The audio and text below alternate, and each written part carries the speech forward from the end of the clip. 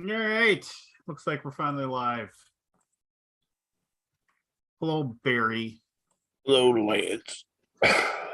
This is the weekly Alaboom, YouTube's longest weekly showing live stream thing. Maybe not. Maybe it is. Who knows? Who cares? I think it is.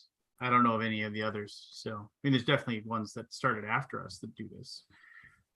Probably with thousands upon thousands upon thousands more viewers. But Definitely.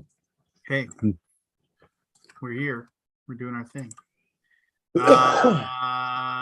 5 days before Christmas.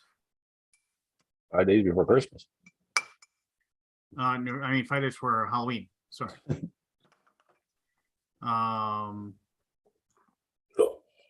Yeah. Do anything for Halloween there, buddy? No, well, I hand out candy to the kids, but other than that, Yeah. I gotta fix my graveyard. The wind knocked over one of the stones. For the actual stones. Nah, I made some, some stones out of foam board a few years ago. Do you have funny sayings in all of them? Oh, and a few of them, yeah. Yeah, something like "Buried Alive," "Told you I was sick." There's a poem. I forget what they all said. I made them 5 or 6 years ago. It's been a while. You should make a new one and put on it did his own research. Get it? I got it. See, because yeah. But anyway, I don't know. I don't really. I mean, I have a few spooky things I want to talk about later on in the evening. We can talk about spooky stories and stuff. Ooh. But yeah, but it's it's too far away from Halloween, right? So it's just kind of like it isn't really feeling like spooky. It's all right, Monday. Well, yeah, but it just feels like it's too far away, right? I don't know. Maybe it just feels like that to me. Maybe. I have a very mild. Well, I have actually more than just a mild grievance. But I want to wait for other people to be present, for before I let loose on the one that the thing that really made me angry. Really? You really just one? Yeah. No, well, I mean this one was like, ooh, like I was just like, yeah. Anyway, we'll get to that later. So I've spoken many times over about how there's a game called Rimworld that's on. It's Dwarf Fortress, and it's really good. I mean, if you like playing a game that really just you set your own. I mean, everybody talks about, oh, I want to play a sandbox game. Well, Rimworld is completely and totally a sandbox game. You can make it be whatever you want it to be. The vanilla premise of it is that each you have 3 survivors of a space crash that land on this alien world, and you need to take your 3 survivors and you need to slowly but surely build a base, and then over the course of literally years of in-game stuff, you collect enough resources and what have you to finally be able to build a spaceship and get off the planet and make it home. So that's but if you don't want to play like that, you just want to say, I want to make I want to play it, but I don't want to do it like that. What I want to do is I want to make my own empire on this planet and take everything over, or whatever. You can just do whatever you want, right? So you can kind of mess with it. Anyway, the whole point is that in the past, when they've come up with a new DLC for the game, which happens, it just hey, we got a new DLC. You want to give us $20? You can play with this new DLC thing, right? And so you can go, all right, I'll play with that new DLC thing or whatever. But in the past, it was like you didn't download the patches to upgrade to the next level of the game until you bought the DLC. So it was like, oh, I don't want to get the new DLC. I want to be able to continue playing it with all of the mods and everything, because you get kind of like when you mix and match all the different mods, because the game is heavily modded. There's all these different mods you can put in the game, and it takes a while. It takes a while for those mods, the people that made the mods, either the people that made them in the beginning or the people that after the fact, somebody will take over the mod and with the grace of the person that originally had it, or basically that person's vanished, so they're like, well, this person hasn't logged in years, so I'm going to take this over and I'm going to upgrade the mod to the next version, so it's compatible with the next version of the game. So until those mods actually get that happening, like, you don't have to do it, right? All your mods still work, but of course with this new DLC, even if you didn't buy it, they bam knocked you up to the next version of the game. And so, like, boom, overnight, I had somewhere around 60 to 70 different mods that I played with, and just all of them are unable. All of my old saves crashed. I couldn't, like, all these old worlds that I've been working on forever, no longer valid, no longer work. Super annoying. So now I got to sit around and wait. If I want to play those worlds, I have to wait for all the mods that I used in those saves to be upgraded to the new version. But until that happens, it just doesn't work. What game?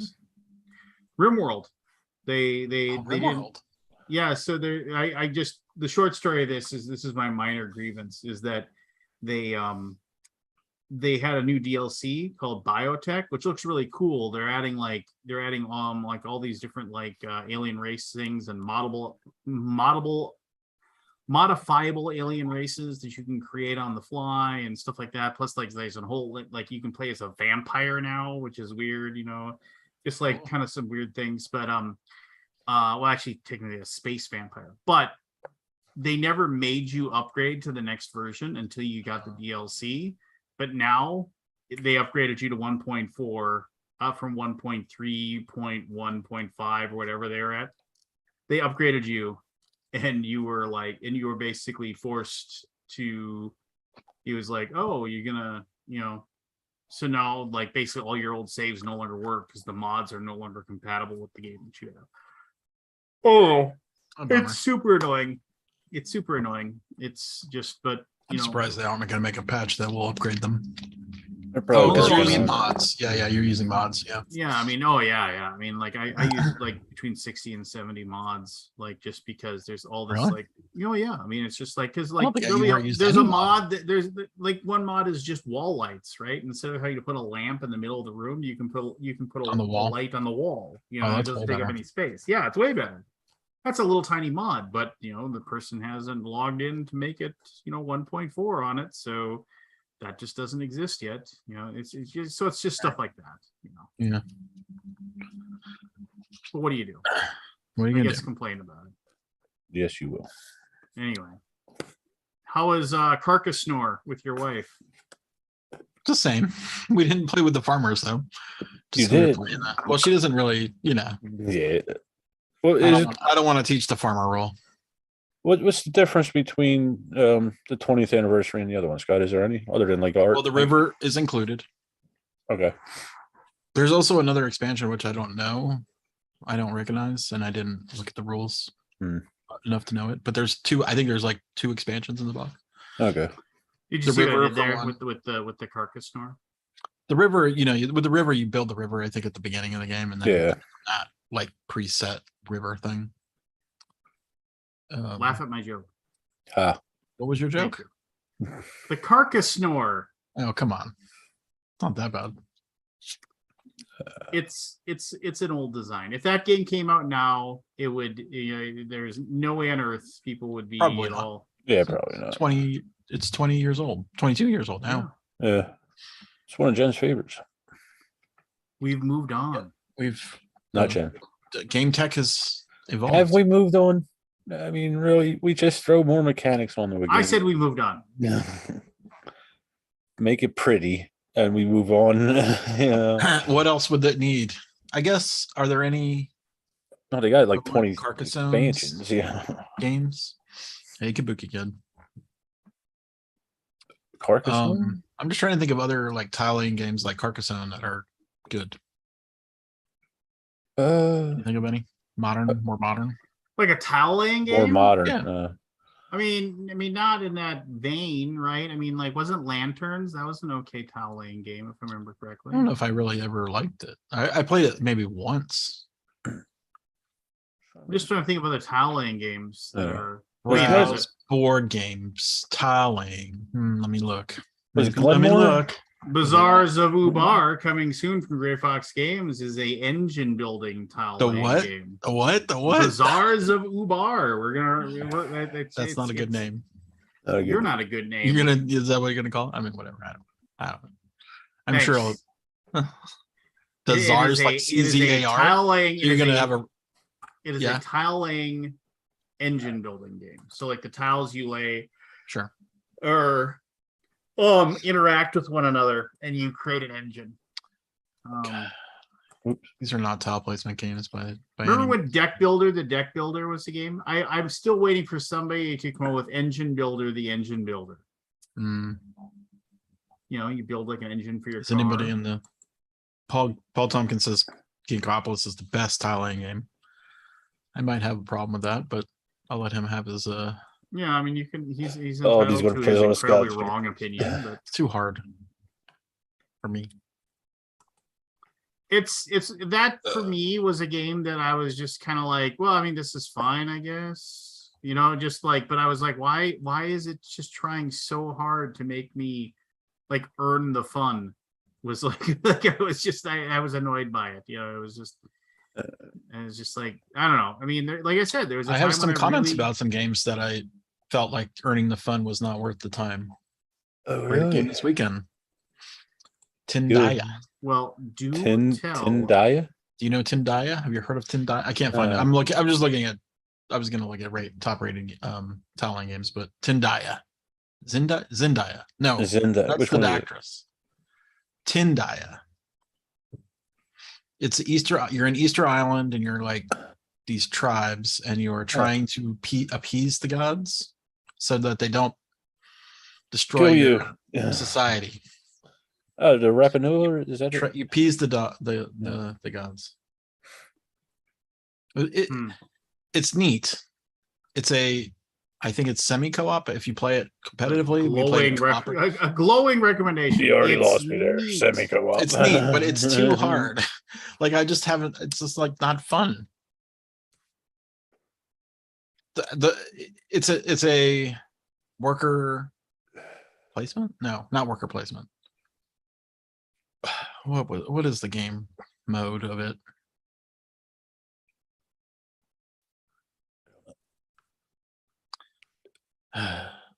Yeah, I'm just trying to think of how to do. You're basically doing actions to try to appease the gods. There's two different gods in the game, one of volcanoes, one of the water, and they basically tear your shit up. And you have to survive 3 eras without losing too much stuff. Or marauders are conquistadors are coming as well. Sons of bitches. So you've got a conquistador force, 3 different conquistador forces to contend with, 2 gods which are pissed off and they destroy your shit. And then you basically have to try to like spread your tribes out and get enough points in the game to not lose. That's the game. And fulfill goals. Okay. And we played on medium difficulty, which was a bear. Holy shit. It's hard. Yeah. And I think we spent about 2-3 hours on the first era, just kind of like grokking it. And it's fun, but it just wasn't pleasant. You know what I mean? Like it just wasn't like, I'm like, it's so hard. It's just hard work to make any progress in the game.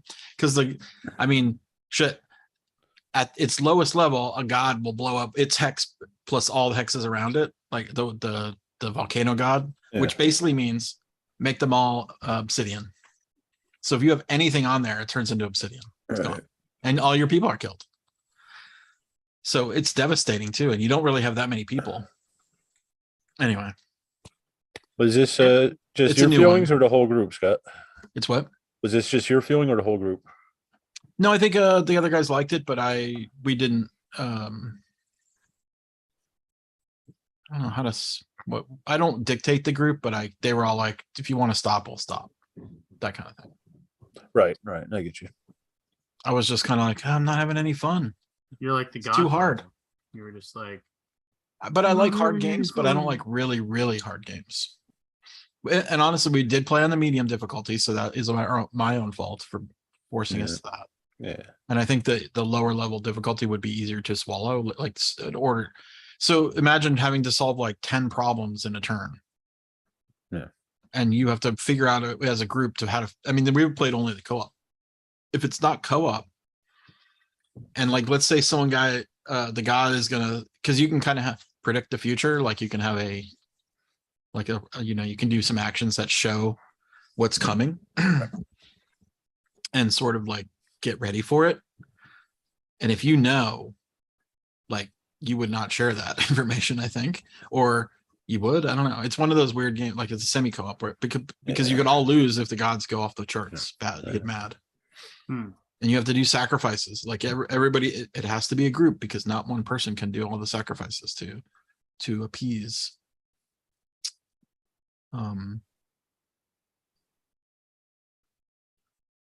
Anyway, it was. I admire it. Let's say that. I think it's a cool system. Really hard, challenging co-op. Would you go back? It's not fun for me. Would you go back for the easier version and try it or not? Maybe. Nothing else to play. Yeah, if I had nothing else to play, but I got too much to play. Yeah. It looks great too. It's very nice. It's a solid Kickstarter delivery. Just not that fun. Anyway, I hate to dog on it, but anyway, Tindaya. Then we played Acropolis. You know Acropolis? Yeah. You heard of Acropolis? I've heard of Acropolis. It's fantastic. That's a good tiling lane game. That's a tiling game. Oh, yeah, it is. Yeah. It is. It's a city builder. You're building your own city. You get point. I mean, it's super abstract. It's like an abstract tiling game. You're basically trying to score points by grouping together the best. I don't even know what they are. They have colors. The purple ones don't. They want to be completely surrounded. The yellow ones want to be on the edge of the board. Or no, the yellow ones don't want to be next to each other. The red ones want to be on the edge of your city. The green ones doesn't matter. Oh, they have to be in a group. Or the blue ones have to be in a group, and then the green ones are just whatever. They could be anywhere. And then you have multiplier based on the level. So level 1, it's times 1. Level 2, it's doubled. And then you have another multiplier. So your group size times your multiplier is your score. It's cool. It's super quick. It's like 20 minutes. And there's a little bit of it's really neat because when you build your tiles, you can skip the tiles in front for a stone, which is money. And then if you don't have any money, you have to take the first in the queue, like the first one. So you really sometimes you want to skip to get the good stuff, the one that matters to you the most. And then if you run out of stone, you can build on top of these quarries and you get more stone. So it has this 3-dimensional building and tile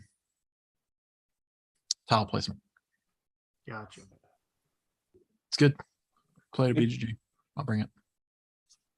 All right. I'll play it with you. Play anything. And then we played something else. What else did we play? Oh, we played Marvel Champions. I've yet to play it. Which is still too long. It is what it is. It's too long. Yeah. But it's fun. It's hard. We played against the X-Men thing. What is it? What are those X-Men things called? The giant robots. The Sentinels. Sentinels, yeah, the Sentinels. It's a new scenario that came out like last month. Oh. Or this month, maybe. I don't know. It's recent. I get So we so played bored. I with- mean, a game's got to have so much going on for me to care to play it for more than an hour and a half. Honestly, Yeah, once you get into that third hour of like, I mean, here's the deal. One of the guys didn't 3 know. hours? Wow. One of the Didn't know it guys was that didn't know. long. the game.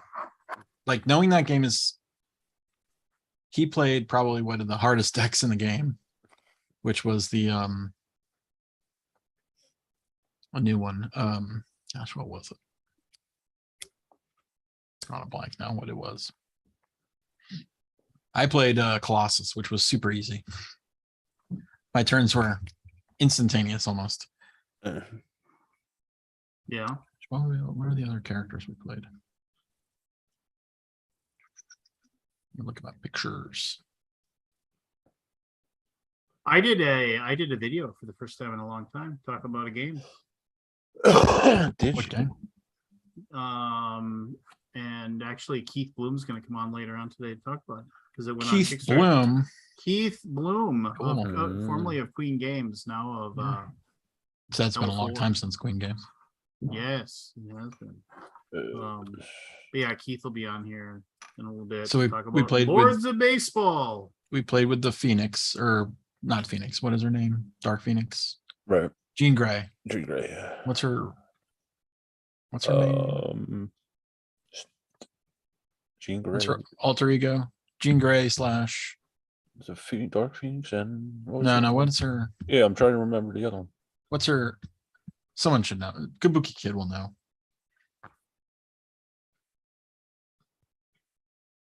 Oh, geez, what the hell was it? Gosh, what? I can't recall now. It's Dark Phoenix, but that's the bad. That's the side of altar. her. Yeah. What's her normal? Cyclops, Storm, Wolverine. Not Storm. Yeah, I know. So I'm trying to go through the names. I can't remember, Scott. Is it just Phoenix? No, that was the Rebirth. I don't know. Oh, I'm terrible with the stupid marbles. Mhm. Couldn't tell you. Anyway, it was 3 X-Men versus the Sentinels, and the Sentinels kicked our ass. Okay. Sentinels kicked her. Marvel champions. Jean Grey. But what's her character? What's the secret? Well, she was Just Marvel Green- Girl, then she was just then Green- she it's was just Phoenix, Jean Grey. Then she was Dark Phoenix. Oh, and then we also played with Kitty Pryde, Oh, which is a cool ass character, man, but it's super complicated. So of course the guy who never played before, he wanted to play just the character, right? He didn't care about the mechanics of it, but it took him a while to like learn the mechanics of it all, it's just Phoenix and Jean Grey. Green Jay. It's another Jean Grey. character. Okay. I thought she had another alter ego. Or I thought she had a superhero name. She did. Didn't you say Miss Marvel? Was it? Or not No. Miss Marvel, She's just Jean Grey and Dark Phoenix. But that's when she goes evil. No. well, it's just that the Phoenix power controls. Yeah. I mean, that Marvel Champions is pretty phenomenal. I don't know if have you played any of it? No. I've had zero interest. I mean, it was It's like one of really those things good, where like- somebody talked about, oh, Yeah. wow, you gotta check this out. It's so amazing. And then I was just kind of It is. looking at it. It's and I was- neat. The way it works is really cool. Like every character is different, and they all play with like different mechanics and stuff. And then you kind of deck build to what you want them to do. It's just kind of one of those things where it was like, all right, it looks neat.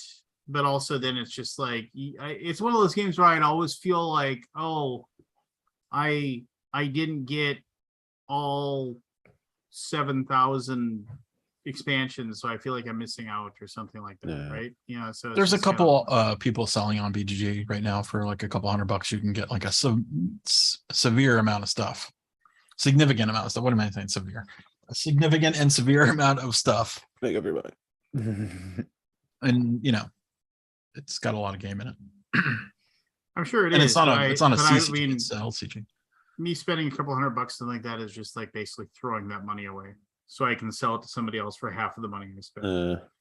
Yeah. I never got into the card games. I just any of them. It's just Nothing. yeah. I don't. I've tried a few of them. It's just It seems like that constantly trying to buy packs and shit like that. And yeah. Well, it's this is always- LCG. You don't buy. There's no rarity or anything. You just buy what you get. what you but get. even still, they come out with these packs Oh yeah, no, quarterly and all that. they still drain your money out. It's not. It's just in a different way. Yeah. Yeah. None of them yeah. ever caught my. Like I tried a couple of them, the couple of Fantasy Flight ones, and the Space Marine ones and Cthulhu, all that. yeah, Arkham Yeah. Horror. Yeah, I tried Lord of the Lords Rings. Yeah. And we also played Marvel Remix, which is a reskinned version of Fantasy Realms with a couple things extra. It's pretty cool. Still the same system though. Yeah. Basically, you score your cards. Each card scores, and whoever has the most. You want to try to get the best combos. The game ends too quick. No, A lot of Um, gaming on Saturday. It was all day. it's a good thing, ain't it? Noon till midnight. Actually, 1 a.m. I think is when we finished the Marvel thing because we were dead like an hour before we knew it. Yeah. Like we thought we were gonna die, and then an hour goes by, and then we're like, okay, now we're really dead. Sounds like a blast. Yes. Well, I mean, it's just like, we're gonna lose the game, but let's play another hour to make sure we lose. Still fun. I mean, because you might be able to pull it out, right? Like Yeah. that was the hope. And we had it for a moment. There was a shining moment in that hour. We had it. Thought we were like, oh, we have it, and then we're like, oh no, we don't. No, I don't. And then you had to just play it out. Hmm. There's some of the best games. Arkham Horror, shit like that. You never know. Well, I'm not crazy in saying that. Like, that doesn't sound like a ton of fun. I mean, just because it's just kind of like It's part of the experience. maybe. It's part of gaming, I don't know. That one was way more fun than Tindaya. Did me. not like that Zendaya. I played Actually, let me look at tile laying games. Unfortunately, tile laying has been overloaded on BGG, so like I don't think. I mean, Terraforming Mars is technically a tile laying game, but I haven't played that, but The Castles of Burgundy, that's a tile laying game. I enjoyed that. Cascadia, I guess, is the most modern tile laying game of that ilk. Like simple and small amount of rules. I haven't played. I've seen it, but Tigris and Euphrates, that's a tile laying game. I've heard of that. yeah, so I played a couple times. Anyway, okay. What was that Highland game? Highland? I'm trying to remember. I know what you're talking about. Clans of Caledonia? Plans of Caledonia. Yeah. there No, you go. are you thinking of I'm thinking of another one. It's one like it was up for the SDJ. you bid on Yeah. resources. Give me a minute, it'll come to me. Oh, look who deigns to be worthy hey, to join Barry. us. Hey, fake Barry. Good morning, Fake chaps. Barry, how old are you? Approaching my 50. All right, so I'd be the fake Barry. I'm younger. The younger, better looking Younger is Barry. beats Barry. Younger Barry beats older Barry. Oh, I don't know about that. But older Barry probably kick my ass the way I'm physically. Are you thinking of, capable. Are you thinking of where you keep going around the board? Not Glenmore. Not Glenmore. It's another. You bid on resources, and there's tile flipping, and you're like heads of clans. Me and Jen really like that. I can't remember. Yeah, I know what you're talking about. I just can't remember the name of it. I enjoyed that. Me and Jen enjoyed that one too. I'm just drawing a blank on the name Isle of of it. Sky. Isle of Sky. Yeah, Yeah, that was Kabuki pretty Kid good. got it. Yeah. Kabuki Kid knows everything. She does indeed. She just doesn't have brain farts like me and you, Scott. I think she's so smart. Yeah. She's so passionate, I think. That's what it is. She investigates Yes. everything. which Hello, is, Matthew. You Matt? Hey Good guys. morning. You drinking Hello, your cup of tea there, Barry? Morning, coffee. Cup of Coffee coffee. mornings, afternoon teas. I don't drink coffee, so it's always tea for me. What kind of tea do they have in America? That's one thing I've never tried. Lipton, Lipton, Tetley. Yeah, I Lipton, drink. Tetley. That's our brands. I Okay. drink. None of them good. I drink an Irish breakfast. Tetley's not too. bad. I drink Barry's. about 4 of these of Earl Grey a day. Oh, Earl wow. Grey. Earl Grey. Yeah, I do enjoy Earl Grey once in a while. Do you put Yeah. milk and sugar in your tea, Matt? Just black. Yeah. Black Really? tea. I I don't usually need. put a little bit of Yeah. lemon. I like everything in all those drinks. I can't drink it straight. Too strong. I don't drink any of that crap. You just drink diet or no, what is it? Coke Zero? No, I do All not them drink Coke energy Zero. That drinks. tastes Mr. An like Pibb extra garbage. Zero. special Mr. Bibbs or whatever. Yeah. They call him Mr. Pibb. They call me Mr. Pibb. I order my my tea from David's Tea in Montreal, and I order it like 500 grams at a time, and it's like How it much comes is that in in these real 50 in real 50 weight? What's that? 500 grams. How much is that in real weight? A pound ish, Pound. a little bit more than a pound. 28 grams is an ounce. It comes in these little 50-gram bags, and so I have to open them all and put them in my big tin. They played a cruel joke on me last time. 4 of the 10 packets were cream of Earl Grey, which is Cream of Earl not Grey? the same thing. It was What the hell is it cream has- Earl Grey? It has, instead of bergamot, it has like a vanilla-y kind of flavor to it. Like, it was really gross. So I ended up mixing them together, not realizing. And then all of a sudden I got this odor of what is like, oh man. So luckily I had I could feel 2 tins, and one of them was thankfully fully Earl Grey. The other one was a mixture of like 3 and 2. Nice. But they refunded me and they sent me more tea. So Oh, they messed up. They weren't doing it on purpose. Oh no, they must have. Yeah. Oh, okay. I thought they were. And then pulling it. and then I was convinced they were trolling me because I got a thing in the mail with like a little, hey, best tea, like best tea. We miss you. And they sent you a little single-use packet of tea. Guess what it was? One Cream of Earl cream of Grey. Earl Grey.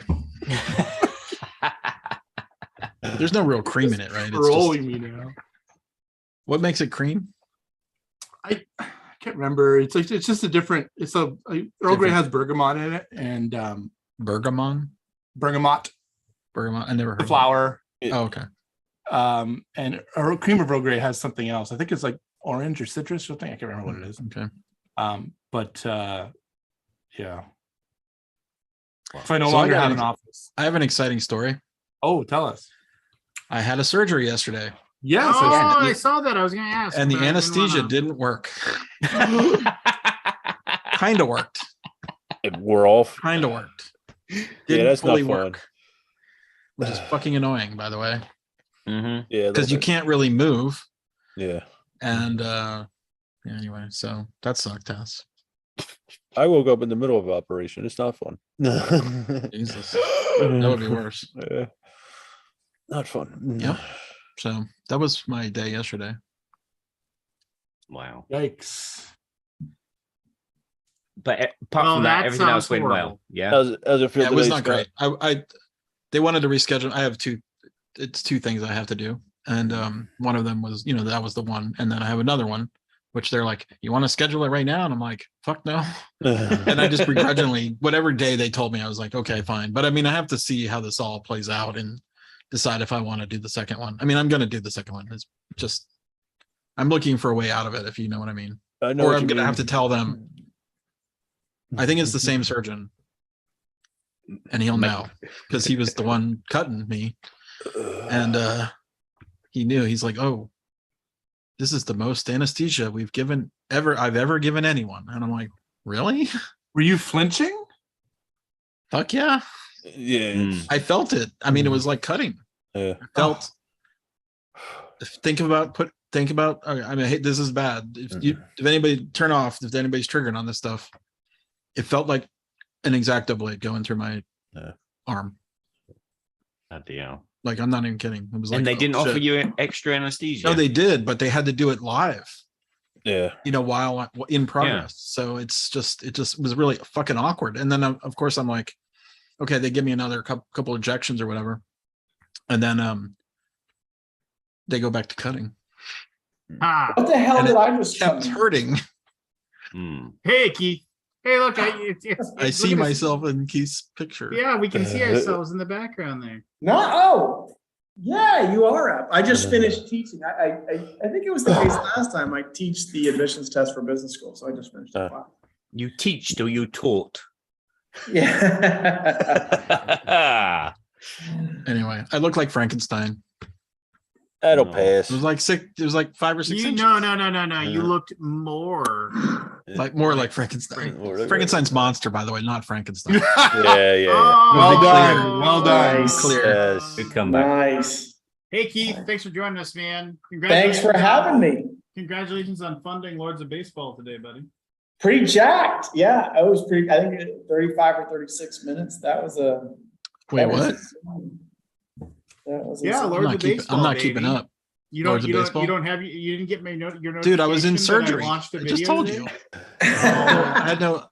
You could have had him. I was put on the YouTube operating on or table. something. It's always about you, Scott. I'm glad you were out that fast. So that was today, Scott. I literally came. It was in and yesterday. Talking about exactum. Oh. It was yesterday. Well, yeah. I mean, felt like an X-Acto knife going through my arm. Oh man, that's literally what I came in on. Oh, wait a minute. Kabuki Kid just did the push the nose up thing. Well, actually, it can be argued that Victor Frankenstein's monster is sort of like his son, since he is his creation. So you can argue that he is also a Frankenstein. Yeah, Lance, I'm surprised she comes back. I really am. She's a glutton for punishment with us. In the novel, Monster names himself Adams. You can say his name is Adam Frankenstein. Thank you very much. Yeah. Thanks, Kabuki. I must remember that voice. No. So what was I going to say? I was going to say something clever, and then I had to make fun of her. Oh no, Robert Purton says my wife had an epidural with our first kid. That didn't work at all. That sucked. Ooh. So my first For him or for her? my daughter Probably for her. my daughter was born premature, so there was no way to prep at all. But then with our son, like he went full term, and then so we knew the baby was on the way, and it was like we went in, and they were like, yeah, we don't have any open rooms, so they kind of just put us in a staging area, and they were like, well, something really drastic happens, let us know, otherwise just chill and we'll let you know when we have a room for you. And so we were just kind of walking around and just doing our thing, and then and she wanted an epidural, and it was like literally we just my son was born, and then we were hanging out in the room, and this anesthesiologist guy comes walking in, and he's got all the little like shots and everything around, and my wife is holding our newborn son. And he comes in, and he's not even looking up. He's got his piece of paper. He's like, all right, Rebecca, I need your name and date of. Oh, you don't need me. He just turns around and walks out. Actually, you might. Here's two. Yeah, Let me give you don't one for the need me. road. Oh, my wife stalled out with my son, and it was one of those things where I feel like it serves as a reminder. So we're in Chicago. We're at Prentice, which is Northwestern Hospital, Children's Hospital. So a very, very well-regarded hospital. And so our doctor is Anglo, and kind of talking to her about when to push and this and that. And eventually she stalls out. And so the doctor's basically going to because it seems like they're going to actually have to do like the cuts to get her out.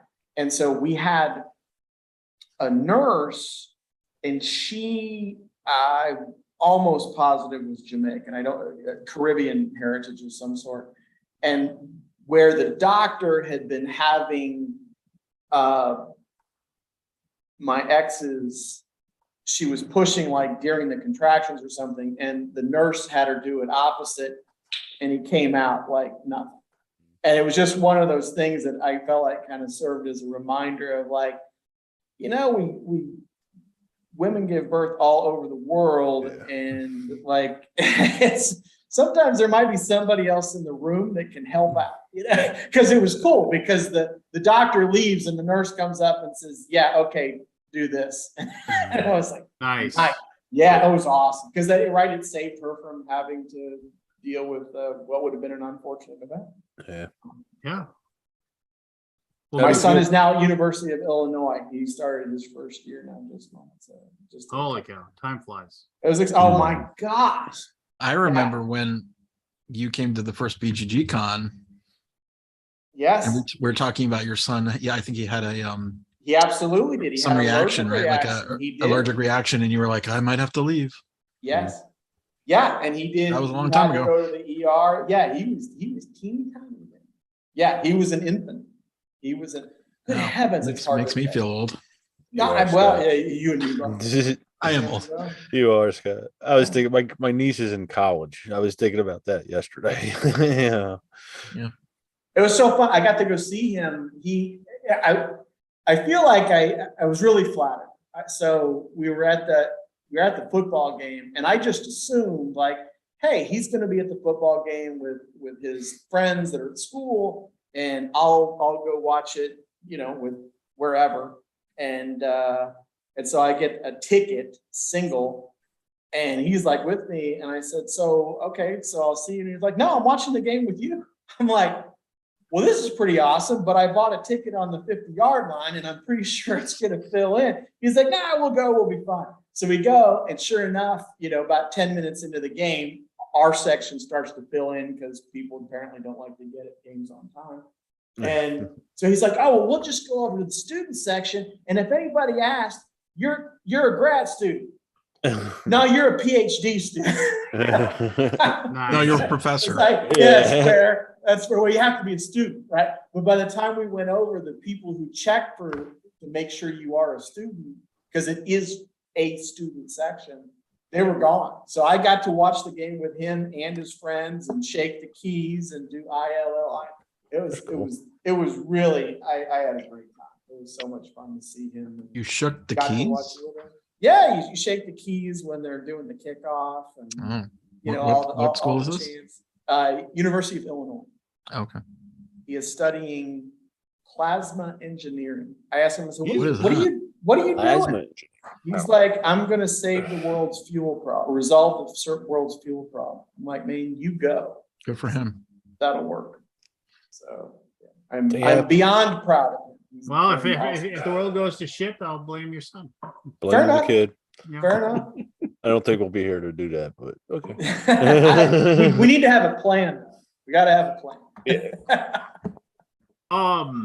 Anyway, so I'm going to talk Lords of Baseball for a little bit, and if you haven't backed it, go back it, and if you backed it already, back it again. As I always keep say. getting told by a Kickstarter I can't back it. I keep trying. You can't back your own campaign. You can't back your own campaign, but strangely enough, there's all these places where you can make up your own email. Oh, that had never occurred to me. Really? I hear Who would do, Hotmail. who would do a thing like They that? They don't check a name on a credit card or nothing like that. They don't care. They just they're just like whatever. I still remember. I remember way back when I did a Kickstarter video for somebody, and I was just like, this for War Party 1,000 years ago. Oh my And- gosh! War Party. That was War Party. Was Scott? That was at. They they first were BGG con. there. Yeah, They they were were there. there. Very nice. They don't remember details about them, but I remember them being very Larry pleasant. Bogucki, I think the guy's name was. They're I don't know. from Missouri, right? Larry did. He's with. They did Kapow, I think so. Yeah. but So then I they just also do War Party. That's the designer. It was a Larry something was the designer, but I remember he Does he have a brother named Daryl and another brother? I don't named know, but he Oh. said he said this is so weird. He told me thanks very much for the video. I think I was charging like $100 at the time, and he said, would you mind if I get, because like I remember like the all like what. This is before there were all-in pledges, but like to get the game, it was $76 was the pledge, like, right? And he's like, can I pay you $176 and then you back the game? So like I can get another backer. I was like, yeah, that's fine. So like I remember him doing that. Just like, Nice. yeah, it was just like, so We're he not sent gonna me- call he that sent me, money he sent me a laundering check or for $176. I was just like, that was super weird. And I got that in the mail. So Oh, anyway, so Lords of Baseball. Like, I go watch my video. I kind of go in depth, a little more in depth than I'm going right now. It is just, it's a classic kind of, it's not really an engine building. It's a card driven game. You know, like, But it there's has dragons, lots of plastic. yeah, just all stretchable. kinds of miniatures. There's gonna be like this big, boom, dragons, dwarves, ogres. If the rule book sucks, I'm in. Each person. We can make that happen. We can make It's that almost happen. guaranteed. Yeah. You have a turn of the century baseball club. You have one of the very first baseball teams ever, and Ooh. so you know, in each person has like their own player board where they keep track of like how good their team is, and each person also has a board that represents their stadium. And so then you, as the game progresses, you will like make your team better. You will make different aspects of your team better, like your front office or your farm system or your manager. But like the more you improve your team, the more it costs to run your team. And so if your team starts costing you a bunch of money that you can't actually support with the income that you have, and because your income, you know, is there's a base income that's augmented then by improving your concessions and what have you within your stadium.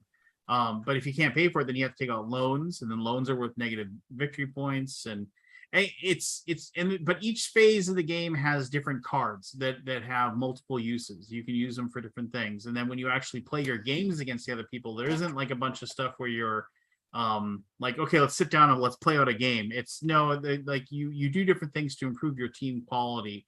And mostly you do it through having star players and the different players on your team. But there's other things that come into factor as well. But and then so your team quality is like 11, and then you play against somebody that the team quality is 9. There's a little bit of randomness because baseball is a random sport. You do get a die roll that can improve or decrease your team quality, and then you compare those two, and then you get a certain number of wins/losses depending upon how well you do against that. And you'll play against teams that are run by the game itself and also the other players. But winning a bunch of games can get you into like the championship, where you then can earn a lot of things. You earn victory points by winning a championship, but it isn't the only way to get victory points. And if the only thing you focus upon is just trying to win games, you're going to end up kind of screwing yourself by getting victory points a lot of different ways too. So it's one of those great things where you have to measure everything out. Like I said, multi-use cards, really like that. There's different things that you can do to you know, like you get media tokens that you can use for different bonuses. You can use them for money, use them to collect more cards. Like every little thing about the game can, you know, kind of like has a push-pull lever process to it. If you are a baseball fan, I think, and like you like Euro games, I think the game is like kind of like you just have to own it, just because it is really, really fun. And like you can definitely play like a short game where you just have 3 seasons, or you can play a big long game that's epic and play 7 seasons. Or if you like, I just hate baseball, but I like Euro games, you're gonna like it too, because you know, if you just love Euro games, then theme doesn't matter to you anyway. So you just throw the theme out, and you can just focus on the mechanisms and focus on the push-pull aspects and stuff like that. No, I mean, it's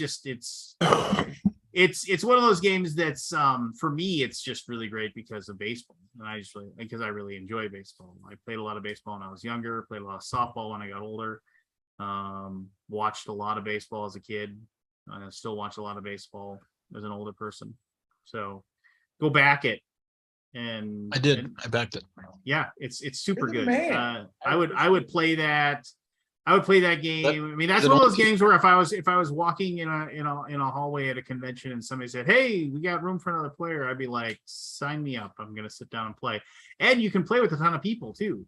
And the thing is that you can also like everything is kind of simultaneous. So like when you're getting ready to play the games against each other, well, you don't have to wait for one person to take care of it, wait for another person to take care of it. Everybody can just resolve that at the same time. So you just kind of divvy up and you can resolve that. When when it comes time to like, oh, it's like spring training and we're gonna play our cards from spring training, all of you just kind of put your card down. You kind of like, and then everybody can just I'm doing, because there's like 5 options on your spring training card, and you can like pick which option you're gonna do, and then you adjust your team. But you don't have to sit there and watch other people do it. So there's not a lot of downtime. You're not just sitting there wondering what's going on. Yeah, I mean, it's just, I don't know. I played with a bunch of guys that really like baseball, that are in the same fantasy baseball leagues that I am, and we had, Did you need an MLB license, or is it unlicensed stuff? Just made It's up. yeah, no, the short answer is no. And so, for example, the leagues are continental and federal. And in the explanation, like it's just, we stayed away from those things. I'd like to have the money to be able to do the license. I don't, I'd have to think it's in the millions, right? They don't play around. Oh, really? Oof. Yeah. I could be wrong. But my instinct is it's just like, crazy. But I think that with what Lance said, Gotta go over his head, Scott.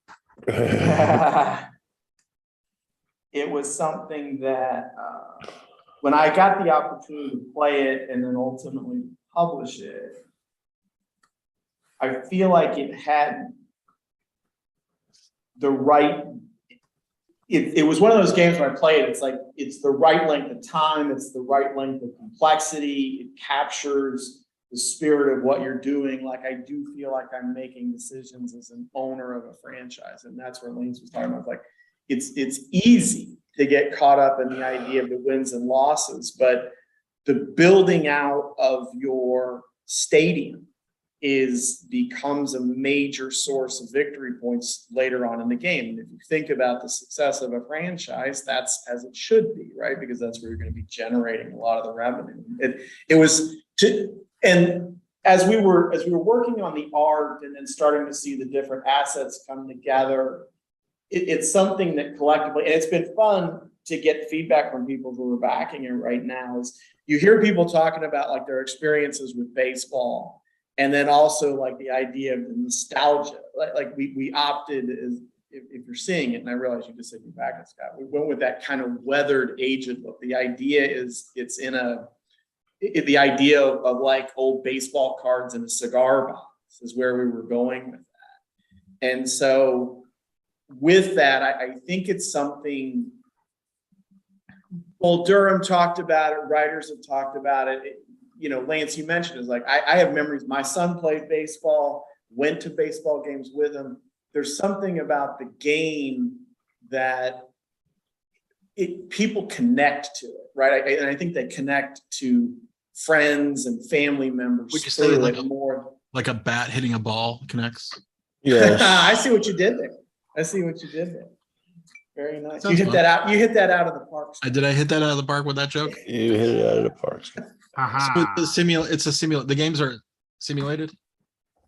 Like you don't. Yeah. Play. So like, let's say you're at go ahead. It's the difference between team quality. So like, if your team quality is 16 and you play somebody that has a team quality of 12, then like you look at this little matrix and it says, okay, the difference is 4.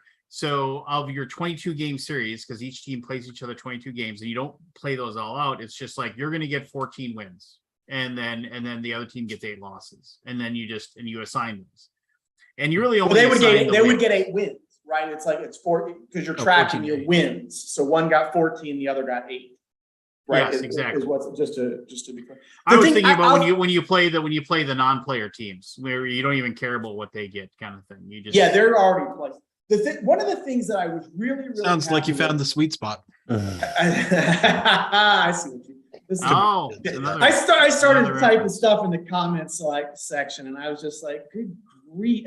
That's even another example. Like the little phrases about baseball permeate how we talk. Like it literally. I mean, it's fun to think about looking at the game from the era where it kind of became like, quote, the national pastime. But it's as I look at it, and I'm really thrilled about the funding.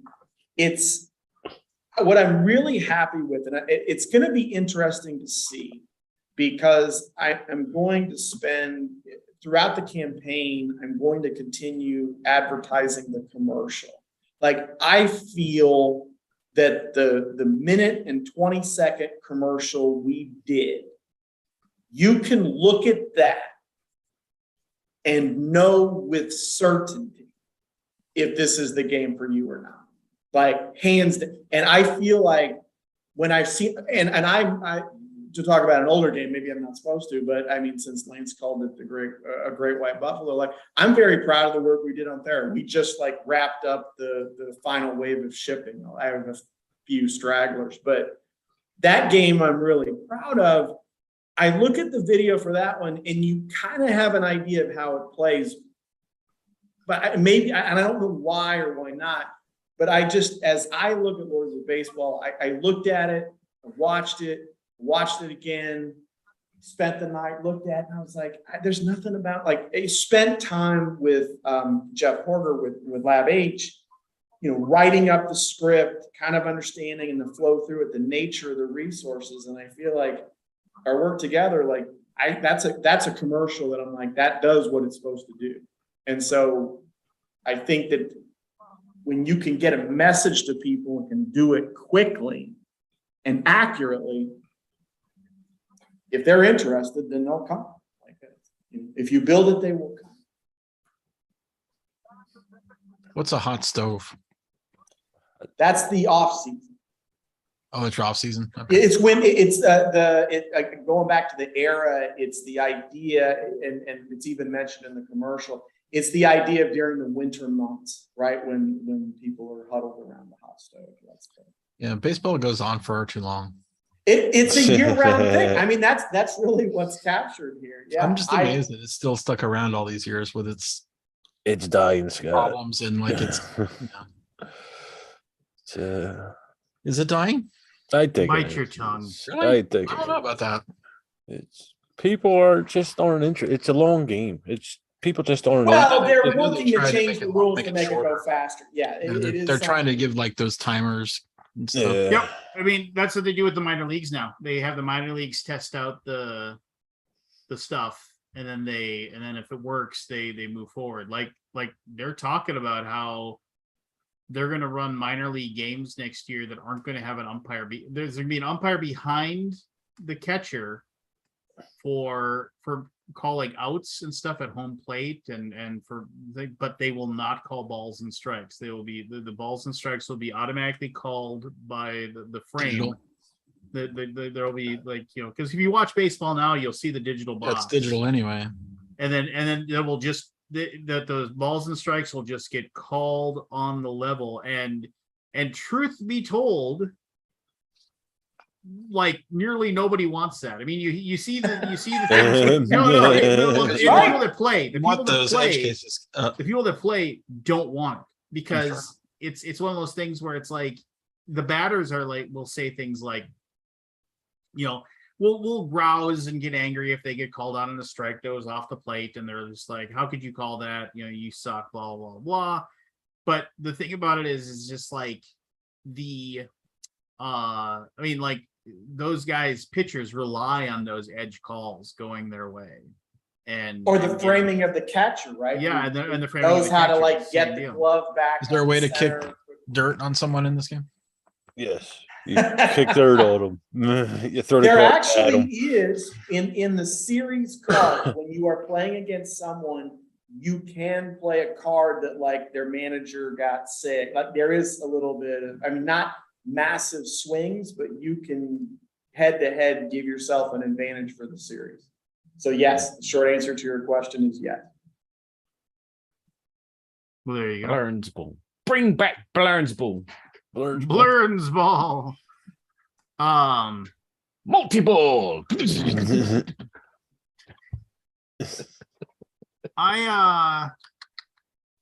to remember.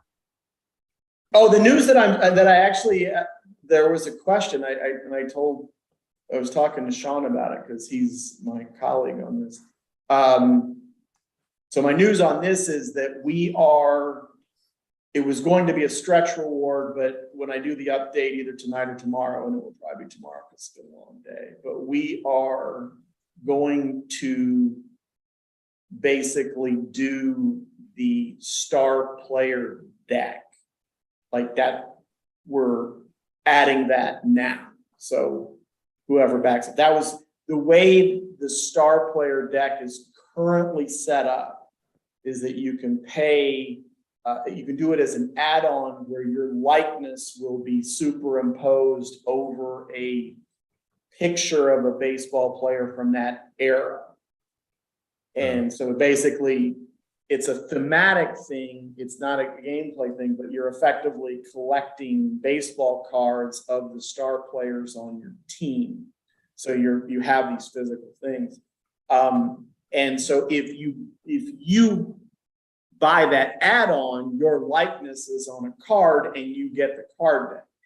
That was going to be its own stretch reward as well. So you do the add-on, you get the deck. At some point in time, we hit the stretch reward, everybody gets it. And as Sean and I were talking today, it was like, the first day has been really good. We're just going to basically, that's going to be like a thank you. Is what that's going to be. So. Well, cool. So if you like the idea of your likeness on a baseball card, you got that option as well. We got to do something fun. I don't know. It's at the very bottom of the page, but my guess is that you all knew Brian. Brian Dalrymple was working on this when he passed away. And he loved baseball and he loved old cigar boxes. So this was so in his wheelhouse. So we have on the franchise cards that his name is on one of them. And that's another one of the add-ons you can do, is there are 12 franchise cards in the game. And so his name is on one of them. And that's something that you can pay, that you can actually have your name on one of the franchise cards. So we had some fun with that. But it was nice to have that Easter egg. What's your end of year looking like, Keith? Are you going to, you're not going to BGG-Con, I know. I'm not. I'm going to go to PAX Unplugged. I've heard of it. Never heard of it. Never heard of it. That's a dirty word. There's no. Oh, I'm sorry. Then I'm not going. I don't It's a care. dirty word. I'm not. I don't know what I was. I care not. Yeah. It's a different experience. If you want to go to PAX Unplugged, you'll get a different experience, but whatever. I've never been there. Does it overlap with? It is a Not- different. no, it doesn't. Okay, I was going to say. Good heavens. Not anymore. Not anymore. Not anymore. Okay, well that's because you almost Yeah. stomped them out of existence. It is two different cons, though, Scott. I mean, It is. It's a tale of two cons. No, I would. You've been asking me where I'd rather be, Scott, and I will tell you hands down, I'd rather be hanging out with you. Stop. Oh, get to go hang out. No, with 2 weeks. people We're who 2 like weeks away. playing It's games crazy. and like, oh. 2 weeks. Yeah. I'm 2 weeks. I have to pick my trips because my sister has been a saint for the last 2 years, but she's here in Chicago with me. So is our dad, and she's been looking after him. And I also do my best to help. So I can't quite get out the way that I have historically. So I got to kind of pick and choose. Good luck with that. I know. By the way, guys, we're going to Chewy's on Tuesday night. Oh, I see. Okay, I'm going. All right. What's My sister that? will be back. We're going to Chewy's on Tuesday night. That's Texas. Oh, for dinner? Yeah. Oh, Chewy's is so good. oh, can me and my daughter come with? No, sorry. Let me think. Just Yeah. the daughter. Oh, yeah. Just She'll be her. excited. No. Oh, nice. Only her for Ever send me pictures of Every Uh, deal. she- Take a she's picture not of her. she's not a fan of me Of her right now. tacos. She's not a fan of me right now because she lost privileges over to her phone. So Oh, I bet that one. What did one have to do? What does one have to do to lose privileges for the phone? I mean, it's just when we have a ruling where there's a set amount of time you get on your phone, and then the alarm goes off, and for her to be able to continue, and both of our kids, they have to ask us for permission, and then we say yes, and then they just hit the button. Well, she just hit the button on her own, which She made a unilateral decision And then she got vetoed. Unilateral ruling in her favor.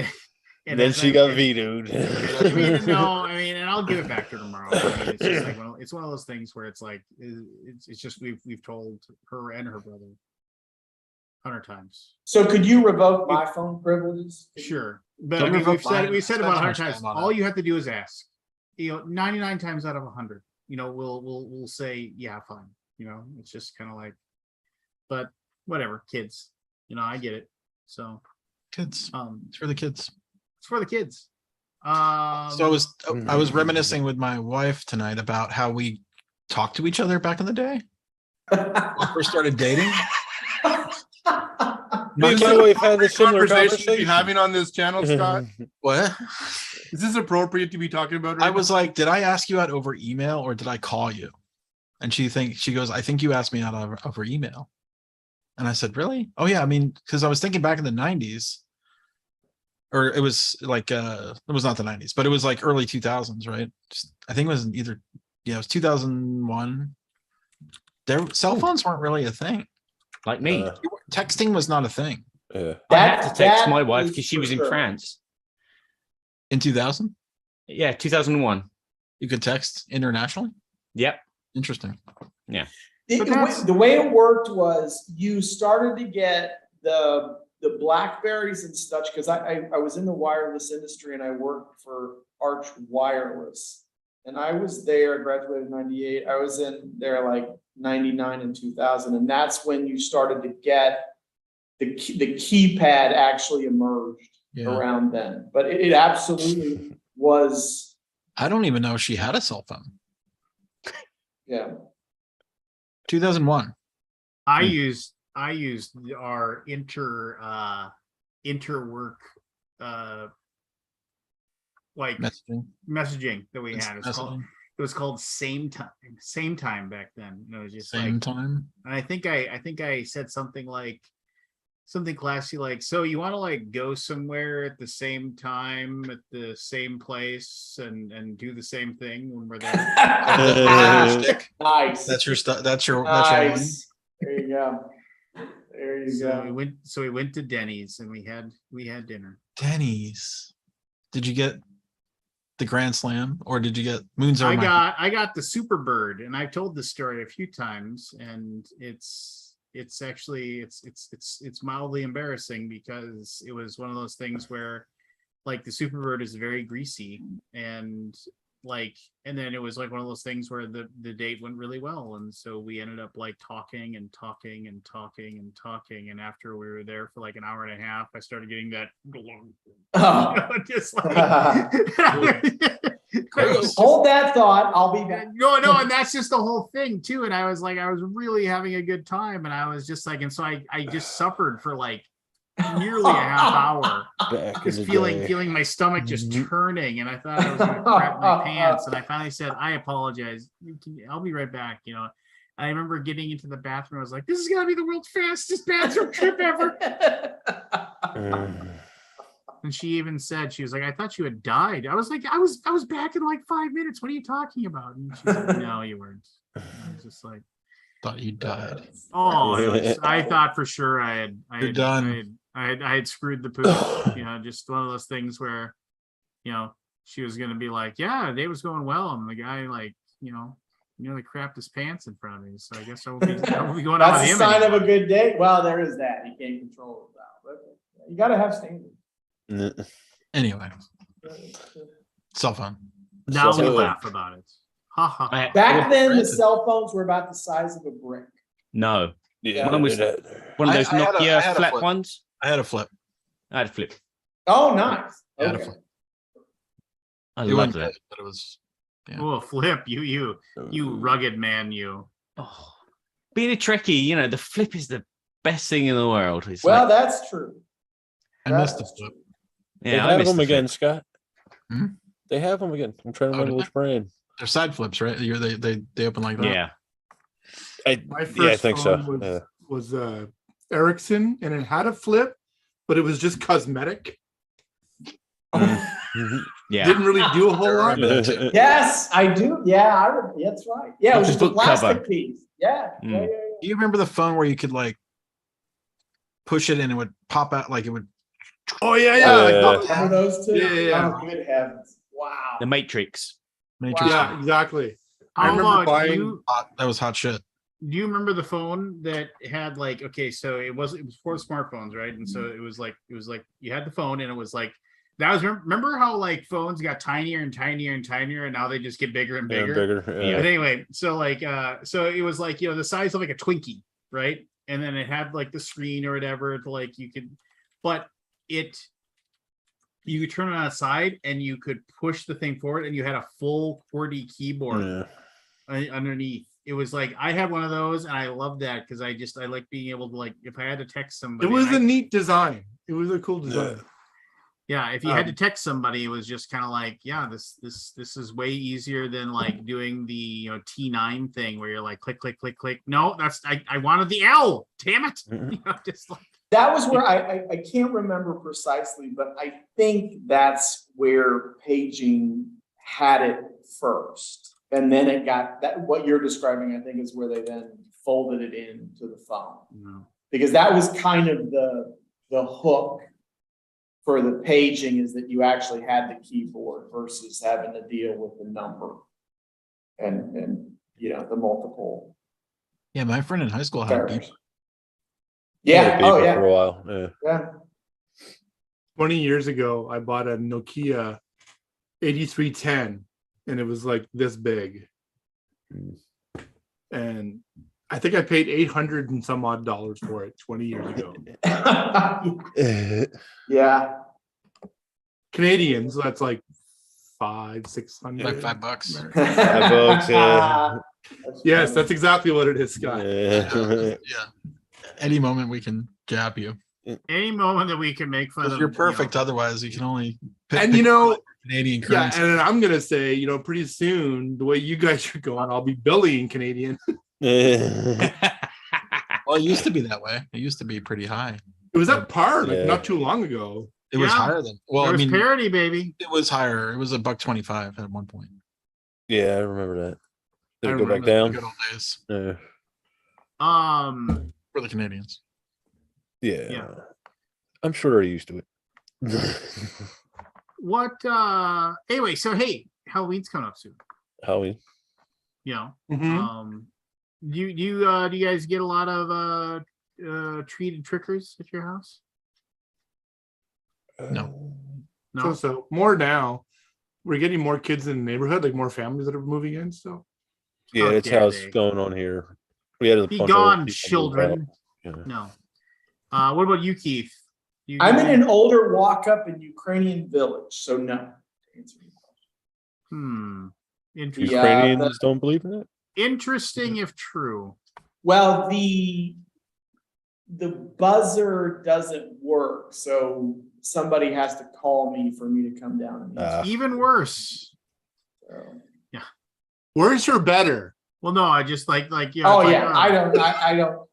The only thing I'm getting company for is if I bought some, football court on eBay or whatnot, and then, or what it almost always is growth. So that's kind of who's coming. Halloween is organized in my village. We have like a committee which raises money for charity for the schools.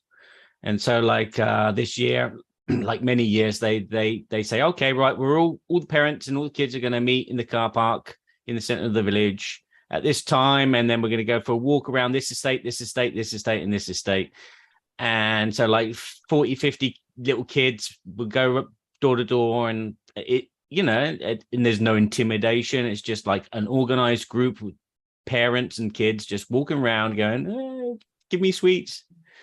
And you can always tell, again, the code is, if you want trick-or-treaters to come to your door, put something in your window, the pumpkin, or do some decorations, and they will come.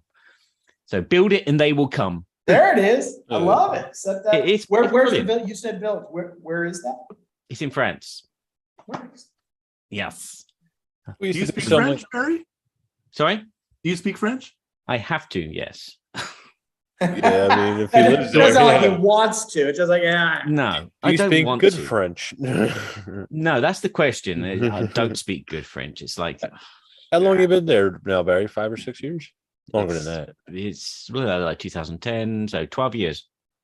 Wow. Do you That's as still many find years it? I took a French in school. Do you I still did find take it French in hard? school and I failed. took 13 years of French in school. Bloody hell. I That's had, Canada, right? So it's our second Yeah. official language. yeah, I had 2. And again, in England, French is the second language that you're supposed to learn. Oh, really? Yeah.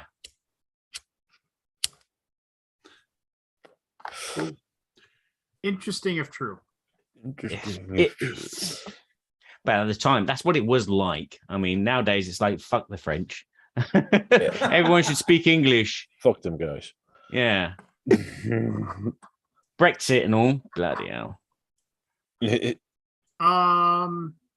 What were Anyway. the cultural differences you found going from the UK to France?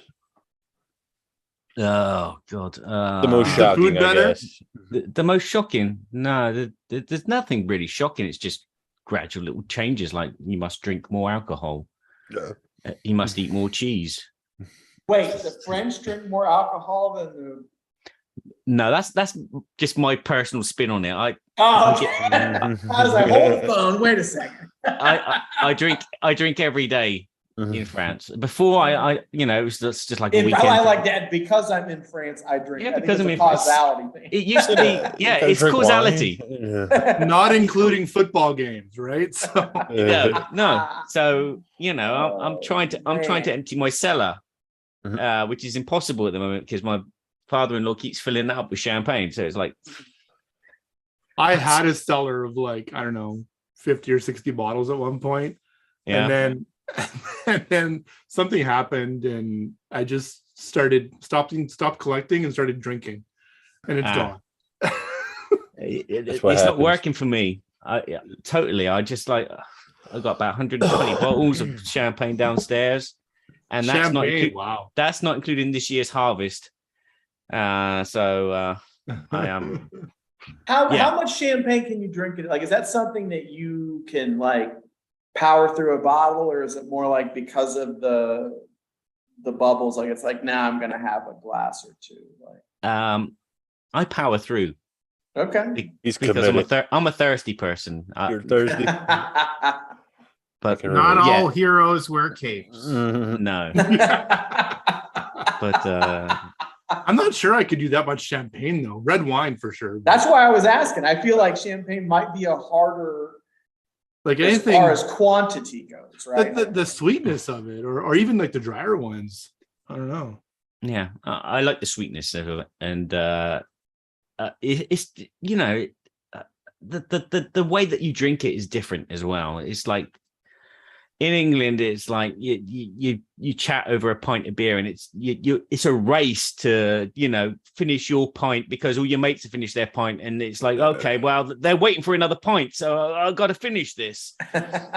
And after the second pint, that's it. You're in the toilet every 10 minutes to have a piss. But with champagne, you're sat at the table, you're just drinking at your own leisure, and it's like you nibble on a bit of brioche, or you eat some nuts and whatever, and it's like, before you know it, the bottle's empty, and it's like, oh, let's get another bottle. 169 bottles of champagne in the Nice. No, when I was a Marine security guard, and then I was in Iceland, and we had a number of expats from England and Ireland, and I was flabbergasted.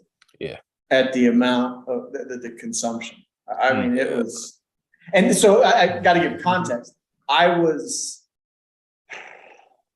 like 19, maybe 20. So I just,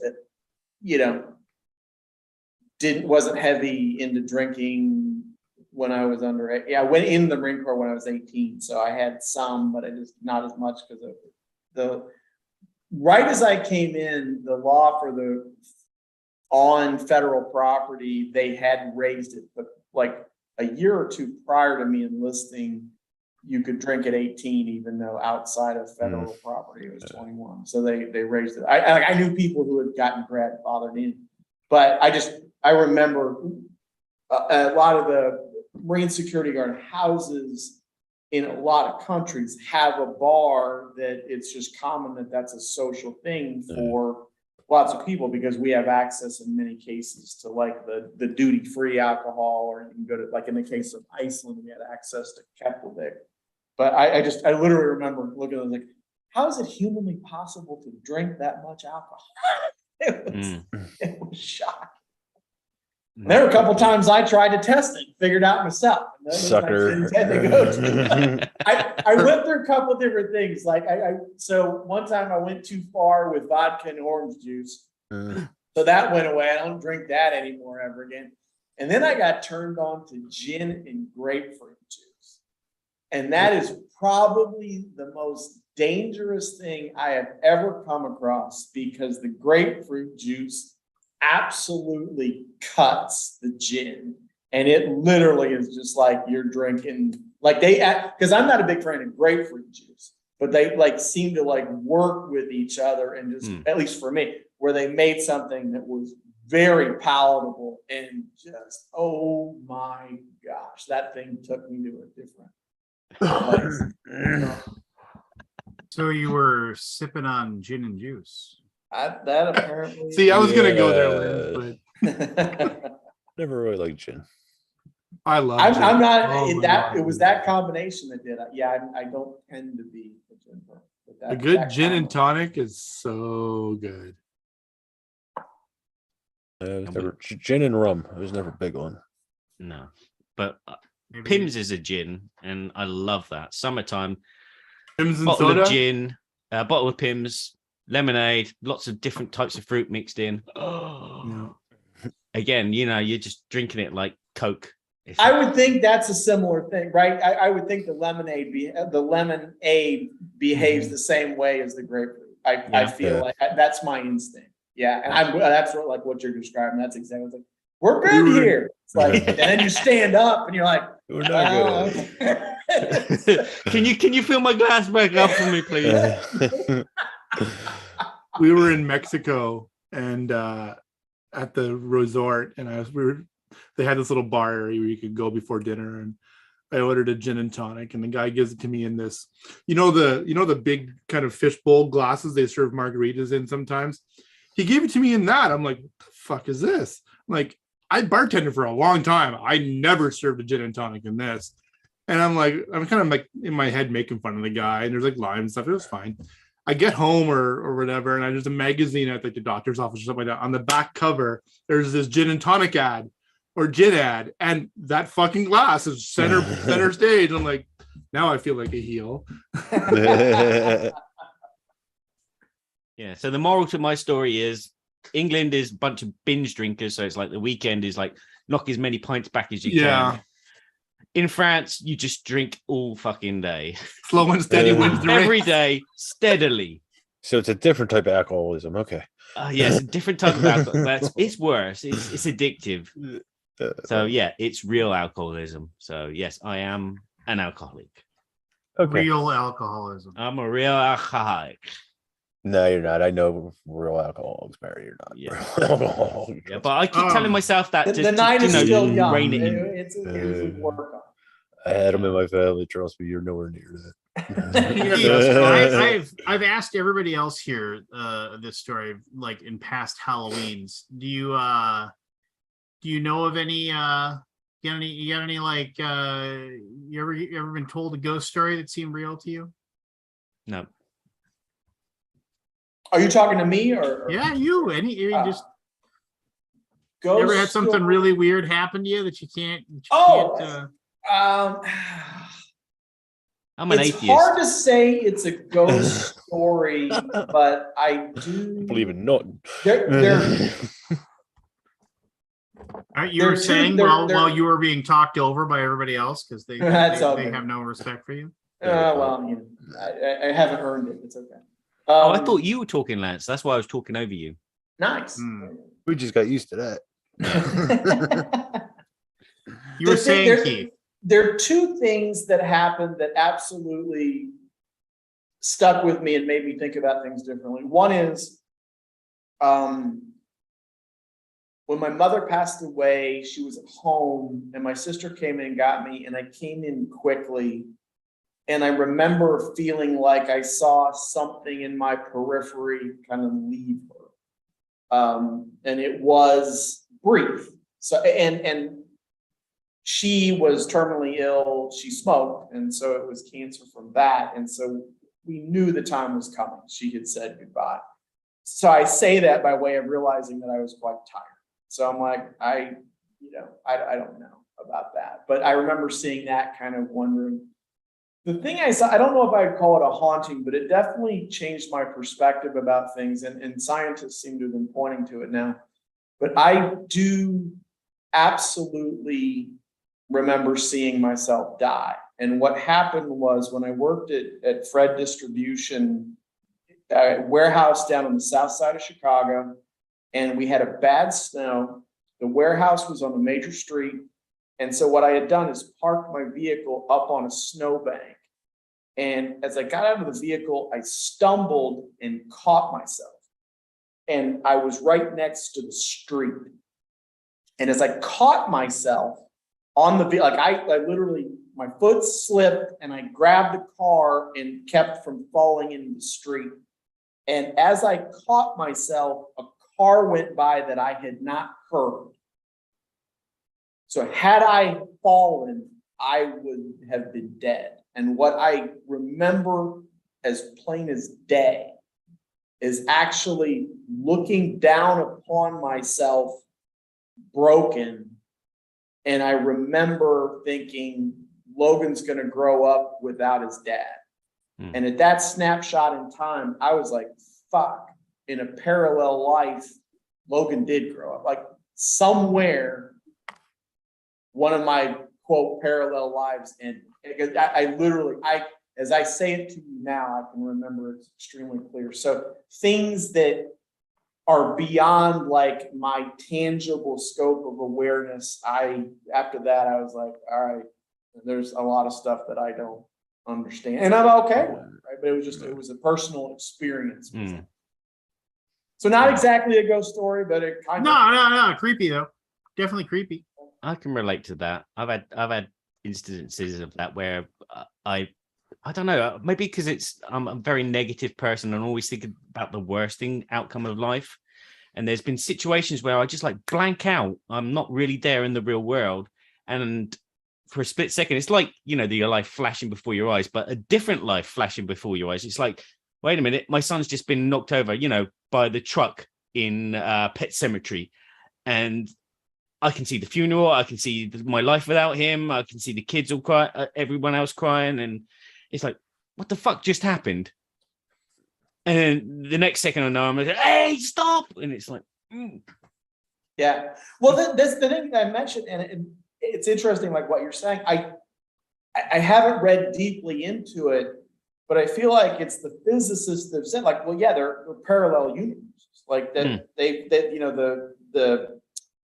The physics of the universes, they're observing it. They're kind of saying, like, yeah, no, the behavior seems to suggest that there are these parallel events, and so that's when I was just like, that's a lot to unpack. But the human brain is such a powerful computer. Oh my God. Yeah. Well, I actually, it's funny because it's funny you say that about the computer, because well, anyway, people talk about, right before COVID hit, I had my first magic mushroom, and that was like, that was a whole new ballgame. Well, and just absolutely like off the deep end. Love that stuff. And during that, I remember looking at a piece of art I had, and it going back to the computer thing, and it looked like there was a grid over the top of it, and because I wasn't like, when I was on the journey or whatever you call it, I was cognizant, like I wasn't so far into it, whereas like I didn't know where I was or anything. And I remember asking myself, I was like, shit, are we actually in a computer simulation? And this is like the Matrix thing where it's like, I see the grid, like this is allowing me to actually see that type of signal and whatnot. And I was like, wow, okay, like all right, give me more of that then. Let's see what else is there. I am absolutely ready for a deep journey, because I remember as I was doing that, I had ayahuasca.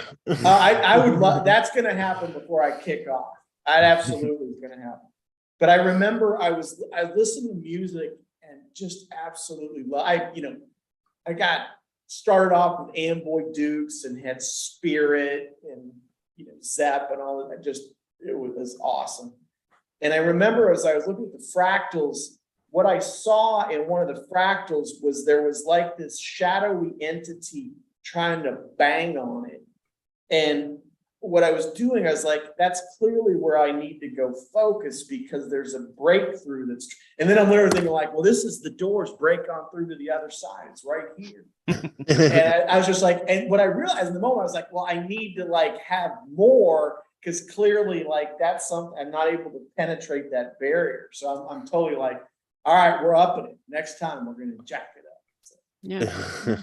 I mean, it is, the brain is just totally amazing. I mean, speaking of music, whenever I put music on and I'm walking around the house with the headphones on, it's like the house is not there. Yeah. My brain is just switched off the house, but my body is doing all the actions of everything. And I'm somewhere else. I'm seeing color. I'm seeing other images. And going back to the kind of Halloween-y thing, my wife believes that her granddad, whose house this is still here. And whenever I have to go down to the cellar to get a bottle or two or three, depends on how many hands I got. You want to make the trip efficient? I would say but maybe 4. Do you have a carrier? Like let's work on it. And every time that I think or someone mentions him before I go down to the cellar, I get the shivers down my spine as I'm walking down those stairs. And I'm waiting for the light to go off and to see him in the corner. But that's only when someone mentions him or I think about him. And it's not when none of those things happen. So it's my brain trying to shit me up, because it's like, or is it? It is. Or is it? It is. It's fucking with me. It's your brain is hypersensitive, and it will paint pictures for you which are not there. The amount of times that I've seen things which weren't there due to the fact that it's my imagination, and I'm like, the real world. How do you know it's your imagination? How do you know? Because how do you know it isn't something that was there for the briefest? Like the how do you know Bigfoot doesn't live? Colliding at that moment. The connection between a just phrase just enough for the bleed over to come, and then it's gone. That would be nice. It would be nice, and then I could live my childhood life again. But I've grown up and seen so much shit, and it's like, nah. Everything is man-made. We make up Bigfoot. We make up fucking ghosts. No. Blasphemy. No. There Bigfoot are no real. monsters. We are the monsters. There are no monsters. There are no ghosts. There are no aliens. We are all of those things. We are to make sense of it all, we make up these stories. I mean, so I could go back to religion, but I'm not going to go. I'm not going to talk about religion. You're in France. There's some. It's interesting. You said like I've been a UFO nerd for as long as I can remember. Oh, see, here we go. Me too. Something that well, it sounds like you're the other side of it. Like I am the other side now. Oh, okay. Right. But it's interesting because in France and the UK, those governments, like in the US, it has taken a very long time for them to even acknowledge that we're seeing stuff that we can't, or at least that's normal for Americans after the last presidential election. Well, that's a whole lot. But in the case of France and the UK, England. Like they very much, in England, that's something that their governments have been pretty big about disclosure. And so, Joe Rogan had a podcast about it, but like the guy who was at Bob Lazar at Area 51, they've done a special on him, but it's interesting. He was the guy that actually, if I'm remembering it correctly, he was the one when he was interviewed that's what broke Area 51. Like, we didn't really know it's a secret, quote, secret base, but he's somebody who said he worked there, and that's what brought attention to it. But he talked about a technology. I feel like he did it back in the early 80s, maybe mid, but he talked about a technology that scans your hand. That was how you got into the facility.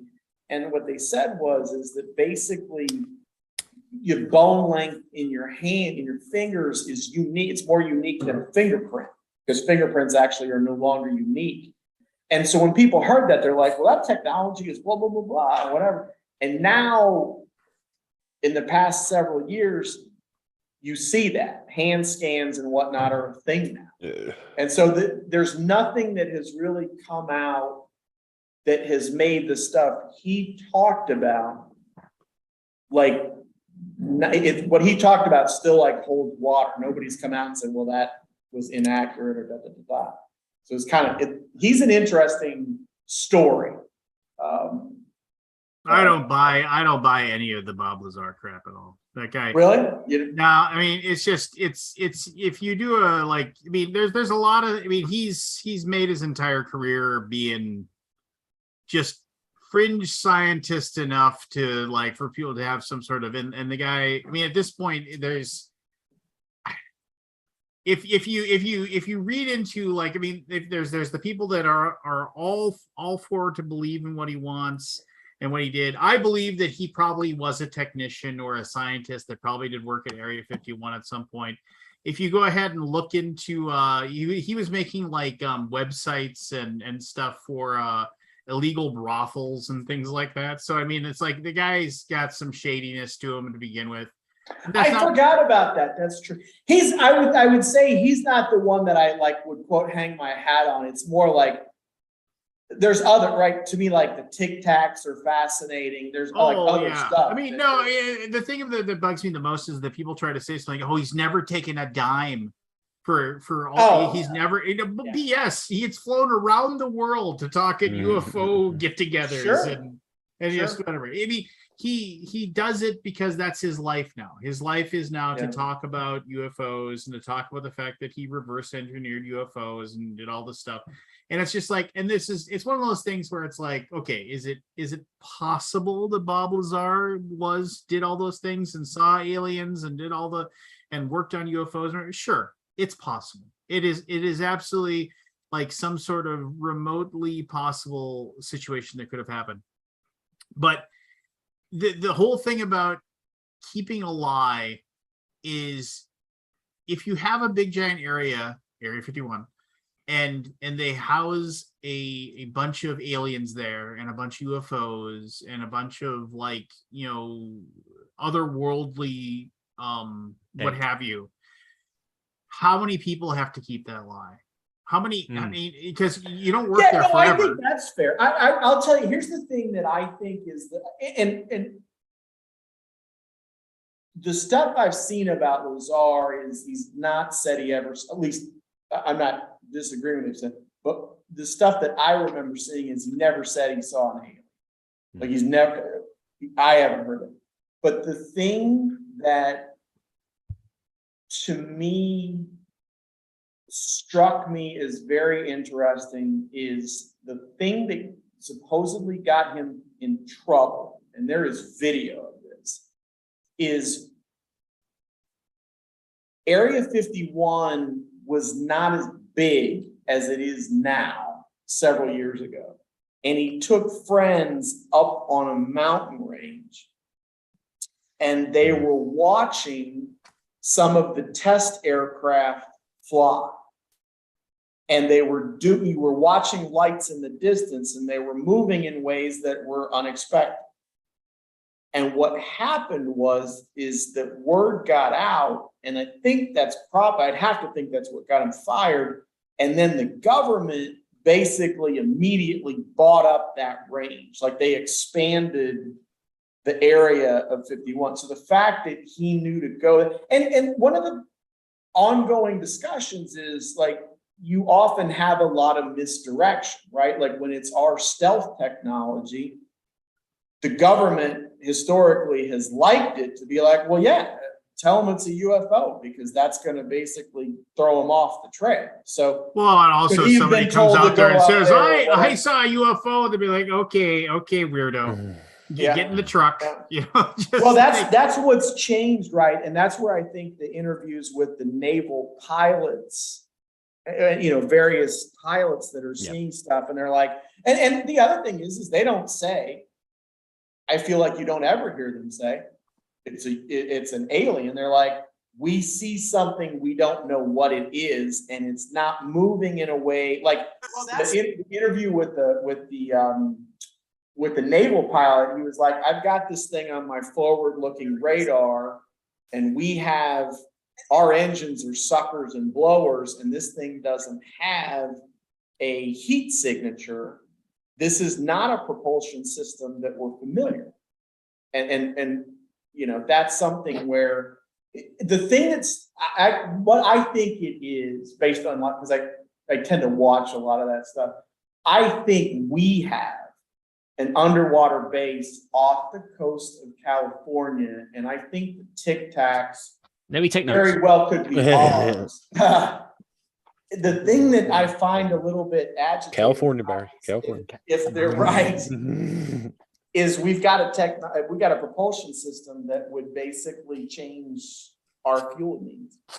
Drugs are legal in California, so yeah. But UFOs aren't. Yeah, going back to what Lance said, the amount of people that would have worked at Area 51, this is what put me off of UFO crap, is people can't keep their mouth shut. Well, I mean, today you look at the American government nowadays, and how many books have come out from the American government about people not keeping their mouth shut.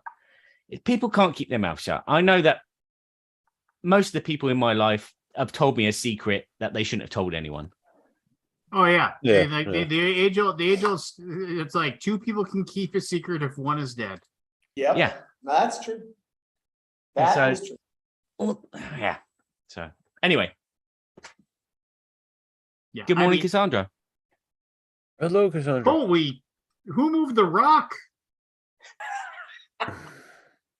Hi. I had given you up for dead. We sent out the search parties. No. They got abducted by UFOs. We figured that out. That's what. Off the coast of California. Everybody, it's Cassandra. We moved and it was just a very stressful time. For like a year? Well, we decided we were going to move, which meant that our work increased dramatically so that we could afford to buy a house. And then there Well, was, congratulations on owning the home. thank you. And then there was, about a month and a half that we lived in a hotel room because our lease had expired, but we hadn't yet finalized. Mm. And then we moved, but Devin left for a month to go work. And so we were just boxes everywhere. And yeah, about a year. Of stress. You Yeah. still in the Yeah. DC area, Cassandra? Yeah, we moved up norther to Baltimore. But Baltimore. yeah, The hell you So- thinking? I now live in the hood. I but came the from good Philly, hood. and I don't go to Baltimore. She's reliving The Wire. It's worse than The Wire, especially Oh, no. northern Baltimore. The I outskirts. like it. I guess it's like here, Wilmington. There's certain areas, sections of it. Philly's the same way. Like, Ah, yeah. so you're only about an hour from me now, Oh, give or take. yes, I'm that's out. true, since I moved further north. But yeah. So yeah, catch us up on everything that's happened in your life from. Sorry, Keith. You got any ghost stories for us? Just seriously, Cassandra. I mean, like literally, I thought you had just like, yeah, you guys suck. See you later. Sis, she And, like, came I back from sent the you an dead. email. Like Lance doesn't read emails. a couple Cassandra. me. No, he you said definitely that. read it because he responded. Oh, Dun, dun, okay. dun. So he reads Where did your you send the emails, email I'm to? sorry. I sent you an email about the fact that I was moving and needed you to send my game somewhere else. Oh, well, I get like 1,000 of those emails. I probably You didn't. gave Did I me a get, very nice personalized response. then I believe you. I believe you then. I seriously, I probably did. And then I'm horrible because I probably just forgot all about it after I did it and then just moved on with my life. Cause like I've had so many of those lately that it's just been nuts, but cool. What game? Arcana Ryron. Did you get it? My mother got it. All right.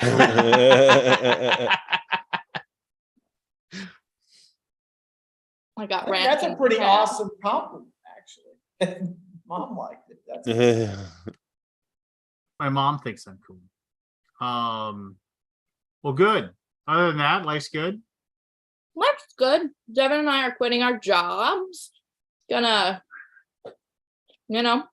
do less work. It's gonna be very exciting for us.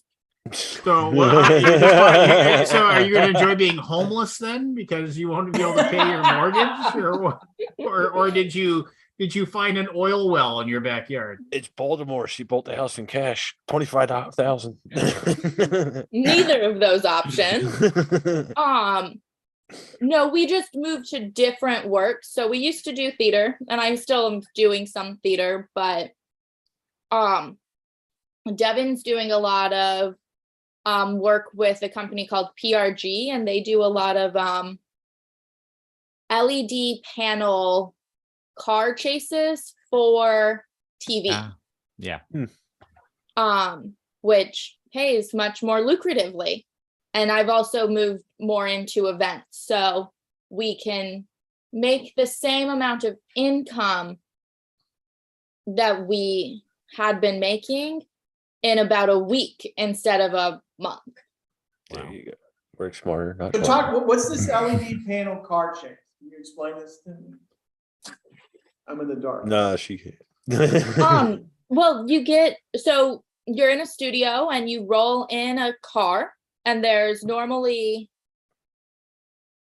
to replace ultimately- blue screen. Yeah, it's modern day. Yeah, blue it's screen. replacing Oh, green okay. screen. All right. Okay. So instead Actually, of sort of like green a callback screen, of what they you used have to do. live video moving Yeah. across it,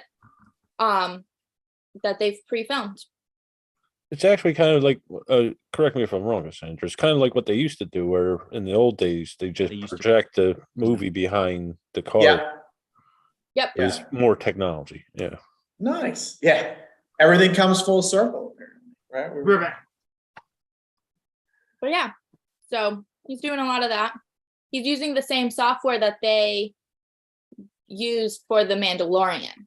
Oh, So it's the same thing, just on a much Really? lower scale. I'm surprised Disney let that out so fast. Oh, The there's money to be made. software isn't proprietary. They're using someone else's software. Oh, okay. So it's D3, which is the computer system running Unreal, which is just another. That's cool. Yeah, that engine's been a good grief. Yeah. How long's that engine been around? That's like the name of like an ongoing. That's like Fortran from years going by. I feel like that's kind of just the. They're going to be running films off of Unreal. Was it 5 now? Soon. It's going to be practically, a live filming with 3D actors or characters or scenery. Well, speaking of mind-blowing. Disney, James Earl Jones isn't doing Darth Vader anymore. They have a catalog of his voice. That's all they're using. It's all going to be computer Yeah. No. Soon we won't need actors.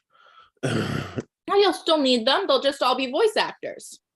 Yeah, it'll all be in green suits with dots on their foreheads. Yeah.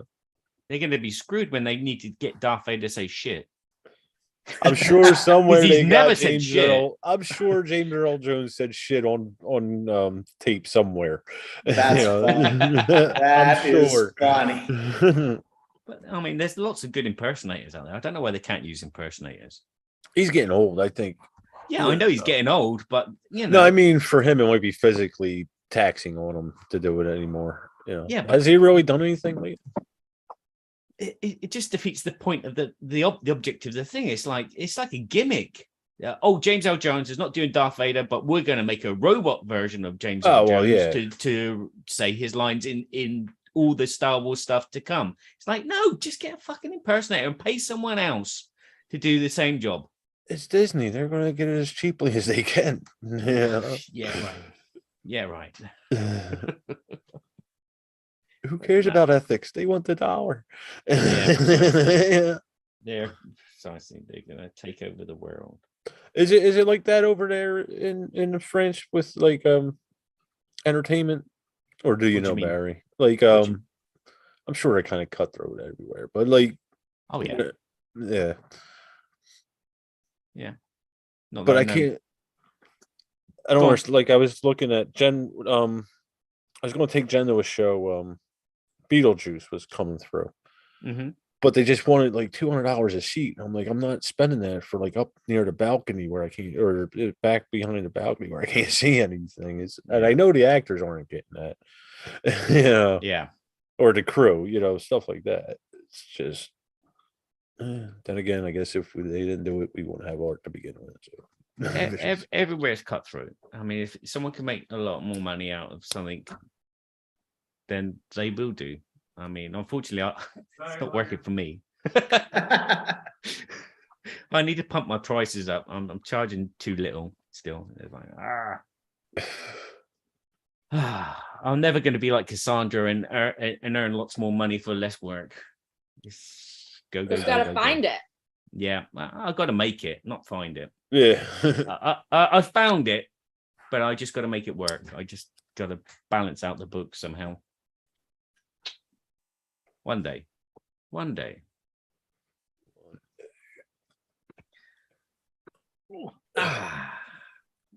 And tonight's host, Lance Meister. Give it up for Ghost Story King. What's going on? Yeah. Oh, nothing. I was just talking Fair about enough. the size of your testicles Haha. as they came into view. It was like the Star Destroyer in Star Wars. Sure. Change the subject. That'll work. Yeah, please. Um, I'm filling up the gaps. I'm a gap filler. Never mind. so Cassandra, do you have any like real life supernatural things or quirky things or crazy things that happen at some point in your life? No. Fantastic. Thanks for joining. Nothing. All them old stages you worked in. Nothing. Yeah, all those creepy old theaters and stuff, you know, like the actor that killed himself because he didn't get the role or any of those crazy things. No. I live a boring life. My You live theaters, a real life. my theaters are unhaunted. We keep the ghost light out for a reason. Is that a thing in Yeah. theater? Is it? You put a light out. It's normally like just like a light bulb on a pole, and you plug it in before you leave, and it's called the ghost light, and it's supposed to, its old-timey goal was that it kept the spirits out. Now it's so when you unlock the building, you don't, You you know, just- yeah. die. That's a superstition, Yeah. like break a leg. But yeah, most theaters won't, it is superstition. They're like, you have to have a light. It does nothing, but it's there just But in case. It does nothing but help global warming. Yeah. So They're LED lights nowadays. Yeah. So But cheap. Devin did just mention, we do now live next to a cemetery, so I'm hoping for some good ones maybe next year. Mm. you know, I would deliberately turn off the ghost light and spend a couple of nights there just to prove that there is no such thing. Yeah. Or there is such thing. You gotta go on one of them Poe ghost walks. I'm sure they have down there. So going back to that, when I was a teenager, we used to stay out late at night till about 10 o'clock, and it was pitch black. And we lived next to the New Forest in England. and me and my friend would set up these little traps in the forest during the day, and then we take some of the younger kids down, and we'd make up stories and then guide them along this route in the woods, and we would set things off so things fell in the distance, and it was like, oh my god, it's the ghost of so and so. It was Applehead is coming to get you. And we, make little ditches and everything, so people, when they're walking along, they go, oh, they weren't looking where they're going, they'd fall down it, and it's surprising. You're making up this shit, but at the same time, you're scaring yourself, and you get a tingling sensation in your neck. So again, going back to this supercomputer up here, which does all these amazing things, it just stimulates your bodies in strange ways. It's like you scare yourself, and I know that I'm just making up this story as I'm going. It's real. It's like I know that there's that branch over there that if I snap it, it's going to make this other pile of logs fall from the tree up the top there. It's like. The mind. Like, I love ghost tours, but I feel like anytime I go on one, I'm always semi-disappointed because You didn't see a ghost. I never see a ghost. I'm like, this is supposed to be the haunted trail. You're taking me where the ghosts are. And it's like nothing. I'm like, what was the point of this? Yeah. Well, I think it goes back to your point where, Barry, Which one? unless it's where you're alone, older but not wiser. Okay. Super curious. If you're going on a ghost tour, I think like it's then, has there ever been like a ghost tour where you would have seen it? It's like when you're with other people and it's all arranged and whatnot, your brain doesn't have the facility to kind of run wild. It's when you're alone and that little sound or whatever is when all the other stuff starts going on. When you're like, we got 10 people on the tour. It's like, yeah, you're not going to see them. Like, this is why I don't have any good ones. I'm a 20-some female. I don't go anywhere by myself. I know better. Yeah, got a point. Yeah. And I mean, stress is like another sensation that you build up yourself. It's not the world, it's you. Stress and anxiety. It's your mind going, okay, and all of a sudden your body starts feeling this and you can't breathe properly. And it's like, what's going on? Why am I having problems breathing? And it's like, why is my chest so tight? And it's your brain because you're freaking out. You have a lot of fun ruining. A lot of fun, Barry. A lot of fun. Because you're the person that like goes to the haunted farm like exhibit thing, and then they walk in there and then they just mentally shut themselves down. They just say it isn't really a guy with a chainsaw. It's an actor. He's not going to actually kill me. And so when the guy comes running out of the corn maze, you're just like, ha. And then everybody else is having fun, right? Everybody else is like, going crazy and letting the moment take them. But instead, you're the person like, oh look, it's a guy with a fake chainsaw coming after me. Oh no. No, I'm not that guy. I'm the first one to scream. Oh, no, that's me. Like a woman. I'm the first one to scream, but I'm the one it's who's like that was guy's entertaining. fake. Why is he here? You should leave. Yeah.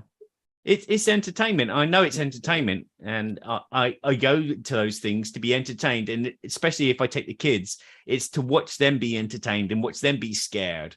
And hear, to hear how they tell the story of what happened, when after they've been on the ride and hear their story, and it sets off like these old memories, these old souvenirs when I was a kid, and it's like, wow, I remember that sensation really well. Because the sensations you have now are so much different to when you were kids, sometimes just like walking into the kitchen and you smell something and it takes you back to your granny's house. And it's like, oh yeah, she used to make that. And all of a sudden you have this new sensation, which is an old sensation, which you haven't felt for like thousands of years. And that's the thing about getting old. It's like, wow, I've experienced being a child again. And I love that. And I forget so many things. My brain is just, my wife is always having to go at me because I forget things. this it's like today she's working, she's doing a training course and she's leaving in about 15 minutes. It's 6 o'clock in the morning and she won't be back until about 8 o'clock tonight. And it's like, I totally forgot about that. But it's, little thing which will just like trigger this little play button, and this video cassette will come out and then it will start playing. You go, oh wow, yeah. God. But Is that a yeah, thing that happens to everyone? I don't know. Yes. You just don't see the video cassette. Yeah, You're you don't see the asleep. video. And Nice. nobody admits it. That's the Nobody- thing. And everyone keeps themselves in themselves, and they think, "Oh, right, I'm going to be normal. I'm not going to say that weird thing." And but hey, Well, I think when you talked about the scent, right, that's one of the sensations that is like when you think about our visual input, we're so bombarded with that, whereas scent is something that is going to be a stronger trigger because there are not as many of them. So to your point, when it can happen like the girlfriend has perfume that was something maybe she wore it early on in our relationship, or for whatever reason, the mixture of something she had eaten with like something that caused it to smell exactly like it was at that time. I like that. The mixture of her, something that she's eaten, and then the smell of her gas afterwards kind of like evoked this. You have a way of fucking up stories. He does. He does. Seeing a trend. I'm a bit warped. So, like, I think that, like, with Halloween, it's like, I mean, I don't know if you guys remember being kids and going trick-or-treating. Like, I have memories, but I mean, I don't have like super distinct like memories. I just remember like my parents lived near a golf course, and the golf course was surrounded by houses, and so the goal every year was to get all the way around the entire golf course.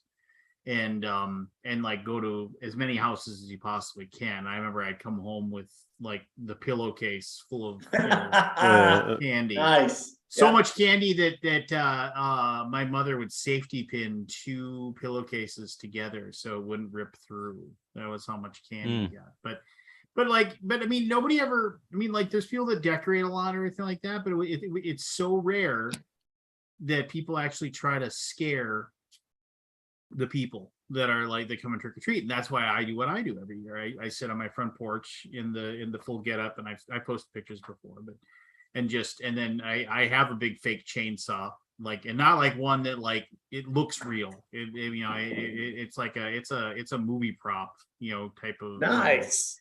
Yeah, I know, and I have the get up, the bloody coveralls, and I look like, and I just sit in a chair and I'm motionless. And then I have the bucket of full-size candy bars right next to me. Oh, so everyone's going to your house. I anyway. love that. And then I put a bucket of garbage candy like Necco wafers and Sixlets and stuff like there you further go. away. That's So right. like, but eventually somebody sees the allure of like, are those full-size candy bars? Right next to them. And I've said this story before, but you have to let like the first, like if there's a group of kids, you gotta let the first 1 or 2 get it for nothing, and so then they think, oh, it's not real. It's like, and then the third one, you just lean forward with the chainsaw, and you fish them out of the tree. I would have never gone to your house. First time, I would have been like scared out of my mind, and then I would have been like, nope, I'm never putting myself in this situation again. I do the whole thing too. I have like, it's all like red and orange lights outside, so it's like creepy looking, so you can't really get a good look. And then we play like creepy music in the background. We have an outdoor speaker and we play some creepy music. And that is so cool. And it's That's just awesome. but now there's like people, and like there's kids, there's kids that know it, and then they'll head over there, but they almost always bring a kid that's never gone, and they're like, yeah, that's the place with the freaky. No, it's not real. And they're like, go ahead, just waiting to so that kid like gets the. And I also I'm like I did this last year. I'm going to do it again. I keep a bucket of ice with beer in it for when the parents stop by, so they can That's nice. I need to come to your neighborhood. I'm gonna get a candy bar and a beer. Oh yeah, that's usually. I've had like the I remember I had like I had an older lady, like I mean I shouldn't say older, she's probably in her 60s, not like ancient or nothing. But she came and she really wanted a candy bar, and she was with her kids, and she's like, and then her kids were like, well, she's like, go get me one. They're like, no, you get to go. And then she was like, she was like walking up, she's like, she just said, please don't scare me, just don't scare me. I just want a candy bar. Yeah. And I thought that was cute. It was just, she was like, just don't turn on the chainsaw. Just let me get a candy bar. That's I didn't need an older person like spraining her ankle on my yard. So I pulled the mask up and I just showed him. Or heart attack. And then she was really scared when she saw it. No, I like Halloween. I've always liked Halloween. So I did too. Halloween's my favorite holiday, but we never did anything. I think it's my favorite because it reminds me a little bit of my birthday. Because my mother was very adamant that she was anti-birthday. We would celebrate just for you, it, though, like, right? What's that? Just for you? Yeah, like I was not allowed to have a birthday party, and like we would celebrate it, but it was very small. I would get like a gift, and we would like go out to dinner. But she loves Halloween, and so I was always allowed to have a Halloween party. But my birthday is right around the corner. It's only 2 weeks after Halloween. And so all of my friends would come over and we would watch scary movies and we would do all the things that were Halloween, but they would also always bring me presents, and it would be like a Halloween birthday thing. And my mother hated it because she's like, it's not a birthday party. We don't do birthday parties. But in my head, it always reminds me of getting presents with like your friends and having like good food. I don't know. It reminds me of a nice little party. Dry ice, all the good things. Good stuff. Yeah, fair enough. Fair enough indeed. Yeah, why not? I mean, why not? I'm curious because why was your mother against? Was it a religion thing, or she just didn't want to feel old? What was it? I actually don't know, because I think That's she your just mission. doesn't find birthdays to be something really worth celebrating. I'm kind of And in the same thing, but that it's just like, yeah, you turned older, I'll get you a gift, but like you don't need to have a day all to yourself where everyone's just like, oh my God, it's all about you. It's all about you. Like, that's not something. So your mum doesn't do Christmas because that's just celebrating Jesus' birthday, even though it's not really his birthday. Yeah. We always did Christmas. Yeah, you were just trying to take a shit on everything, aren't you? Take a shit on everything, Barry. Damn you. Ah. Oh, I'm like, and it's not like we didn't celebrate birthdays, because we did. We went just out. not parties, Got a gift. I just wasn't ever allowed to have a party. We weren't able to have a day dedicated to me. Do you know what? In France, though, what I hate in England growing up, you'd have birthday parties. So you would organize it, and your school's friends would come round, and you'd have some music, some balloons, some cake and stuff. Here in France, it's your birthday, your childhood birthday is with your family, sitting around a table from midday to about 6, 7 o'clock at night, eating and getting drunk. But not the kids, obviously. But it's like, my God, this is such a dull birthday. I'm like, for fuck's sake, why can't we do the English version of birthday for our kids? But my wife's always like, oh no, I've got to invite my mom and my dad and the brother and the cousins, but that's not a birthday party. That's just a family fucking dinner, which we have like every now and again anyway. So it's like there's no difference distinguishing a family dinner and a birthday for your child. They're both the same, and it's like, no, No, we need to do a birthday party. We need to have lots more kids round, just running, screaming, popping balloons, eating cake. I think And- that also might have been part of the thing until I got to middle school, really. Mm-hmm. I did not go to the local school. And even in middle school, I didn't go to the local school. So I didn't know anyone around. So it was just one of those things that was like, I think it was also when I was younger, birthdays were, when you're under 5, you don't need a birthday. I don't remember anything under 5. No. And then once I hit memory age, those like elementary years, I'm like, I didn't have any friends who I went and like hung out in the neighborhood. It was like, we would go and we would hang out on the playground, but they were a 45-minute drive from me. And their parents did not want to drive to my house for my birthday. And my mother did not want to drive to their house for their birthday. I remember for my birthdays, my mom was like, "All right, you can invite 12 people," and it was like, "Well, I only got 2 friends." It's like, well, just pick people in your class. I'm like, "Okay, I'll invite this person, this person." It felt I so remember embarrassing. grade school back when I was a kid, man. You had to you invited every single kid in your class. That was just what it did. So it was like, no, I should say this: you invited every single kid that was your gender. That was like so. Like it was like it's a class of like 25 kids and 12 of them are boys, so every single boy got an invite to go to Skateland or whatever, just like, and then you had you had a birthday, and like even the kids that you weren't really friends with, because the thing was, it was like everybody knew everybody, so it was like even if you didn't really know the person that you're having the birthday for, you were buddies with the other people. My son just had a birthday, and it was just kind of like, he's got his 3 friends that he really likes, and he was just like, that's who I want, and that was it, and it's just like, and there's even other kids that I think this is horrible, but there's other kids that he gets invited to their birthday parties because I think that kid thinks that like they're good friends, and like I was like, do you want to invite this guy? No.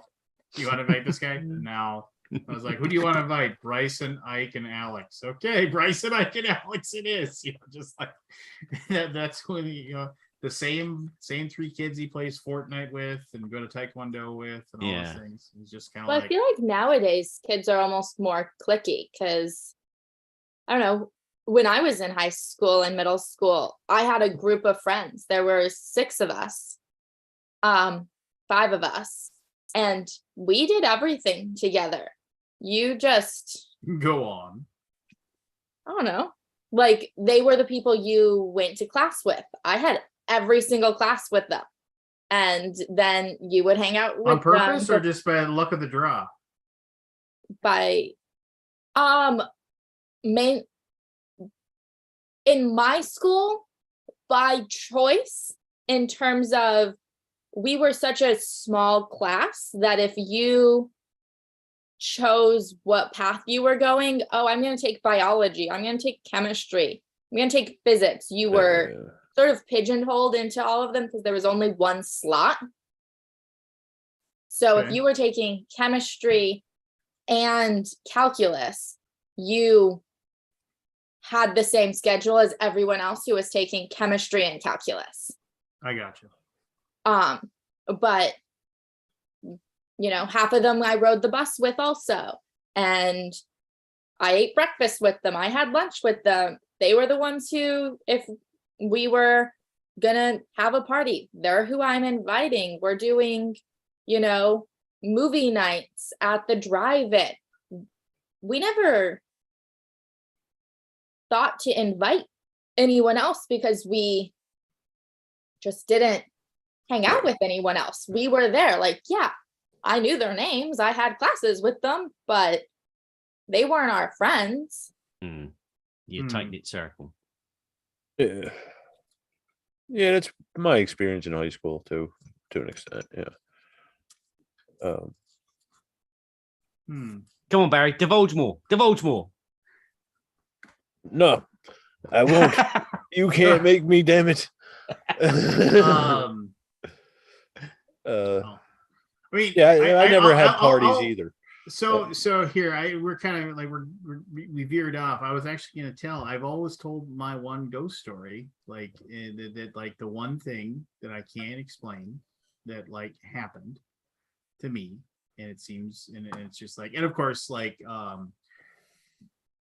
I realize the brain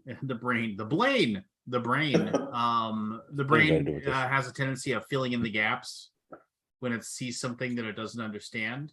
It'll like say, well, that should look like this, and so it'll just make it look. That's why, like, if you see that's why we see things in the clouds, right? You know, and like we see things where it's like, oh, your brain fills in the gaps, and like, oh, that looks like a dragon. You know, Well, you've seen the emails where you get the first letter and last letter of each word.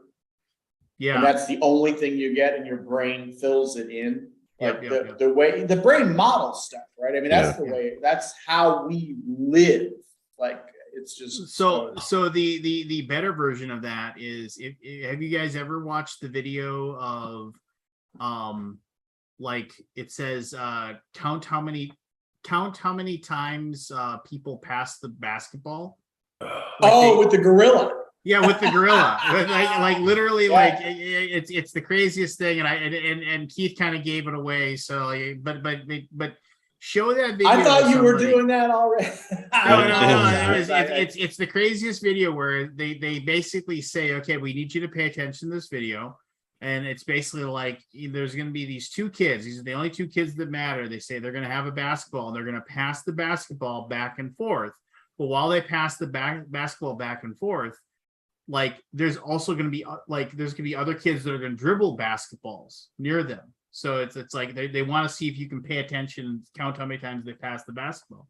And so that you watch it, and you're just zoned in. You're watching it, and you're like, these other kids are dribbling basketballs back and forth, you know, in front of them. And then they say, okay, you know, the video's done. And then the guy comes out and he goes, what color t-shirt was the gorilla wearing? And then you're just like, what are you talking about? And they're like, let's watch the video again. And they show the video. And while they're doing that, a freaking guy in a gorilla suit walks in the back and just sits there and dances.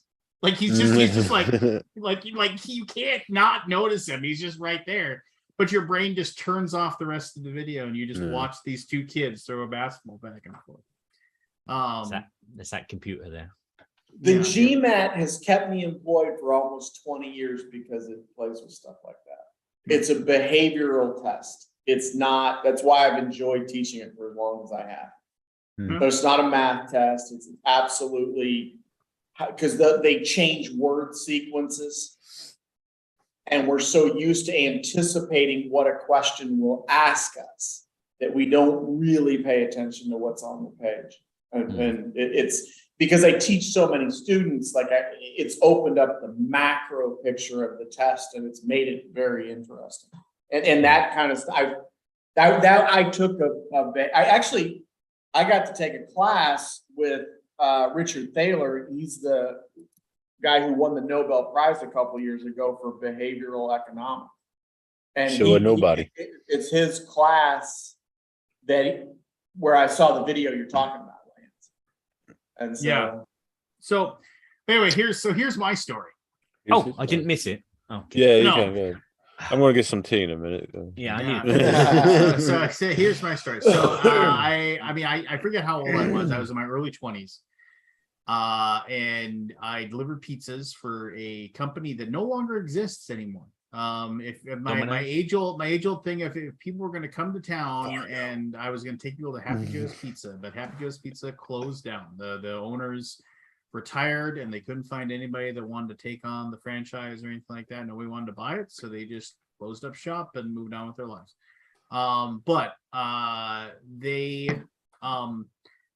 I worked up at this, it was just the north side store for Happy Joe's Pizza, and it was in North Fargo, way up in the middle of nowhere. Now it's not way up in the middle of nowhere, but at the time it was like as far north as you could go before you just start hitting forests and stuff like that. But it wasn't like that, but it was just one of those things. And so you delivered pizzas from that store south, basically. That's all you went. And one of the roads that's south that leads kind of, it's like a few blocks to the east, then you get on this road and you start heading south.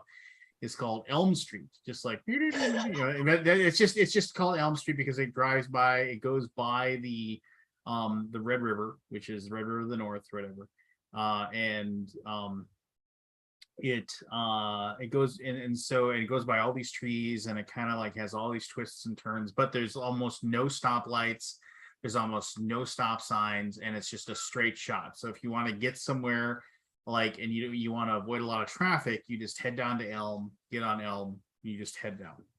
So one of the places that Elm drives by is there's a veterans hospital, and it drives by, and the veterans hospital is actually next to the river. So so if you're driving south, it'll be on the left hand side, and on the right hand side on the road is a golf course. So there's this big golf course, and just a few trees that kind of block your view of the golf course, and then there's the veterans hospital. And when you get to that point in Elm, it actually dips down. Like you actually go down, and like every year, when the river floods, they have to close down that portion of Elm because the river if the river goes more than a couple of feet high, it just that the water just fills in that basin, and you can't drive on that road.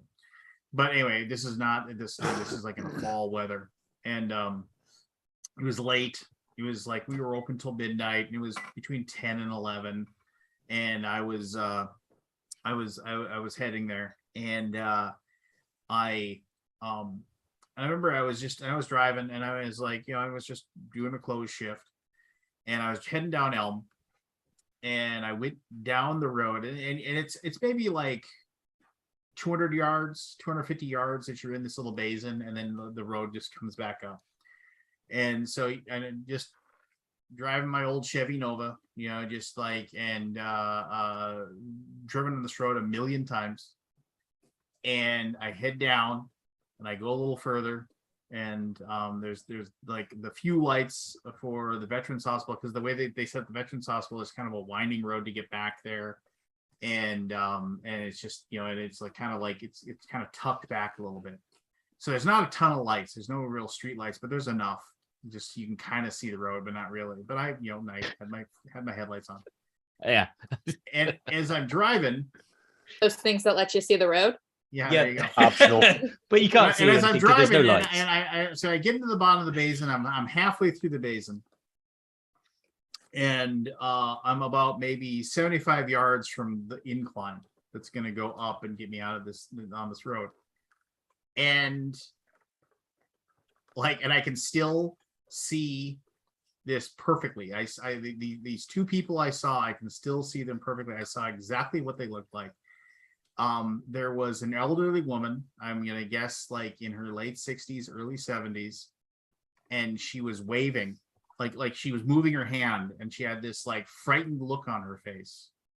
I'm getting chills now because I'm actually forcing myself to remember it. And she had this, and then basically trying to get, and she couldn't wave both hands because she was holding onto the hand of an elderly man who was on one knee and was clutching his chest like he was having a heart attack. And I was just like, and I like, it was like literally like my headlights caught him, like your headlights have a cone.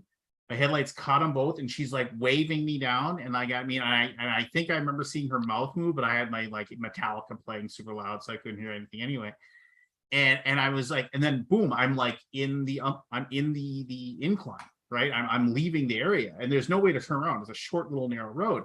So I'm like, I get to the top of that, I slam on the brake, and it's like kind of like, and I pull into a driveway, go in reverse. I'm like, oh my God, these two people are trying to get to the hospital, right? I mean, there must have been, and I pulled down, nothing there. No people, no nothing. I turn the brights on in my car. I go around in a circle, so the headlights, I get out of my car, yell, "Are you here? Where are you? Do you need a ride?" I'm like a crazy person on the side of the road. That's it. That's the whole thing, and I can still see those. I can still see those people perfectly. Like I still to this day remember seeing them. No idea. That's a good one. Yeah. And it's just, did I just see did I just see some weird shadow image and my brain just filled it up and just Yeah. said that's what you saw? Yeah, I do that. As I said, when I Mhm. go down to the cellar, someone mentions the grandfather. I instantly get his face, and it's like, you know, like in The Exorcist when they have those little flashes of the, what is it, Beelzebub or whatever it is. It's kind of like that. I'm like, I'm going to open the door and I'm going to see his face there. And for a split second, my imagination just goes, he's there. But he's not there. Well, it's like freaky. It's like, and I, yeah, I don't know. I mean, like we you know, if you sit around and think too long about your mortality, you'll go crazy. So yeah, but you it's one of those things where it's like you hear people. I had a friend, my best friend. I mean, I'm not saying that to get sympathy here, but my best friend, like in junior high and high school, and I went to grade school with him as well. Lots of great stories about him. He died when he was 18. And I remember feeling a great deal of shame and guilt over like not going to go see him in the last few days of his life because he was dying of cancer, and like everybody kind of kept me shielded from it. Nobody had really let me know. And I remember I was driving home after I went to a movie with my girlfriend, and we were driving home, and she said, "You want to stop by Mike's house and just say hi?" And I was like, I'll do it tomorrow. And he died the next day. And like, but like, and the thing is that if I'd known he was as sick as he was, like but I mean, now after I've seen my goddaughter passed away from brain cancer a few years ago, and I saw the progression. I mean, you could actually see the fact that like, so I didn't recognize it when I was 18. I just, and like, I think, like I said, I think I was kind of shielded from it a little bit, you know, like everybody just kind of kept it from me, just like not, so I didn't know how serious it was. But I remember like carrying a ton of guilt, like over, like, I should have gone to see him. I should have, you know, I mean, like I can never take that kind of thing. And I remember I had my freshman year in college, I had a dream, like an incredibly vivid dream, where I sat down and talked to my friend, and he told me in the dream, he said, "It's okay. It's like, I'm not upset with you anymore. I was never upset with you. You know, live your life." And I remember when I woke up, I like was like, oh, you know, it's like I like you know, my was like, I've been forgiven. You know, I'm like and I felt relief over that. And but I mean, now did my friend come back from the grave and, you know, inhabit my dreams, or was that my brain's way of saying the stress is killing you? Let's give him this dream and give him absolution over this, you know? And like, that's why you hear these people, like they say, like they see, like they see their spouse after they've died in their house, you know, and they're like, oh, well, no, it's because you walk down the stairs and you've seen that person sitting at the coffee table, you know, reading the newspaper every day of your life for the last 45 years. So your brain just expects to see that, you know. I mean, I can remember when the family dog at my parents' house, when she lived to be 18, and when after she passed away, there were still times, and there's still times to this day, there are still times when like my mother will be out of town and she'll say, "Can you go to the house and take the mail in or do this, that, and the other thing?" And I'll go through the garage door, and I'll open the garage door, and I will hear the click, click, click, click, click of the nails on the linoleum. But I'm just like, and I'll have a moment where I'll be like, oh, the dog's here, but you know, that dog's been dead for decades, you know. And it's just but like, it's like you, like as you say, Barry, your brain is in this other thing, and so you go through the same retread of the thing that you do, and your brain says, here comes that dog coming to say hello to you. But no, the dog's not alive anymore. You know, it's gone. You know, and it's just like you fill in that gap. That correlation between the sound and what is going to come next. A bit like what Keith was saying about reading. because I was questioning my dyslexia sometimes. It's like I add words to what I'm reading, or I take words out or I change a word because I think it's going to go in this direction, this conversational, this story. And it's like this kind of precognitive kind of clairvoyance. And I know I've shared this story with you before, and I mean Keith has never heard this story maybe, but when my daughter was born, she weighed 2 pounds 9 ounces. She was born at 28 weeks, just like basically, beat the odds, to be like the nearly 6 foot tall teenager that she is now. And just fabulous kid. Love my daughter. But when she was born, I had I had one remaining grandparent, my dad's mom. And a very, very common preemie thing that happens is that when you're born, you have a valve in your heart that is just open. And as you get older, while you're still within your mother's womb, that valve closes. It's one of the things that happens as you develop. It's very but a premature baby, that valve doesn't close. And there's like certain whatever chemicals, amino acids, whatever, that the mother's body feeds into the baby to tell it to close that valve. Well, you're not getting that, right? And so they try to coax it to happen, to close this little flap. And one of the most common things they do is they give the baby a ton of ibuprofen. And that's one of the things they can get it to close. And but very commonly preemie babies have to have heart surgery when they're tiny, so they can close that valve. And so it's one of those things where my daughter was getting the treatments, right, to get that valve closed, and it just wasn't happening. They would give her the treatment, and then they'd take her in for a cardiogram, and they'd see that it was open still, and they'd take him in, cardiogram down, and it was tough, right? It was just one of those things. It was like she has all these other problems being this little tiny baby and just like trying to grow and be protected, but we were sitting there and we were just getting through all this stuff. And I can still remember I went and played softball one night, because I was just my wife said just go and be normal for a night, and I remember I went to go play softball.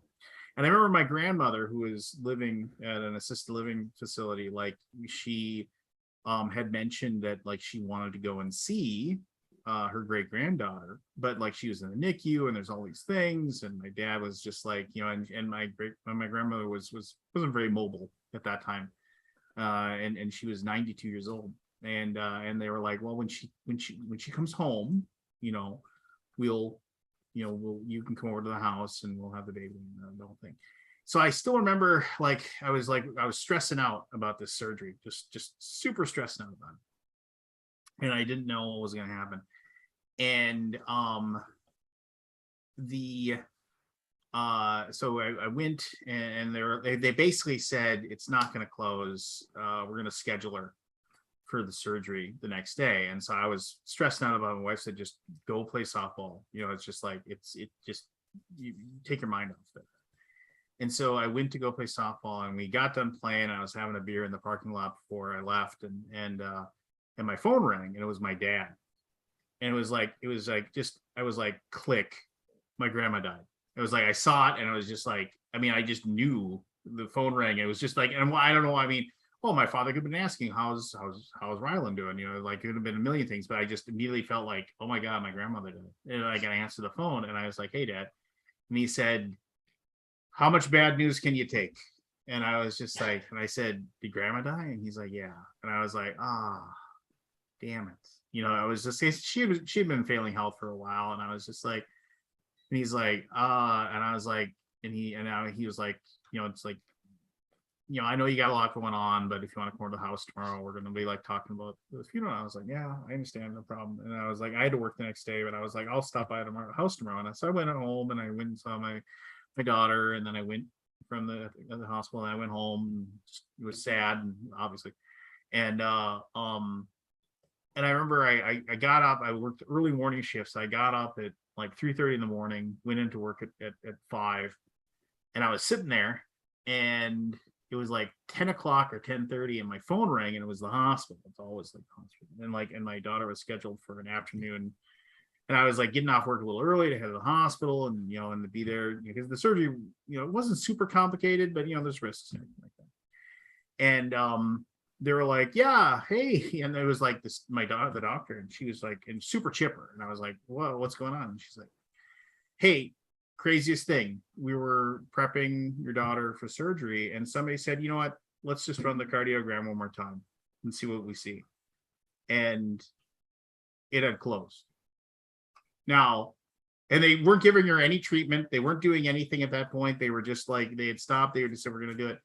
And so, yes, coincidence rules all. But, that's like in my moments of faith and belief in something bigger than this mud and earth that we live in here.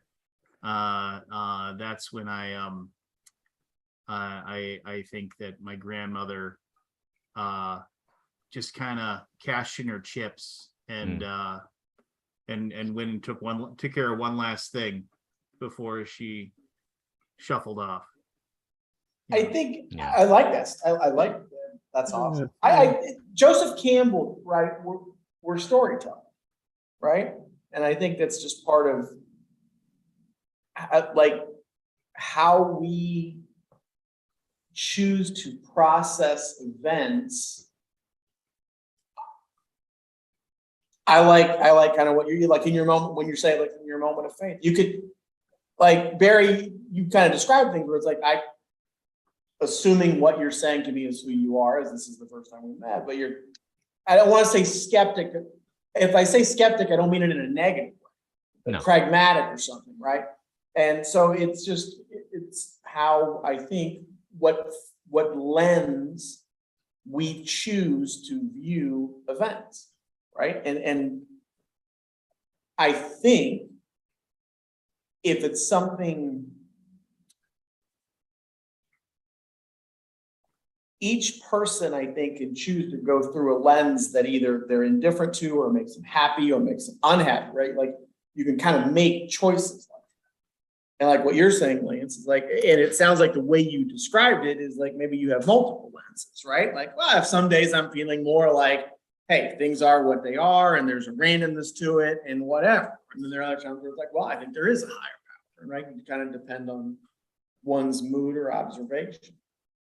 It's just to me, it comes down to, I don't know. I mean, it's just like to me, it's one of those things where I do feel, and I know I know this is tough to understand. I did get this from my dad, but I mean, it's one of those things where I do think things are kind of scripted out for you a little bit. I think that there's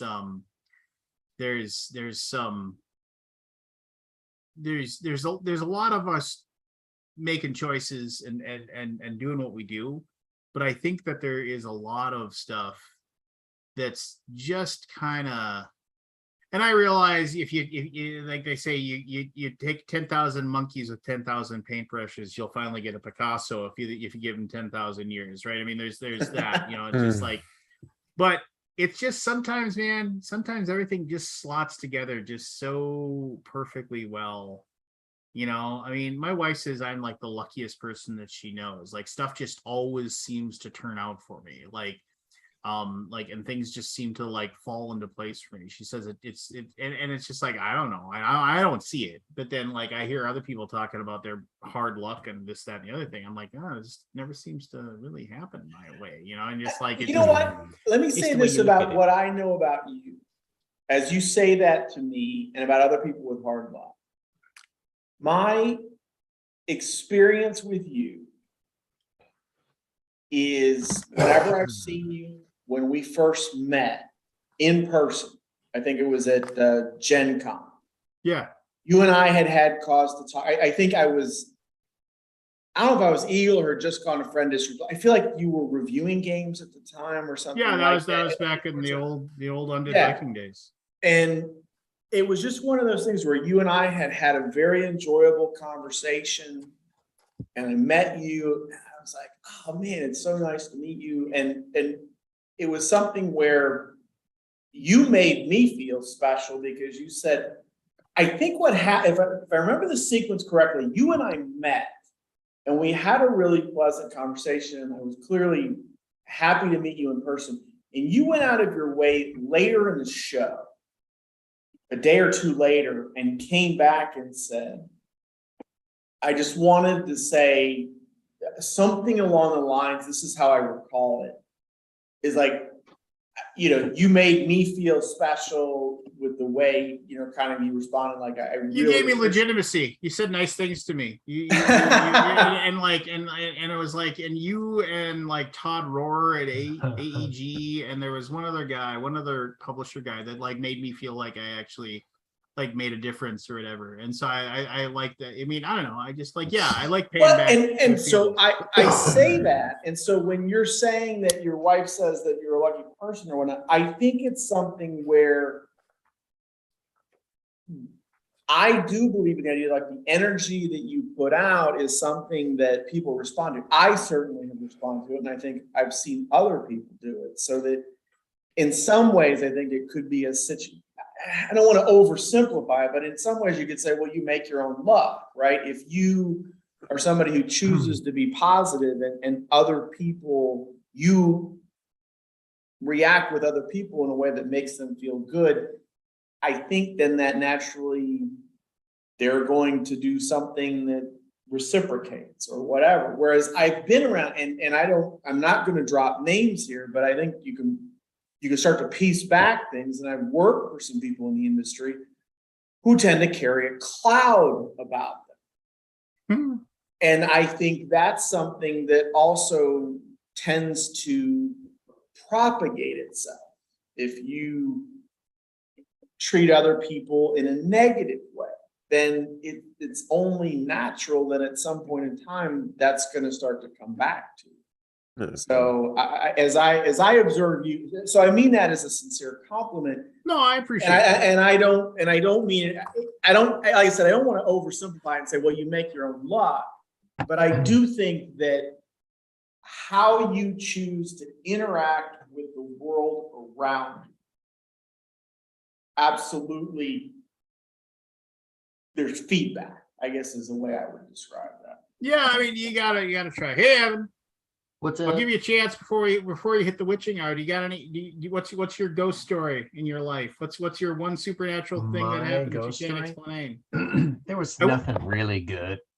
When I was like 14, I was laying in my bedroom, and all these crazy colored lights were coming in from outside. And there was a tree right outside my window, so I couldn't actually see much, but all these crazy colored lights were coming in through there. And I thought there was aliens out there. I don't know if that's a ghost. We've talked about aliens tonight. That's okay. And everybody thinks I'm a freak. Evan, you and I was too afraid to actually so I'll look touch out the window. Here. So I just laid in bed and looked at the colors on my ceiling, and I never actually looked out the window beyond just like up at the sky, and I just saw these crazy colors. So like, who knows? So my grandpa, my dad's dad, drove ambulance. He after he got out of the war, he farmed for a while, and then he sold the farm, and he was a county sheriff for many years. One of my brother's favorite stories is when he was riding in the patrol car with his grandpa. He pulled over a drunk driver with this would never happen now, right? It's like, but rural North Dakota, he pulled over this guy who was weaving all over the road, and the guy got out of the car, like, when you thought like you could, like get out of the car and start screaming at a cop or something like that, which now would never happen. And then he said grandpa got up, and my grandfather was a very big, he was like 6'4", and just, he was a big dude. And he said, remember my grandpa said, "Get back in the car now, you son of a, you mother." And then the guy tried to grab his service revolver out of his thing, and he said Grandpa pulled out his billy club and beat the man senseless for like 2 minutes, which we laugh, right? You know, but I mean, yeah, just beat him senseless for 2 minutes, and then after he was on the ground like crying, he dragged him into the back seat of the car. And then he took my brother out, and he had him sit on the hood of the man's car that he had pulled over, and he called the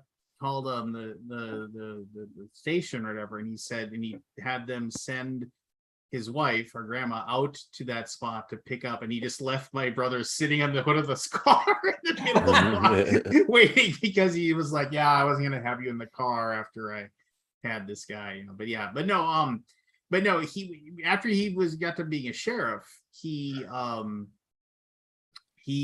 an ambulance driver, and that was fun. Like, you'd go and visit him, and then he'd let you turn the siren on and stuff when you weren't supposed to, but like he would drive around the ambulance. And then he said that and he had all kinds of horrible situations where people had died in car accidents and stuff, and he'd have to go and collect the remains. And he would end up like late nights delivering bodies to the morgue and things like that. And then in this hospital near Bismarck, North Dakota, where he would go a lot, the late night, it's a hospital, so there's like the bank of elevators, right? But when it gets late, they would turn off like, oh, we lost Keith. Maybe he lost, but anyway, it doesn't matter. They would turn off, they would like only run some of the they would only run some of the elevators, like they'd only run one or two. And the guys in the morgue said that numerous times, and then of course they'd say, and especially when somebody brings us a fresh one, like from up in the hospital, and they bring it down or whatever, that like the elevators that weren't supposed to be running, like the doors would open, close, and they'd come down. It was like there was all kinds of weird electronic like stuff that would happen late at night and move stuff around. Yeah, I don't know. Yeah, I mean, whatever. That just sounds like guys trying to spook each other. That kind of thing, I do remember my grandmother, my dad's mom, talked about seeing UFOs on the farm. Like they would just, like be in the middle of the night, and they would here comes Keith. I hope he came back, because I gotta tell him about the UFO story. Gotta tell him about the UFO. Yeah, I gotta tell him about the UFO story as soon as he gets back in here. Yeah. But I mean, that was back when, like, you if you saw something in the sky, you had no idea. I mean, I can remember. Yeah. I mean, I will say this. Say this. So, Keith, we lost you for a second. I know my computer crashed. I apologize. No, you're okay. You're okay. So this is I was gonna talk about the UFO stuff with you. Yeah. So my grandma, my dad's mom, she used to tell stories about being on the farm, and like, and you carry a lantern, basically to go out to the outhouse and back. And late at night, good old days, she said they'd see lights, moving, and like, this is before satellites, this is before planes and everything like that. And like, she talked about one followed her. Like when she walked, she had to walk out to like the cattle barn, and she had to walk out there, and she said one of them followed her, and then so she kind of looked up, and she started like trying to like walk towards it, and as soon as it kept on getting bigger and bigger, and then when she got too big, and then it left, it went and floated away over behind the forest, like it was just gone. I was like, oh, so it was way up high? No, it was like, she said it looked like it was maybe, like maybe 100 feet in the air. You're just kind of like, all right, well, my grandma wouldn't lie to me. I mean, maybe she, got into grandpa's calf medicine a little bit or something like that. Why would I you will lie say to this. me, There Grandma? was the only time I've ever seen anything in the sky where I was like, what the hell is that? And to this day, I was kind of mad because it was one of those things where it's like, I wish I had a pair of binoculars, because it was in the middle of the day. I was actually delivering pizzas. I was working at the same place, middle of the day, summer day, and not a cloud in the sky. And I just happened to like look up, and I was driving back to the store. I happened to look up, and like there was just this thing up in the sky, and it was just like, and like it was just like kind of a grayish, like kind of irregular dot in the sky. I remember I saw it, and I was just kind of like, well, what the hell is that? And I was just like, and I was like, and I was kind of keeping my eye on it, and I was just like, and it was like, if you hold out your finger as far away, and then like you look at and you look at like your pinky nail, like, and then cut your pinky nail in half. That's how big it was. Not even maybe. I remember I was sitting there, and it seemed like it was like also like spinning. It was just like, because the colors would change, like the wind was hitting it, and it was just moving it around. And it's a weather balloon. I mean, like I know everybody loves to say it's a weather balloon or it's this, that, the other thing. But I remember I got back to the store, and I walked out in the parking lot, and I was just staring at it. I was like, what the hell is that thing?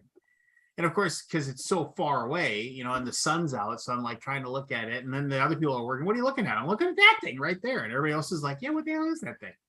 And we all stared at it for like a couple of minutes. And it was just kind of like, it was just kind of moving, a little further away, and it might have been moving millions of miles an hour, because of depth perception, you can't really tell, because there's no way. And I remember we just sat there and stared at it for like 5-6 minutes. And eventually we were just like, well, whatever. It's just like, you're just not going to know, right? It's not there. I mean, it's just kind of like, it's the biggest, it was so regular shaped that like what I always thought it was like like if you had like taken a bunch of like helium balloons and like put a net over them and then just let them all go, so they kind of stuck together, but they were still able to like revolve and spin around, and then somebody had let a bunch of that off, and it was way up in the sky. And I was just looking at it, I was just like, whatever, I mean, because I'll never know, and I can't get closer to it, so what do you do? I don't know. I mean, it's interesting, the stuff that we see now, right? Because so many people have cameras and videos and whatnot. And so TV. There's stuff that you just look at and be like, I think the explanation of, we don't know what that is, it has become more acceptable, because like what you're describing, or when you see light, like that's why I think that's why they changed the terminology to be an unknown aerial phenomena versus an unknown flying object, because it kind of opens the door to be like, well, there's something like the orbs you're talking, like what your grandmother talked about, right? That it's they just I think that's why they started to transition to that terminology, because it was more encompassing, right? Because it's like, yeah, we've got like recorded stuff that we see, we just don't know what it is. And so, well, the thing that like, and this is kind of wrong to say, but the thing that like bothers me about like aliens and buying into UFOs and like seeing like, oh yeah, it's real and this, that, and the other thing, is that how it is such a cash cow? No. It is a reflection of whatever is like going on in the world, right? I mean, so it's one of these things like, and I read an essay once, and I can't remember exactly the terminology they give for it, but it's just like they say like UFOs are a very what's it like I hear it's a phenomena that just I can't remember the terminology they use, but it's a phenomena that just seems to happen like when nobody else can actually verify it, right? It's like You know what that sounds like? what? Yeah, no, it's You know it's who. just yeah, whatever. No, so no, it's one of those things where it's like in the past it was like, oh, nobody had a camera, well, now everybody's got a camera in their hand, right? And a really good camera too. So why don't we have really, really high definition, super cool pictures of flying saucers, So in the past you could say, oh yeah, well, I didn't have a camera, I couldn't take a picture of it, obviously, this, that, and so you're just kind of like, all right, so where are all, I mean, like in the past, it was like we had all these sightings and we had all these people that had seen all these things. And then now, of course, so UFOs have gone away from being like visible, right now they're like in like one of those things where they have some sort of disruption that like causes cameras not to work, or the phenomena. I mean, we've just adapted it, right, to fit like what will still make it possible. And that's where we go. I mean, and you mentioned the Tic Tacs, right? I mean, and I'll be the first one to admit that the those videos of like the fighter pilots and like with like, in which again I do have to say, why is it that we can't actually get like there's cameras, like it just seems to me that like the cameras that those fighter pilots like for their, and admittedly it's a gunnery camera, the camera is not made to like take high quality pictures like that, but like they're chasing those small ships that I mean, it's crazy. Like, what are those things? Like, and nobody seems to have a good explanation. Nobody seems to know. If you don't know what I'm talking about, just Google declassified UFO, military UFO videos, and there's a ton of them, right? Where fighter jet pilots have engaged with these things and they've been declassified, and like it's just like some of them, they seem to like go into the water, like that was what happened on the East Coast, where they were able to lock radar on it. You saw it go into the water. Yeah, which again, right, it's a technology where it's like that's at the speed that it was going was something that they were kind of like, that's not what we're used to.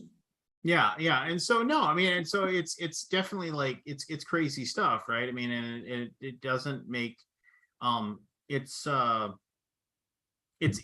tough to, but that's one of those things too, where it's like, what happened to all the big flying saucers that everybody was seeing? Like what happened to the big giant flying V's that like moved at like super slow speed over, and hundreds of people saw them? What happened to those? I mean, it's just kind of like there's if you go on to Netflix right now, they have an unsolved mystery about a very, very famous I think it's like a Michigan like a sighting. Like in one evening they had over 300 people say that they saw like kind of like the exact same UFO, including a radar operator that like for the weather service that was able to like actually get like pings back on the radar in the same direction where people were seeing this stuff. And so what's going on there? But here's the thing, how long ago was that? It was like it was in the 90s, right? It was in the early 90s or late 80s. You said that's on Netflix? Netflix. The new Unsolved Mysteries, they released like 6 episodes, and one of them is about that UFO thing. Okay. But here's the crazy thing. I Googled that, right? Usually a sighting like that has like, like a lot of information behind it. I like digging into that stuff. But it's like over 300 people saw this. Okay, fine. It's the 90s. It isn't like smartphone era.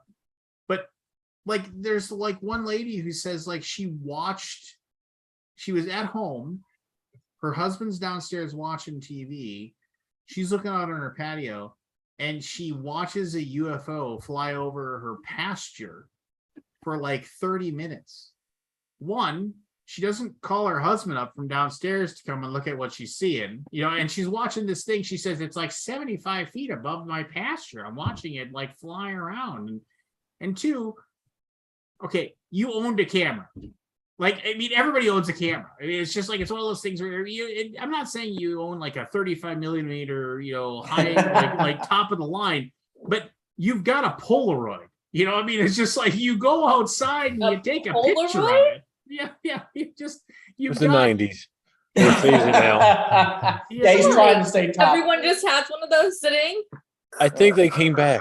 I mean, it's just like, but fine, but whatever. You've got some sort of Kodak Instacamera, right? Something that like you went on a trip to Hawaii with your husband, and you said, well, we better bring a camera to take pictures, and so you went there, and like, I mean, it's just one of those things where You're it's like, telling me that if you see something unexplainable in the 90s, before camera phones, from your trip to Hawaii, you're gonna go, you know what I need? I need to go digging I through all guarantee you, if my I shit. no, because well, I mean, if I had no idea where it was, that's one thing. But here's the deal: it's like you have an idea, right? Because of the fact that you've gone to birthday parties and you've taken film in to be developed. That was a thing. You used to drop film off somewhere and then come back a week later so they developed your film for you. But no, I mean, so it's just one of those things where it's like it's the people that are always like, oh yeah, I saw this, that, and the other thing, and you're just kind of like, I mean, there's a lot of truth to the fact that people like to feel like they're important, and people will stretch and bend the things that they experience to make it more interesting, to make it more whatever. So you look up at the sky and you see something that like you like that doesn't really make sense. And then you kind of shelve it away. And then like a week or so later, you hear about somebody else saw it, but they saw this. And then you're like, I think I saw that too. Right. And then you're like, and then you bend that into whatever it is. And all of a sudden you're talking about how this thing was like 50 feet off the ground and like your entire pasture was lit up. But you didn't tell your husband who's watching TV downstairs, who's like literally 10 seconds away to go up and look at this. No, I was watching Matlock. Just like I couldn't be bothered. Just like, It's a good show. No, it is Damn good show. And they only came out once a week back Honey, then. there's a UFO. Whatever. Matlock's on. Yeah. He's putting young people where they belong, behind bars. Yes. Just, no, I don't know. I mean, I want to believe in stuff going on that's bigger than us, but I mean, I firmly believe that like most of the UFO stuff that people see is just experimental aircraft, whether they're I drones. think those are two different complete thoughts. You can still believe in something beyond us and also believe that most UFO sightings are fake. Well, that's fine. But that then you go into the whole idea is like, yeah, so there's a planet, 7 billion light years away from us that has life on it that is advanced and this, that, and the other thing. But who cares? I'm never gonna know. I mean, I just the idea that like some sort of alien intelligence would like for what I mean, the vastness that is space. Nobody's just cruising around like Star Trek looking for planets to go and just check out and catalog, because it doesn't matter. It's just like it's way too big. It's way too huge. And there's it's just so it's one of those things where I'm more of the mindset that it's just our own country, like we're just making spacecraft and doing crazy things, and we're making stuff. I mean, it's like there was a famous, like a super famous UFO sighting from oh man, this is like the 60s or the 70s, I think, and it was like a woman and her sister were or maybe who was their aunt or something like that, were driving home in like in the middle of the night from like the bingo parlor, and the woman had her son with them, and they saw this UFO in the woods or whatever, but it was like but it seemed like it was like like flames were coming out of it and all this stuff. And then there was military helicopters surrounding it and like following it around, right? And so then the crazy thing is that the all of them like suffered from like radiation poisoning and all. Oh yeah, things. I do. I feel like I've seen shows where they interviewed them. Because you saw the pictures, right, where they had. Oh yeah, and like they had like massive sunburns and stuff like that, and so there was like actual like physical evidence where it was like, holy crap, what happened to these people, right? You know, like, and you're like, that's crazy. But no, what's more likely, that like we found some weird UFO and we were trying to like pilot it, or you know, they stumbled upon some weird, you know, quasi-legal military experiment somewhere, and they, you know, some experimental aircraft, and they just got, you know, and the government's not going to say, yeah, we poisoned you, you know, they're just going to say you're crazy, you know, UFOs, right, you know, and then they'll just move on with their lives, you know, just because they're not going to say anything. The guy he's somebody who speaks pretty regularly. He was head of England. You're talking about the experimental aircraft and such. He was talking because he worked at the agency in England that does the research for stuff like that, and he had mentioned I think pretty firmly believes there is aircraft that we don't know about, you know, stuff that's here that we don't know where it came from. But he mentioned that there was a photo in one of his colleagues' offices for a very long time that was one that they had long held as, this is one of the best photos of stuff we don't know about. And eventually technology was released, and I think it was one of ours, where, you know, it was one of our, like one of the stealth aircraft before we had made it known what they were. Well, and you think about it back, right? The SR-71 was back, right? We learned about it in the 70s, but it was back in the 60s. Yeah. Well, and how about that? There was that rash of sightings of UFOs, of strange triangular aircraft flying low, making not a lot of noise, and not only like were they like flying low, but they were flying like at subsonic speeds, and it was like people were seeing them at night and they couldn't. Oh, and then all of a sudden, hey, here's our new stealth fighter that looks really weird and boxy, and it's a triangle, and it flies at subsonic speeds, and it's like, and it's just like, and when like it, and everything about it, it was designed to make as little noise as possible. You know, just, you know, I mean, whenever I see a picture, that's the thing, because I remember when our government was declassifying stuff, and they're like, oh yeah, this is basically a UFO. And it's got one of the navigation beacons on it. I'm like, do you think I'm fucking stupid? Like, are we like, let's not get, like, if it's got something that's basically a navigation light on it, I think it's probably fair to say that is going to be a terrestrial aircraft and not something else. Because I was just like, yeah, I don't think something from somewhere else would have like a light flashing on it like ours. I don't think it. You know, it's just, it goes through all phenomena. You know, it's like I mean, it's just like, it's like watching those ghost hunter shows. It's just kind of like, you know. Well, I think there's some that, I think what you're saying, I think we're in the same, like, I think they're at, like, I do tend to believe there's stuff out there. I don't know which ones. Like, some of them I think are quite interesting, and every once in a while more information comes out. But like, oh, well, I think then, you know, as we learn new stuff, explains older ones. But there certainly are some cases that I think are quite fascinating and have been very hard to explain. So.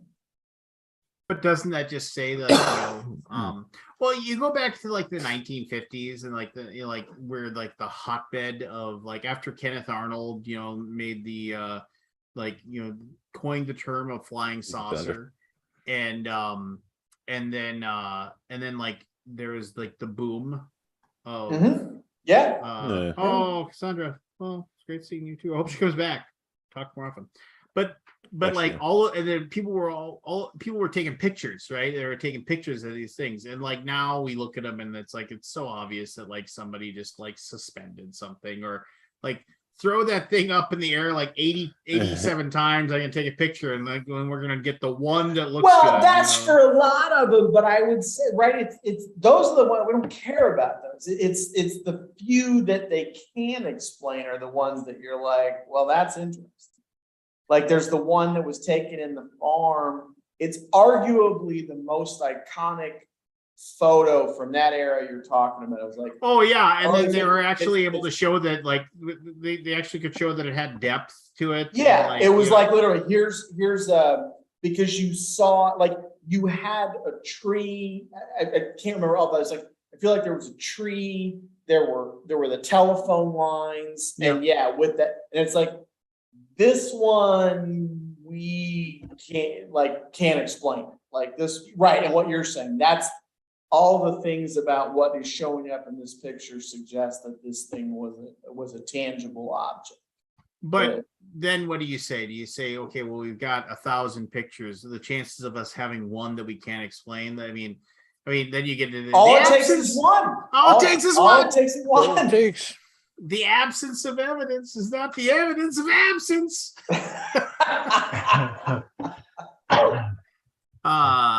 Yeah. I will say, like, you're again, because I find a lot of it fascinating, and we can all, like what you're saying, we can all see things unexpected.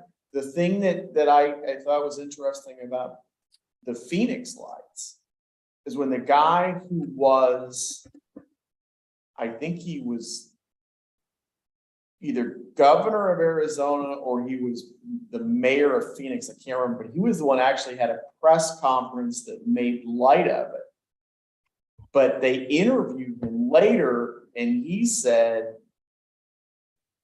when the report came out that this thing was flying over, I went out and saw it. What do you say to people? Like, when you see, because it was one of those things where he said, yeah, I looked up and saw it, and it was something that I can't explain to you what I saw, but he just was like, I don't think it was from here. But he said, when you hold a press conference, what do you tell your people? Like, oh, we had this thing fly over, and we don't I don't, he tried to just kind of explain it away and make fun of it. And I think he has said he wished he hadn't done that. But I do understand his point is like, what do you tell people? Yeah. And I think it's one of those things where I think UFOs are the easiest of the phenomena to believe in or to buy into, because like I said, the vastness of outer space and how much we just don't know what's out there. So like the chances are X, Y, and Z, right? And it's just like, and it's well, and I think you've said it before. I don't think we want to be alone, right? We want to believe that there's something bigger. Is it there's a Arthur C. purpose. Clarke that said that, like, there's one of two things: we're either alone or we're not, and each are equally frightening, or each are equally petrifying.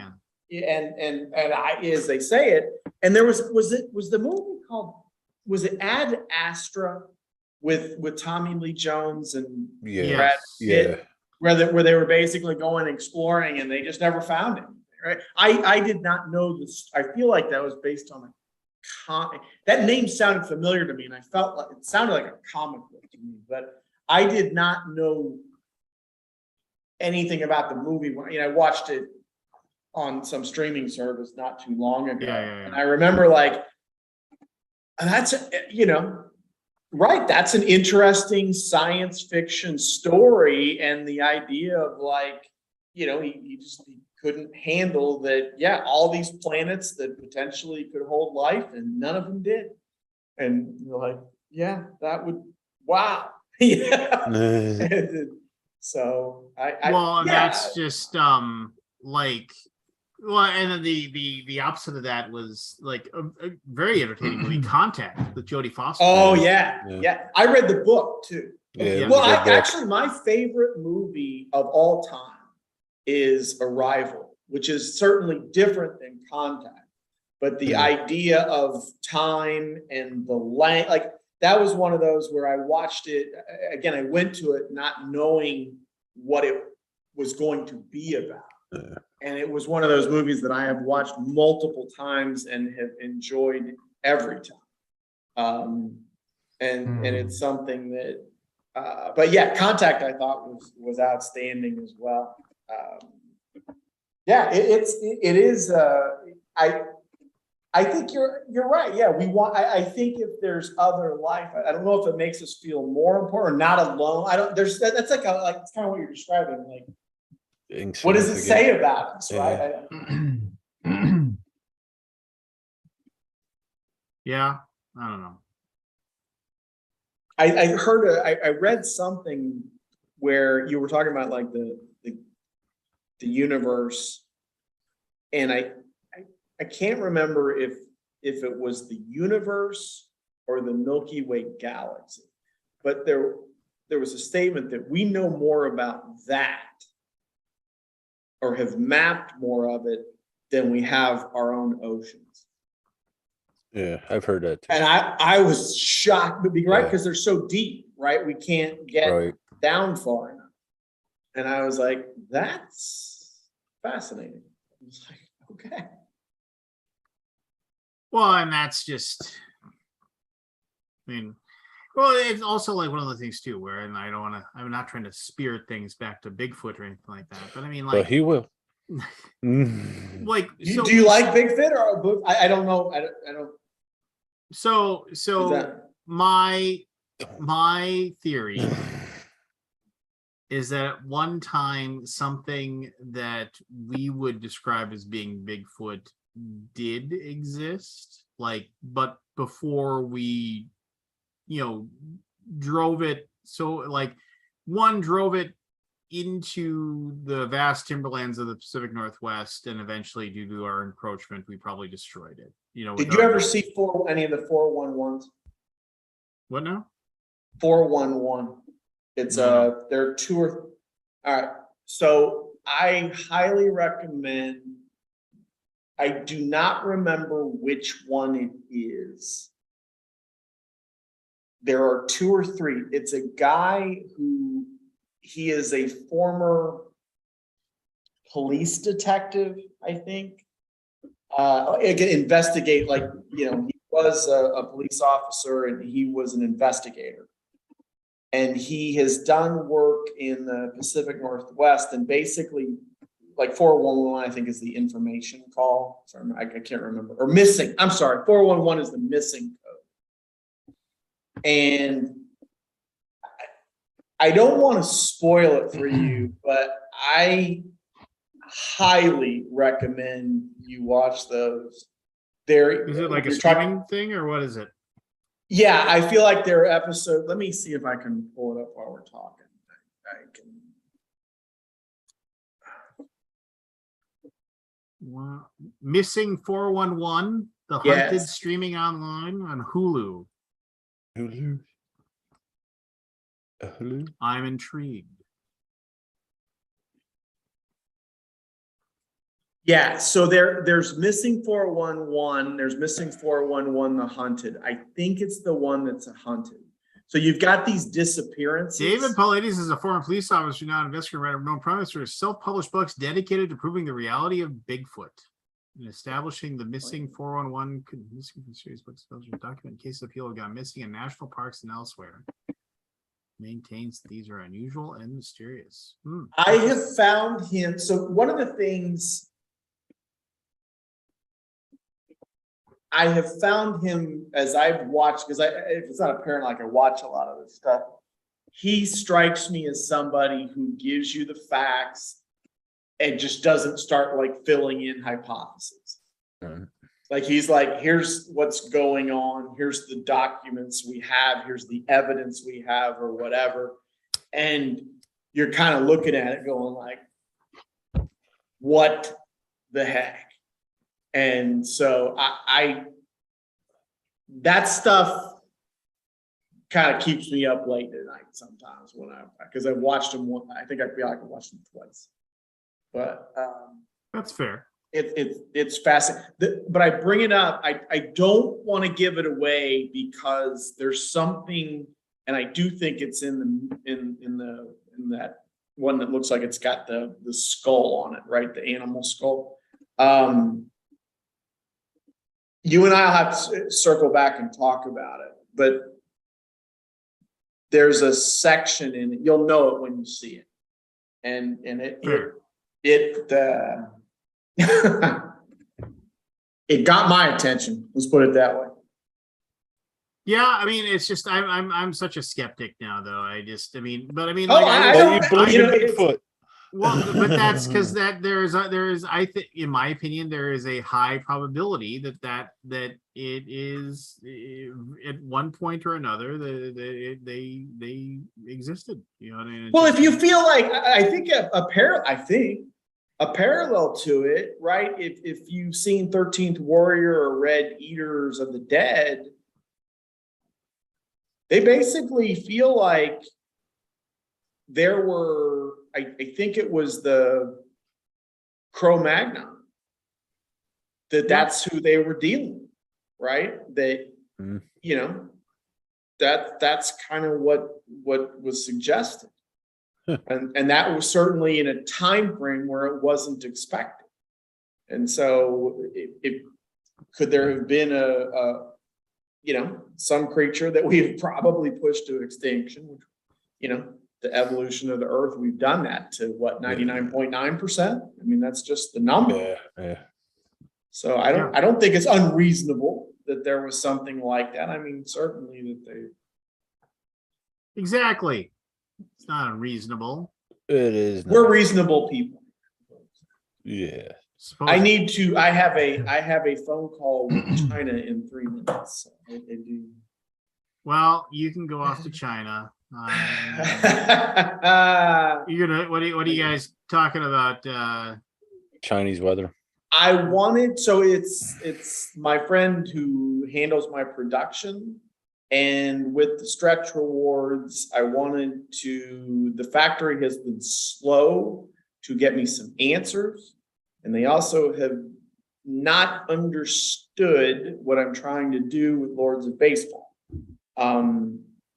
My goal is to try to immerse people more. And so when I asked about some component upgrades, the person who I am currently working with sent me pictures of a bunch of tchotchke type stuff that's plastic based. And I'm just like, I am not succeeding in getting through to you that I'm trying to go for 19 teens pre-plastic. And so I have a very good long-standing relationship with Stephen, is his name. And I want to kind of talk to him and say, hey, she's not understanding what I'm trying to do, and I'd like you to help me convey that, because he's the boss. And so I was just like, all right, I'm going to call in the friend card and convey this. And I just felt it'd be easier to do by a call instead of an email. It usually is. And also because the other thing is I want to ask him to give me some estimates of a couple of the stretch rewards instead of waiting on the factory, so that I can kind of determine where I'd like to slot them, because the success today was fast, and I'm very pleased about that. But there were a couple knowledge items I was waiting on, and philosophically, I feel like I'd like the idea of having 2 unlocked stretch rewards up at a time. And so I wanted to get some information on some of the other upgrades that we're looking to do, and I didn't want to wait on the factory. So that's the idea. Fair enough. All right, so everybody, if you lasted this long, if you're still watching, go back Lords of Baseball, and Lords of Baseball. you get a really cool game. I appreciate it very much, and I'll circle back with you. And you got to tell me about 411. We got to circle back. Yeah, I gotta check that out. Thanks for giving me a. Oh, and I was gonna tell anybody who listened my suggestion of something to watch. I stumbled upon a podcast, and of course, there's probably people that are gonna be like, "Oh, I've lost all those things."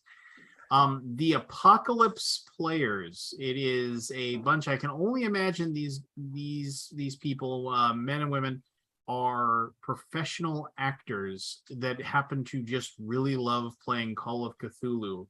But Oh, nice. they do basically radio play while they're playing out their Call of Cthulhu scenarios, and everybody stays in character and just Oh, that's awesome. oh, it's so good. And you can find their podcast anywhere, you know, like where however you will listen to, but just the Apocalypse Players, and they've got tons of episodes, and I've been like just like serious, and they go back in and they put like sound effects and music and all kinds of stuff that's into cool. it. So it isn't just people talking and rolling dice. It is super good. It is definitely worth like, hey, you know, want to listen to while you get on the treadmill or something. Absolutely fantastic. I got all studied up for your big game show quiz. I didn't have that. I was like, I told you, remembering the Lassie was a boy. And Oh yeah, we haven't Harvard. done one of those in a while. We'll have to do it again sometime. But go to your meeting. It was good seeing you, Keith. you as well. Thank you for everything. Hi, good to see you quickly, Evan. Barry. Yeah. And like I said, I'll talk to you more, Lance. I've got Don't worry stuff about for you, right? We're in the middle. We'll talk of when an we email. talk. I'm not worried. Yeah, no, like that. We'll talk that tomorrow too. But I'm looking forward to hearing about 411. Let me know what you think. I will. We'll talk before then. And then thank you again for the video and the support for Lords of Anytime. Baseball. It was much Lords of appreciated. Baseball. Did you get your Thera? I did not formally ask that. Oh yeah, I got it. Yeah, I can see it on my shelf. It's right over there. That's good. That's good. It's good stuff. Yeah, So I appreciate it. Have a great rest of your night, everybody. Good to see Take you. care. Hey Evan. Rose tree. What's up? I don't know. You tell me what's cool, what's new, what's happening. I have a baby who's supposed to be asleep right now, but is not asleep. So if she gets too loud, I will mute myself. You just have to say, you will go to sleep or I will put you to sleep. Whoa. I brought you into this world. I'll take you out. I can take you out. I've always thought that was a dumb saying. What? I brought you in this world. I can take you out. What are you threatening to murder your child? I mean, Because It was the joke with Richard Pryor. Although I don't think he was the first one with that. no, I that was don't a care Bill about that. Cosby, I believe. if Was I it? remember correctly? Yeah. Oh, really? I remember. Yeah, it Talked was. about it. It He was. talked about how his mom used to beat the hell out of him all the time, and then he said, "But dads are different. They're not better. They're just different. My dad would just look at me every once in a while and say, 'I brought you into this world. I can take you out.'" Yeah. So, Yeah, don't do that. but ha, child abuse. Yeah, right. Exactly. We've I don't evolved. think Well, that's my parenting style. some people evolved. Excited to go to the BGG? yeah, there you go. Heck yeah, man. I'm super excited. I always have a fun time hanging out with you guys. Oh, we won't be hanging out. Oh, You'll come be on. working, motherfucker. Yeah, we'll be Well, working too hard to hang out. Did I miss Scott? Was he on earlier? Yeah, he said he wasn't feeling well. He's not feeling well, you know. So Yeah, that's fair. He had some Big surgery crybaby. yesterday. Oh yeah, I think I saw a post or something. Fair enough. Yeah, Yeah, no, it I'm super sucks. excited. And me and Oh wait, Matt will be up BGG's in there. 2 weeks. Mhm. Wow, Scott's Yeah. cutting that Is close. it 2 weeks? Yeah, I'm flying in the 10th. did you not hear us? Did you not hear the dude? No, it just clicked that the operation on it's cutting it close, trying to heal from something. Yeah, from getting sliced open. 2 weeks. Yeah. Oh, yeah. Hopefully he'll be feeling okay. Yeah, it's just hopefully he won't push himself too much. Yeah. This was a treasured heirloom that did you not hear the dude's story? What was the treasured heirloom?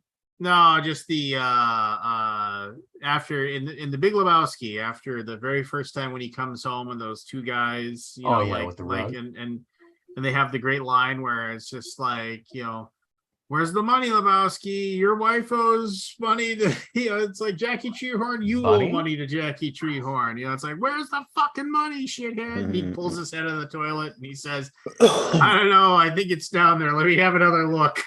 He shoves his toilet in there again. I think it's down there somewhere. Let me have another look. That movie's so Just I haven't heard a seen it sequel's in the forever. make. good. Really? I'm not. God, I hope not. Really? They threatened with something things, but yeah. Yeah, right. They keep And saying that they're gonna was, make I another mean, that Conan. movie's so perfection. They did make another Conan and it Did sucked. they? Nobody No. watched it. That with The Arnold King- with that other Conan guy. the King or whatever with Arnie. No, that with Arnold. They made Oh. what was the guy's Oh, name? that is like one of the like ones that like, because there was rumors when Yeah. he got into his like early 60s. Yeah, that there he was like gonna that was come. like what, like 5 years ago or something, 10 years Yeah. ago. No, he's like I 70 don't know. something I now. don't But I know. mean, Yeah. no, but there was 15 rumors years that ago. like late 50s, early 60s, he was Yeah. gonna come back, Conan and it the was just King. Conan the King, you know. Yeah, it was gonna be. And just oh, because man, I was everybody really remembers excited at the about end of the Conan the that. Yeah, Barbarian, he's sitting on the and, throne, but that is another and, story. and he's just like, it's like, and it was just like many things worried his troubled brow. Yeah. But that is a story for another time. And he's just, yeah, Yeah. it's this deep, intense look of just like, Oh my gosh. Baco, come and let me tell you tales of high adventure. What is best, Conan? Yeah, I made my wife watch both of those movies. Well, Destroyer's kind of but I mean, Yeah, the Destroyer was kind of but Barbarian though, just Conan the Barbarian and Destroyer. First one was like, better. What about the other one? What is best in life? To see, to have your horse behind the four winds in your hair. Wrong, Conan. Wrong. What is best in life? To see your enemies driven before you. And hear the lamentations of the women. Oh my gosh, so good. To cross your enemies, to see them driven before you, and hear the lamentations of their women. When that scene came up, I looked over at my wife. It was like, because that's like a classic line, and she was like, And lame. the soundtrack from Basil Palliadorus. It was a good soundtrack. Oh, that Yeah. any D&D player with knows their salt that's the background noise while you play D&D. I mean, it's Yeah. just like, just every single song, from like Some of the stuff from Destroyer is pretty good too. What? Some of the music from Destroyer was pretty good too. Yeah, that's not bad too, because it's Basil again, but or Basil or whatever. But no, just the wheel of pain. Dun, dun, dun, dun, dun, dun, dun. When they latch him onto the wheel of pain, and then you watch it one by one, everybody else dies until and he it's grows just big and strong. and then it's just him pushing the They wheel fed of him pain. all the meat. He's just like, and what was the wheel of pain for? Nobody knows. Doesn't matter. They were grinding. No, he's just pushing the wheel of pain. That's Yeah. all he does all Didn't day eat long. gravel. He's pushing the wheel of pain. You don't ask. They were making bread. And Big army gotta be. Yeah. Sorry, the slavery. Just the whole opening scene where the riddle of the steel is like such a And that's the name of the song.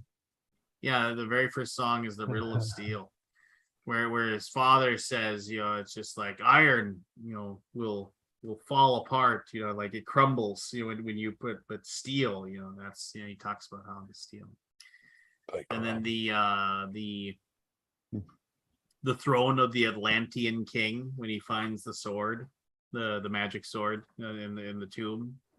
It's another great song. And even the like I think it's just called The Orgy when they're like the and the giant snake or whatever is gonna you know, and just like and they're fighting the giant snake and which is so classic Savage Sword of Conan comics, fighting giant snakes. That is just I used to love those old Savage Sword of Conans. They were so good. The thing that really stuck with me when I was young was when you turned the snake into an arrow and then shot it. Oh yeah. Turned the curly snake into a straight arrow. I was like, The nudity? you know, movie magic. Yeah. I was super impressed as a kid. I had to rewatch it.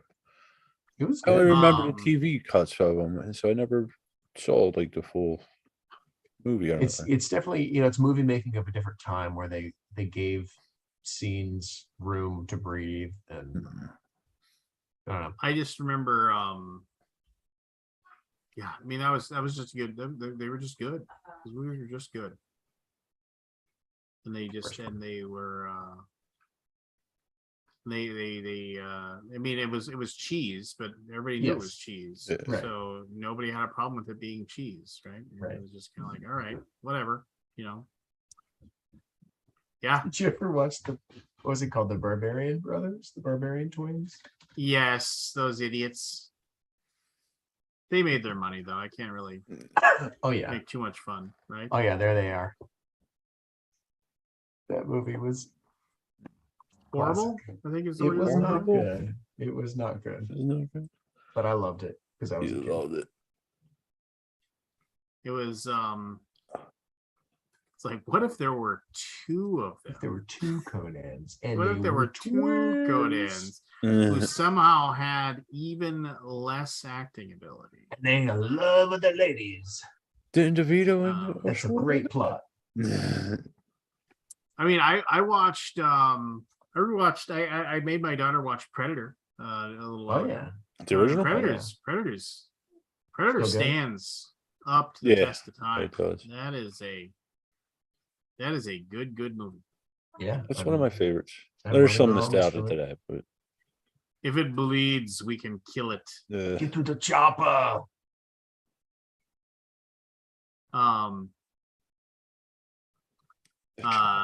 Such a good I mean, yeah, now you got me thinking about just I am like, here. Kill me now. I'm here. Come on, kill Come on. me. I'm right here. Just jumps over the lawn. And then that close-up look he gives. They're like, oh shit. Yeah, damn It's it. so good. Yeah, just like, come on, do it. I'm right here. You've got a pretty good Arnie voice, man. Oh, he's it's just so much fun to do. I mean, it's just like, you know, I mean, Yeah. poor man. uh, Poor That was- billionaire. whatever. I'm pretty sure that was a direct cut from Total Recall when he's like fighting somebody. Yeah. Yeah. Yeah. Oh, when they're taking out his eye thing. Or no, the Yeah, nose the thing, mask nose when thing. it was the woman, wasn't it? Oh no, yeah, you're right. No, Wow, he shows wow. up there and No, then no, there where it's is that? it's like, and how long will you be staying in Mars? 2 weeks. And then he's like, and do you have any fresh fruit or vegetables? 2 weeks. Oh yeah, when the thing was messing up. You know, Yeah, he's done And some they- good ones. That was so like I remember being so impressed with that CG. it was I remember being like yeah, when it just went, so you know. intensely just so intensely like thinking my goodness, this movie is so violent and I love it yeah. so much. Yeah.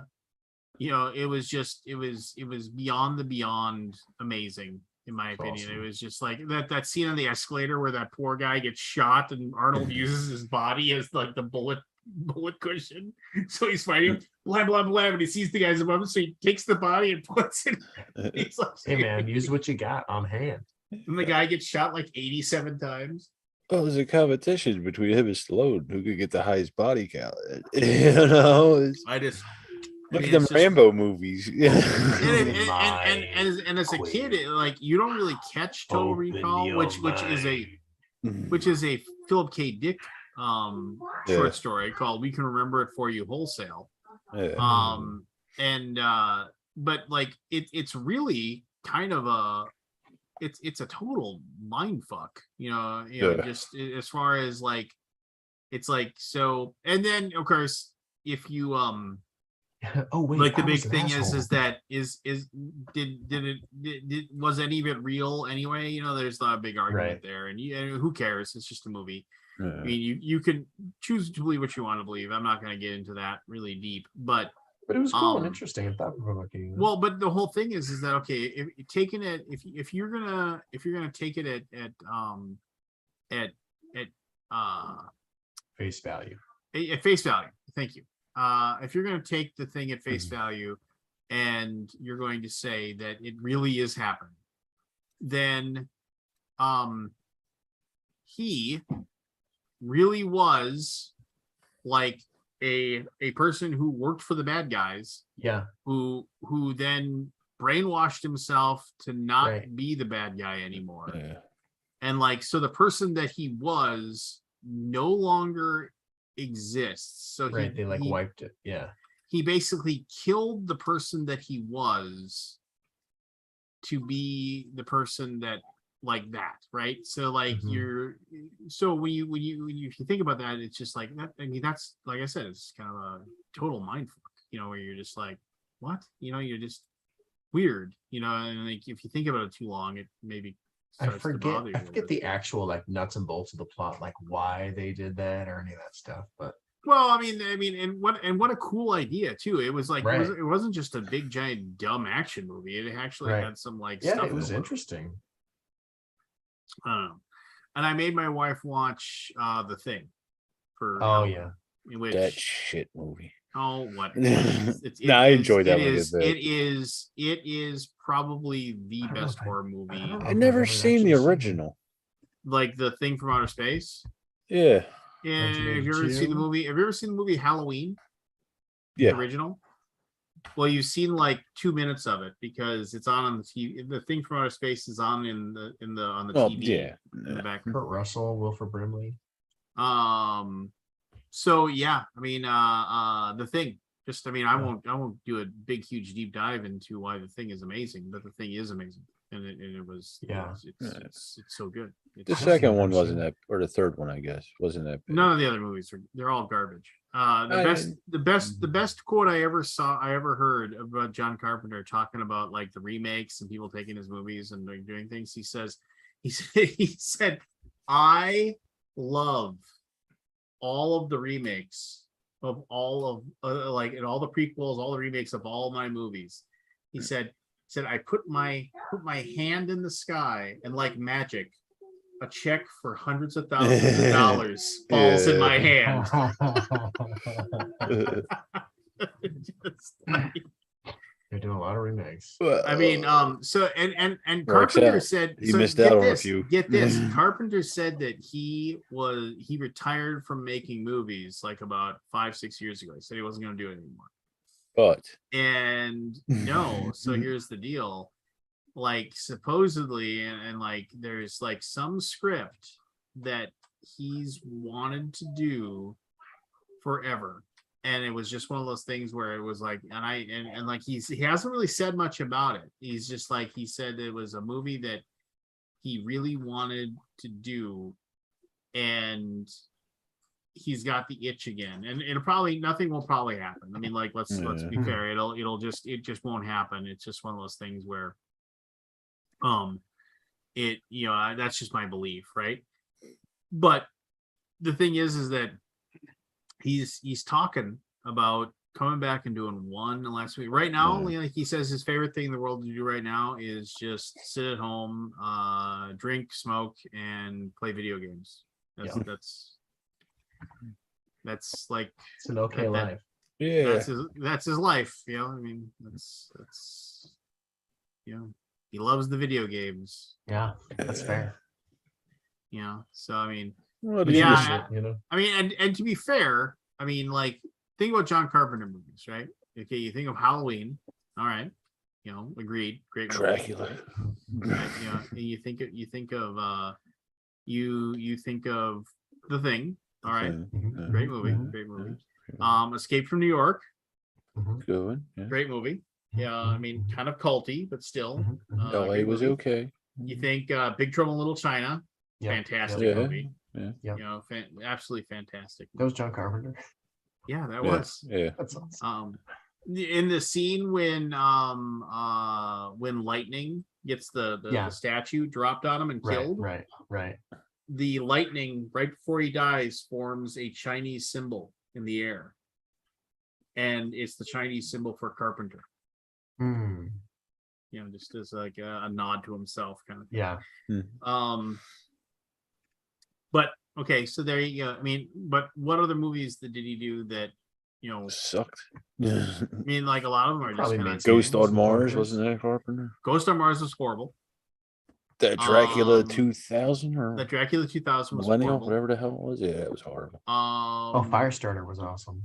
That Firestarter was when I good. a I'll kid. give, Yeah, I'll it give you was- Firestarter. yeah. I'll give you I Firestarter. forgot he made that one. Yeah. Yeah. Halloween. Bunch of Halloweens, Vampires. yeah. Never saw Vampires or Lovecraft. Vampires was garbage. Into the Mouth of Madness, when he did that, that's pretty good. That's him, right? Was that with the Aussie Yeah, guy? yeah, that's him.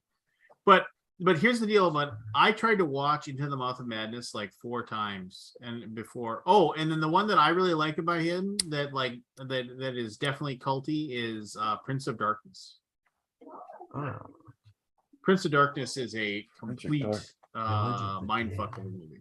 I don't think I've seen that one. Prince of Darkness. oh, there it is. Prince of Darkness goes by the theory of what if there was a church in the middle of downtown Manhattan that secretly held in its basement the gate to hell, and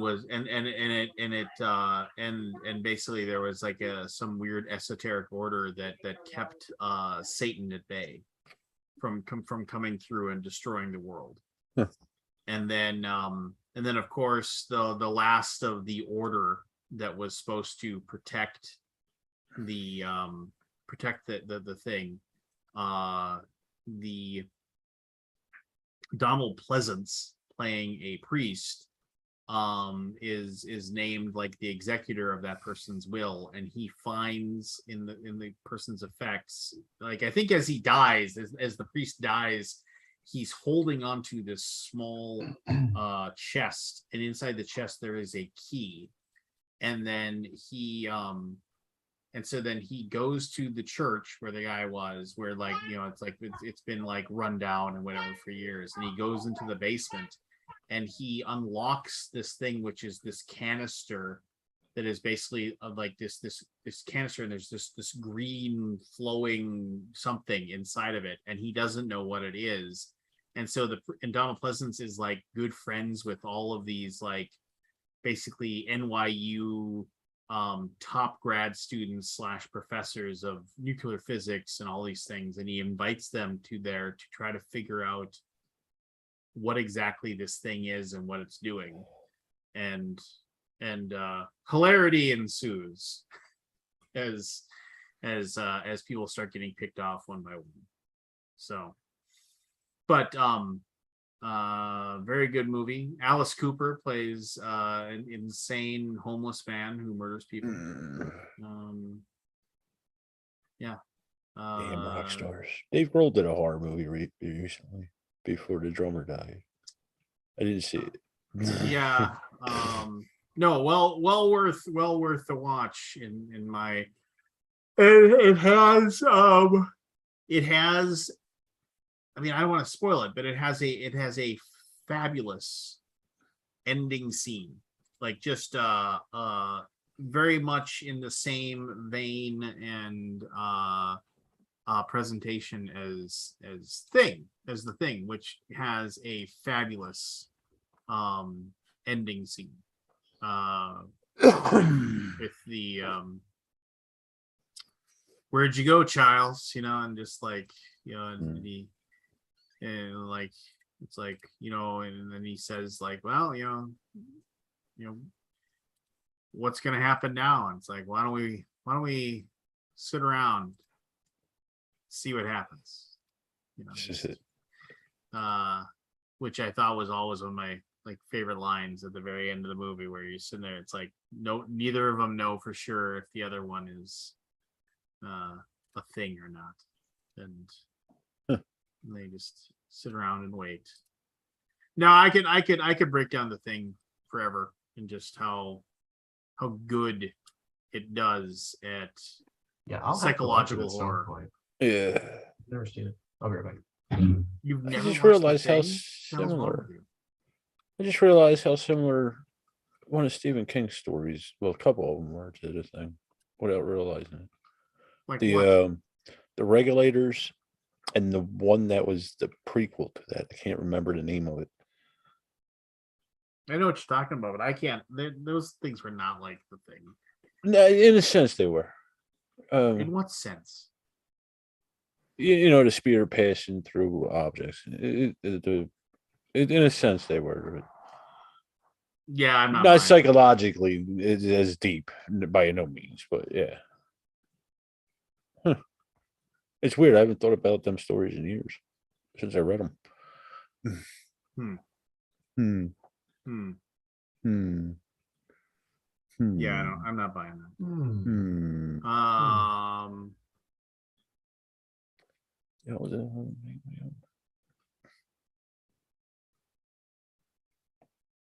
They don't come to me. No, I trying to think of. I mean, neither of you got a favorite horror movie? I mean, like, there's all kinds of new ones that have come out now that everybody talked about as being amazing. Like, Hereditary is a really, really good horror movie. If you I watch have that, not seen that one. No. that's I heard- deeply disturbing. I heard that Korean one was really good too. Paranoid? No. Parasite? Parasite is good, yeah. But I haven't seen that Sounds one scary. either. American Werewolf in London. American Werewolf in London is very good. Try to think. What I got. What is it? Lance should know. Oh, Food Cubes. Food cubes. I got my solo mode and my food cubes. They're not nice.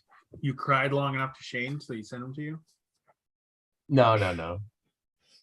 I got them as a regular old backer. Oh, that's right. You back your own games, you idiot. Idiot. I was excited, man. Well, at least they didn't screw up your order. Right? Those Gray Fox guys. We've had some issues. Just a few. Oh, really? Don't get them started. Evan. I want to say am Alex for some losing my reason. mind. Oh, I am sorry, man. absolutely losing my mind with the fulfillment of our Yeah. campaigns right now. I am Sent some strongly worded emails. I could send emails all day long. It Right, doesn't yeah. matter. Nobody It's reads. just nobody cares. Nobody knows. I know I have a friend who has like this big old warehousing thing and shipping thing, and I'm like, you guys should ship board games, and they're like, we're not gonna. You know, I've had Aldi asked me about doing it, and I was just Yeah. like, and not this isn't me working for him and doing, but he was like, he asked, he and I had a long conversation about it, and I was like, well, here's the deal. I was like, the toughest thing that you have is staffing, Right. because you're not going to need people for such an extended period of time. Right. So you're like, oh, you know, it's like, well, I don't need you. So you rely on these places rely on temp staffing. Well, you Right. can't when you do temp staffing. Well, you know, I mean, let's just. It's tough to train people. It's not even training people, because it's not tough shit to do, and I'm No. not trying to downplay it. I mean, it still has to get done. But what it is you have a box and you get a slip of paper, and the slip of paper has like 1 to X number of UPC symbol, like skew symbols on it. Right. You have a scanner that, you know, you go boop, and then you go over and you boop, and you take that thing and you put it in the box, and you boop, boop, in the boop, Yeah. boop, and then you put the packaging in, close it, zip, zip, zip, sticker. And you put it, and then you throw it down the line to the next person on the line who is in the process of stacking all those things up and entering in the shipping notification to FedEx or UPS or whatever to then come pick that up and send it off. But Yeah. you know, repeat that, you know, 1,000 times. yeah. Wow. And those people are going to be like, this sucks, and I'm being Yeah. paid $12 an hour to do it. I don't want Right. to do this anymore. You know, and it's just kind of like, and it's just like when you do monotonous job like that, or mistakes just happen. It's just Yeah. because you're not, you know, it's like after you've done the same thing 100 times, you're just like, oh, I forgot to put dice in that one. Who cares? Moving on. You know, I don't care. Not my problem. You Not know, my Customer service will handle it later. yeah, Mhm. somebody else will take care of it, and I'll be on to my next job anyway. I won't even be at this place anymore after that. I'll be at Amazon making the big bucks. Yeah, you know, so I mean, it's just, I don't know, it's not an enviable Yeah. Yeah, I'm sure it is. thing Yeah. to do in any way. I wonder if that does well, like with college kids, like areas with colleges, you know, because they're like sort of you know, in the area, you know, depending on the semester. Never thought about it. I couldn't tell you. I don't know. I mean, 'Cause I know don't. it's like I here. just, I mean, it's. I mean, I don't envy, you know, the process by any No. means. You know, it's just kind of like, you know, definitely going to be some drudgery going on in that situation. Yeah. But I don't know. I didn't mind being a dishwasher. You know, just Well, back some there people are made for it. Some people. doing your thing. But when you're a listening dishwasher, you to- got to sit there and you probably shot the shit with the people around you, right? You know, I mean, I remember I when was usually back there. I'm sure they do the same thing. when I Yeah. delivered pizzas, Yeah. I was like, That was my when favorite job. you had time, when you came back after delivering a pizza, like especially since I worked at a restaurant that delivered pizza but also had in-house dining. Yeah. So we were like, Same. it was just, we just did dishes. I Yeah. mean, that's, you got back from you done and you were just sitting there. And I actually, yeah, I mean, to be fair, I remember too, we had one of those giant dishwashers that you basically had Yeah. the big giant Yeah, you do the sprayer, guillotine yeah. door Yeah. where Yeah. you sit there and you spray everything down Yeah. and then you spray everything, put on the rack, put the rack in there, Yeah. close it up, hit the button, you know, and then once every like, you know, like 4 to 6 hours, the alarm would go off because there was no soap and it sounded like the world was coming to an end. Brr, brr, brr. You're like, oh jeez. You know, and you have to go and turn the whole thing off and go get the soap dispenser and add it on there. And then there was, and then tables, because, or not waiting tables, but and I remember driving pizzas they was my and favorite. then you couldn't wash the pizza, the pizza pans. Like so like Happy Joe's actually didn't have a conveyor belt. You actually put it in the stove and you washed we had it that. and you pulled them out. Yeah. So and then when you spin 'em. served it, you put it on a like just a round pizza pan, right? Yeah. You know, and but thing was that like those were just a little bit, the large ones were just a little bit too big to Mhm. put in the dishwasher. Yeah. And so the boss would always like, don't put it, but the medium and small ones you could, but he said like the heat in there would eventually like warp the metal and stuff like that, you know, from the thing, and he I don't didn't think we want ever us to had do that that. issue. And when nobody was watching, we threw them in there anyway Yeah. because we were, you know, but so the pizza pans, we actually had a normal sink, and like so that was less fun, you know, sitting there and Yeah, scrubbing yeah. each Yeah. one Scrubbing. and scrubbing the back and then putting, you know, and like rinsing them off and then wiping them down, and what a pain in the ass that was. How dare he? I don't remember having to do Damn. that at all. Maybe ours was a little bigger, or maybe our biggest size was a little smaller or something. I don't know. I don't know. Maybe. It was a good job of. Well, some love people are delivering just pizza. made out. Like we're working on the trains. We had the inspection crew, and I was on that for 2 months. It drove me insane. It was like luckily I made a deal, got back to running repair, but Yeah. some of them guys were just made for that, to look at the same thing every day. Yeah, some people aren't. I know, Yeah. like I said, I couldn't. I tried for a couple months. It drove me nuts. There's absolutely something to be said for, like I've said this before. I remember when I was like, 19, 20, 21 years old, delivering pizzas, and like all I could think of was like, just get through this shift so I can get out of here and I can go do something fun. But there was always that guy in his 40s or 50s that was working there as part-time or just whatever, and delivering pizzas, and Mitch or whoever, you asked him, he would always take your clothes. Like, you had a girl on the line who was like, yeah, come on, let's go to the party. And you're like, fuck yeah, let's get out of here. Mitch, you want clothes tonight? And Mitch would always be like, yeah, I can work till midnight, no problem. You're like, man, Mitch, he's got no life. No, he went out into the world and he worked at all these high pressure jobs. And then he got back to this one. And so let me get this straight.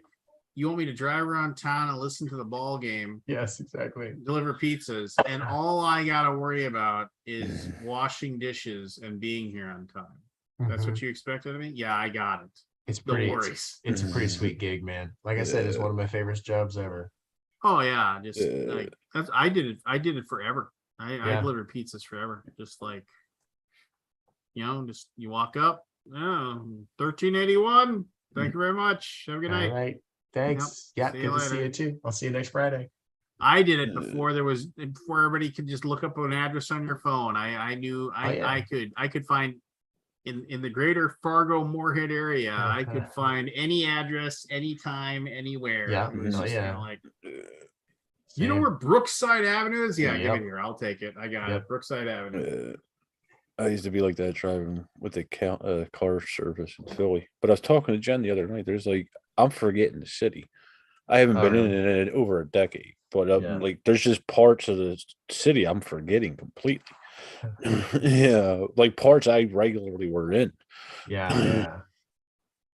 I could probably still. Well, the cities do actually remember like most of eventually Carpenter. change on you a little bit too. No, but I mean the streets and all, like the core of Philly is not really. There's no room to change. It's the streets and all stay the same. Yeah. Maybe interesting if true. The core of Philly, it's been there for 200 years. It's not moving. It's not changing. There's no room.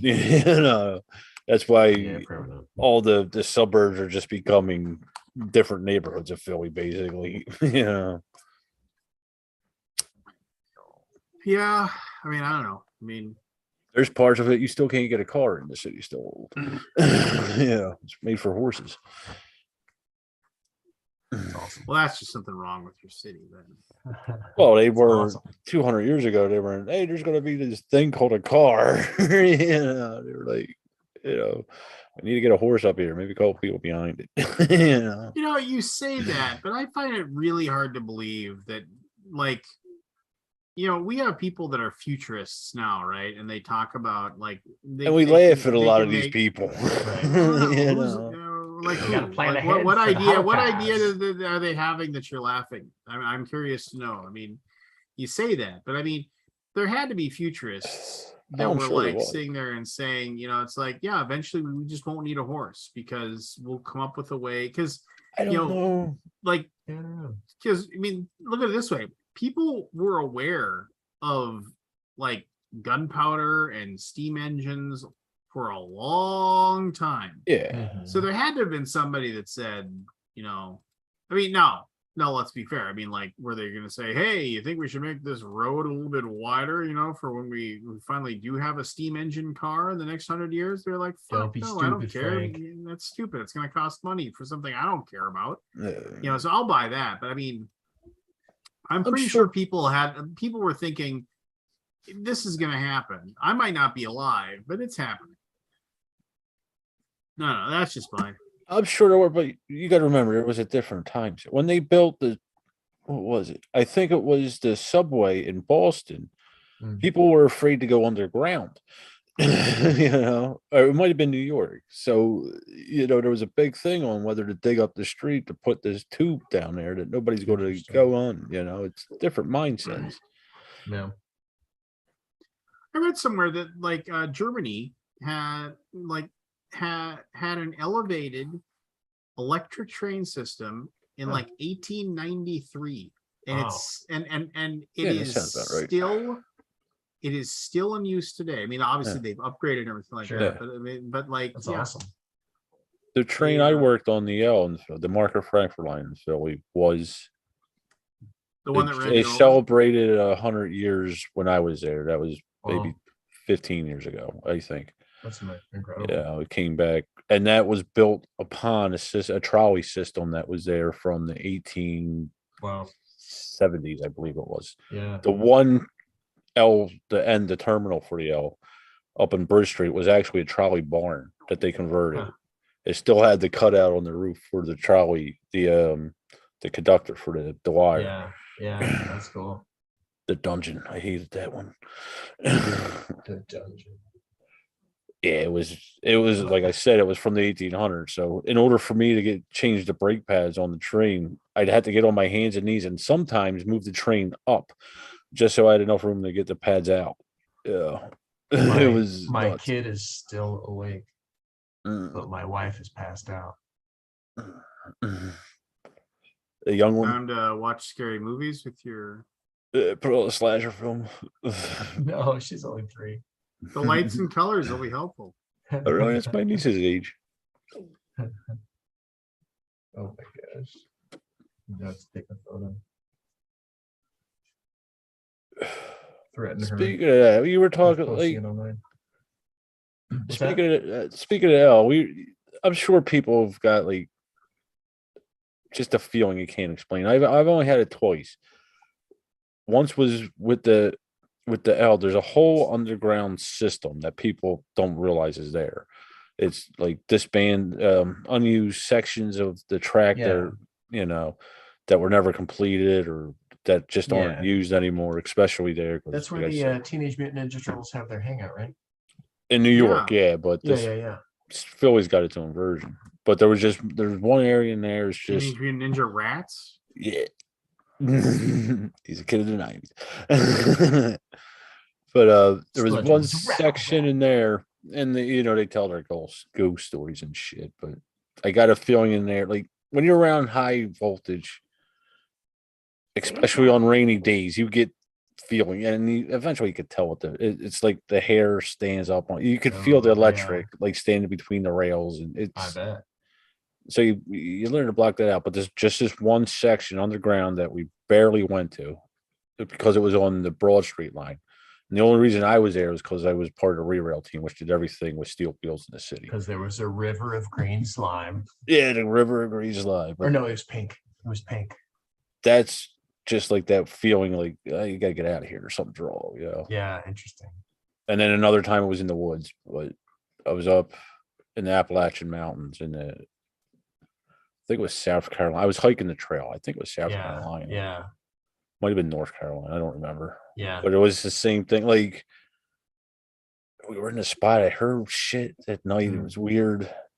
There's another one, and I just got to get out of here. But it's pitch black, and I'm not going to hike the trail. How do you get out of there? You don't. You sit there. Where do you go? It's pitch black at night. The sounds. Eventually, I figured it out.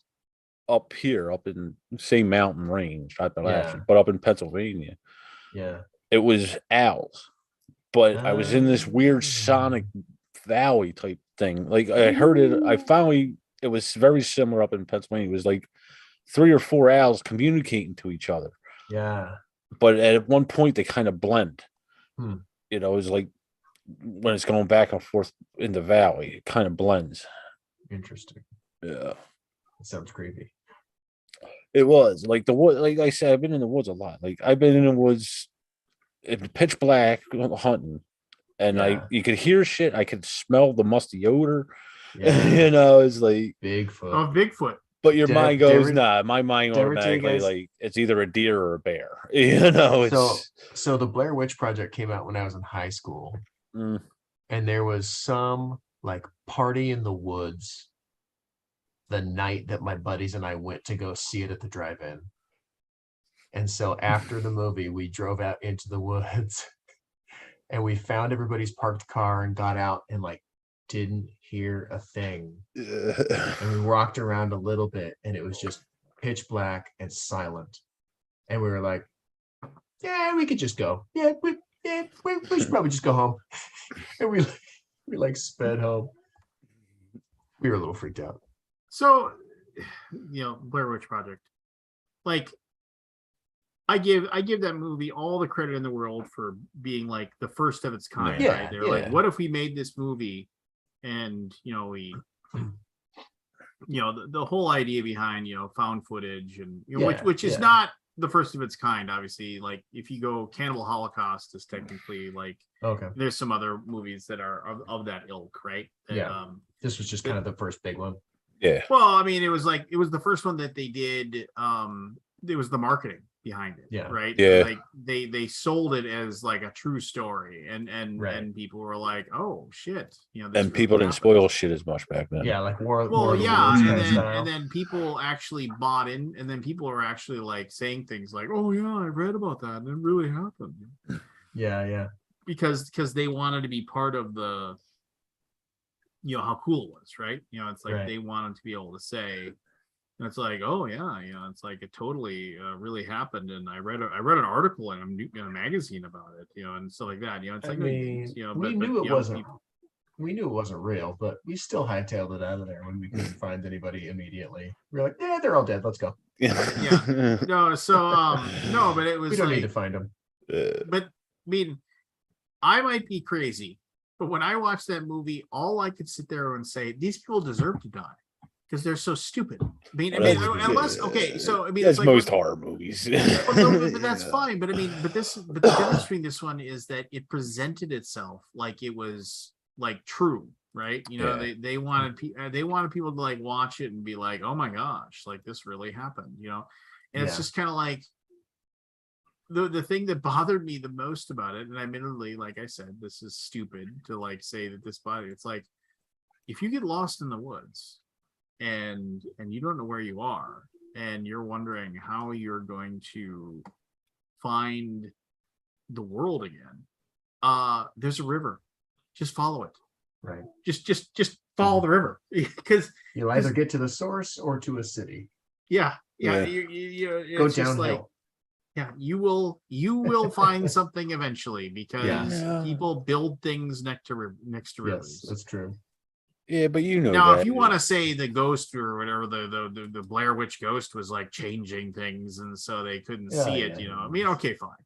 who knows? I'll let you give that as your explanation, but no, just like you deserve to die. You didn't know any better. Yeah, it's one of those things where They it's were like, just college kids out having a good time, trying to make their documentary. trying to make their documentary with us. And then yeah, I don't know, it was, I give it credit, good for Oh, you yeah. guys. It left a lasting impression in my brain, that's for sure. and it spun a whole bunch of other ones. Oh yeah. Oh yeah. Different genres.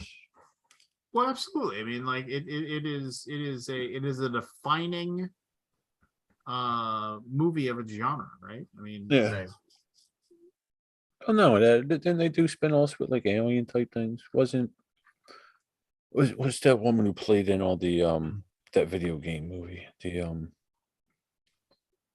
The one that was on PlayStation with the zombies. Oh, Mila Jovovich? Yeah, her. Yeah. She did one with like an alien abduction thing out in Nome, Alaska or something. I remember watching. So they did similar things. Well, no, that was more like an interview type thing. Okay. But I think I remember other genres trying the same, like hidden cassette, whatever you want to call that. Yeah. Yeah, Bitch. Yeah. Did you know she was a singer too? No, I did not know that. Oh yeah, in Russia when Yeah. or was it Russia where she grew In up? Soviet Russia, Soviet Russia. Jovovich sings you. Yeah. It's actually true. You're Yeah. right. Yeah, I was more into her than I should have been. And so Well, it was found- your age. I got the album and yeah.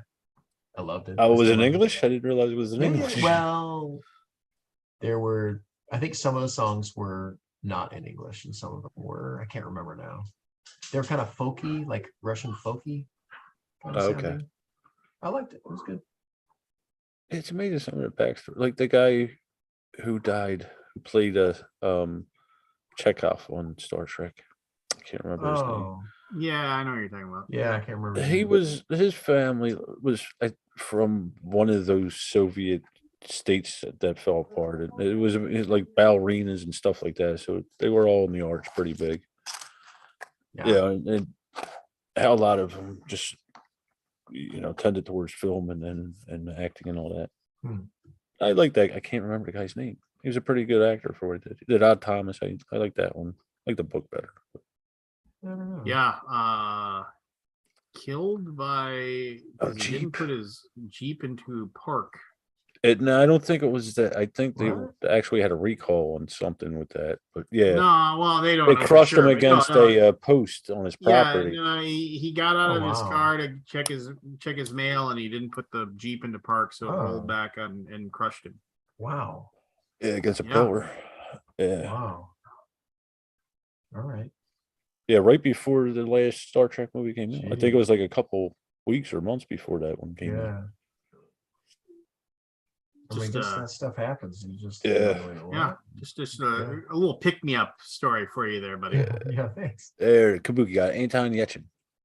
I couldn't remember his name. Yeah, one of them was in the ballet, and I think the other one was a singer, an opera singer or something. The parents. Yeah. Wow. Well, I mean, and then there was just recently. I mean, this is not to talk about horrible things, but in New York, there's like this guy. You have to Google it, but recently died on the subway because he was dragged because an article of his clothing got trapped in the closing door. Oh. And he got dragged off of the thing, and then like basically might have survived if the subway didn't pass by another train going the other way, and just Nope. Is this real? oh yeah, it really happened. It's Nope. Yeah, I don't know. But yeah, it could happen. I could see it. With Philly, there's door sensors. The door would never call them. It would, unless there was a major malfunction.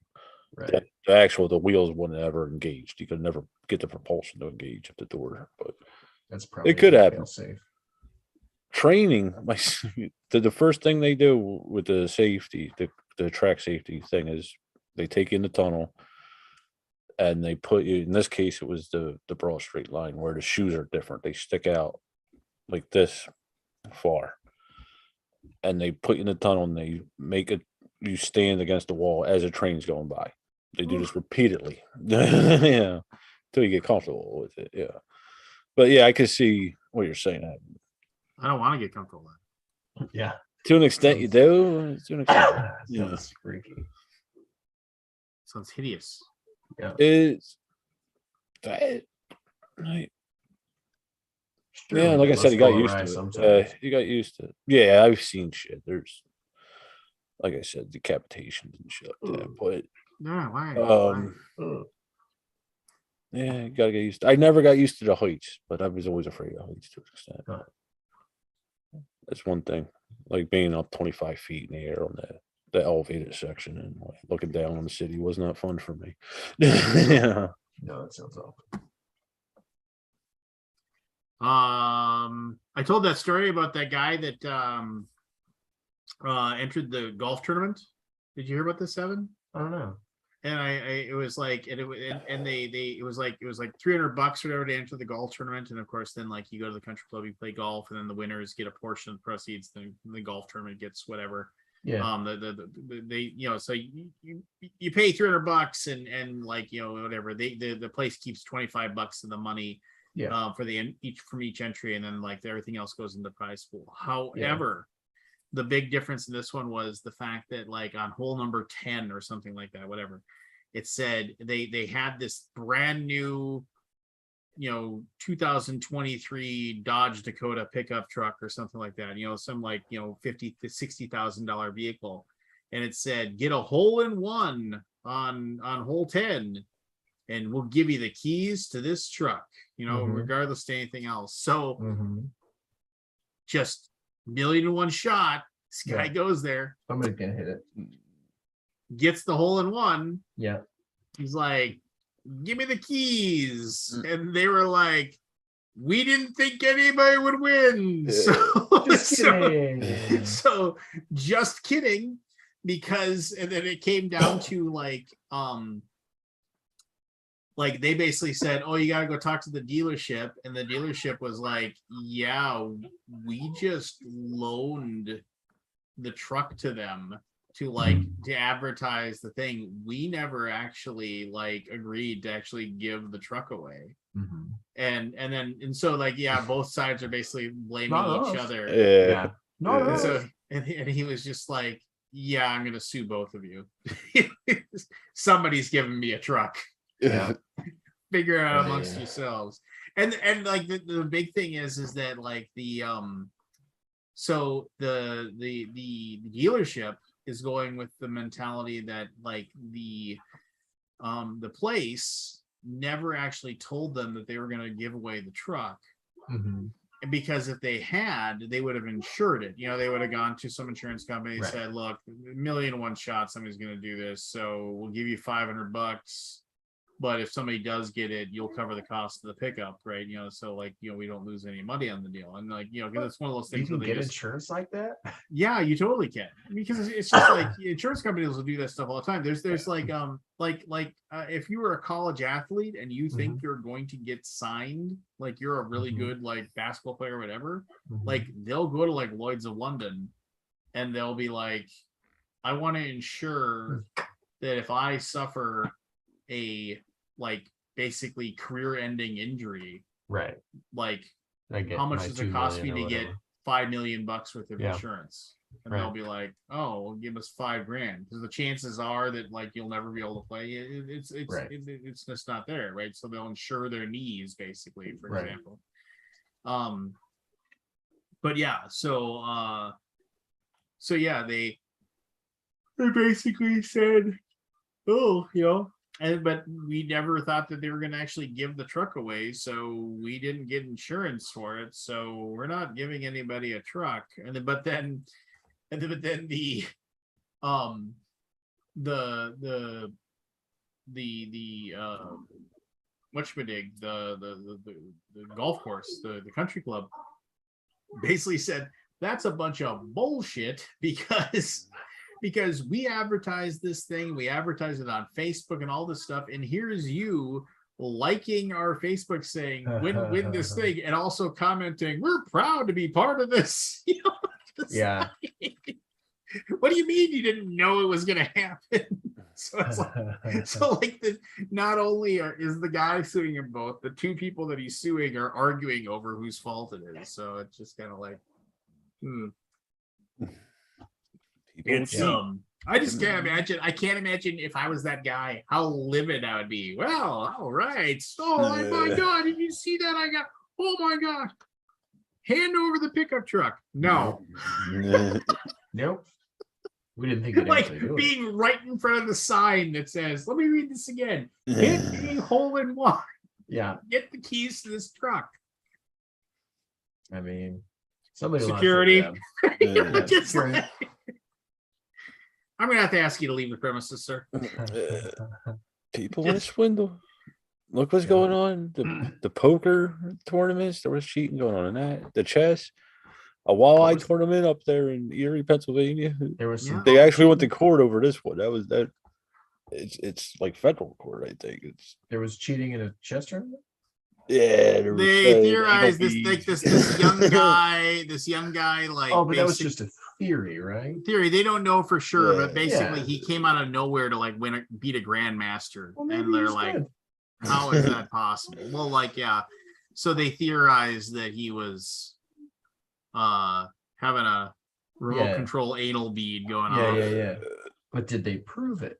No. Nah, that- And he's offered. He Exactly. said, "I'll play chess with anybody naked," you know. And they're like, "Well, Yeah. that doesn't help because it's inside of you. So we're gonna need you to go ahead and spread them." spread them. Yeah. Anal No, check, free it's- play. Yeah. But no, those are the things that are just all like, you know, I mean, what do you do? You know, just like, I don't know. I mean, you can't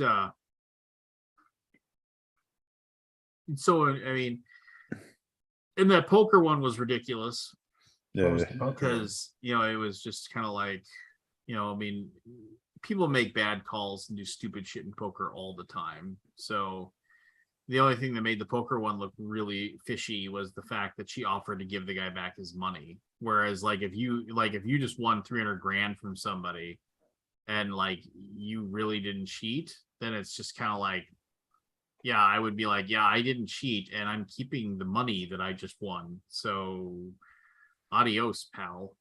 Yeah, and just like, you know, I mean, What- stuff like What was the scandal? Why did they think this person? so cheated? it was just one of those things where like I mean, I really just basically she had rags. She had nothing. She had like Jack 3 offsuit, Sure. and the guy stone cold bluffed.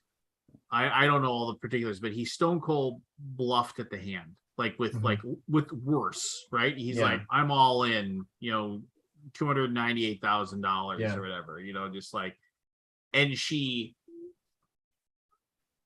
like basically trigger call like not Yeah. even a question, like, Yeah. and then so he turned his cards over and he's Mhm. like, oh well, you got me. And like, and he turns his cards over and he's got like, you know, 8-6, you know, and Yeah. then she turns her cards over and the board's got a queen and this other stuff, and Yeah. he's just like, oh, you got me, you're good. And then she turns her cards over and it's like a Jack 3.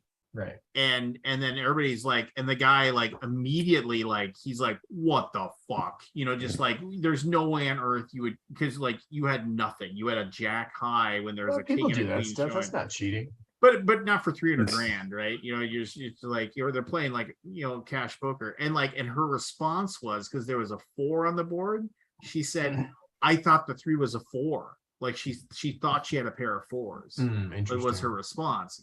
And then the guy was just like, and he was like, I need somebody over here right now. And then they got up and went to go talk. And she said, how can I make this right? You know, I'll give you back your money. Like, cause like, you know, and so she gave him back his money. And everybody's just like, well, why would you give back Why the would you money do that? unless you were actually like cheating, you know, What- just kind of like that. What type of cheating would she have done? Given herself. So a the horrible theory hand? that a lot of people had was that because it was one of these things where it's shown on a delay, like it's live poker. There's all these like casinos, like if you go up to YouTube and go live at the bike, there's Yeah. this casino that like just basically whenever there's like action on their high stakes poker, they just show it live. Mhm.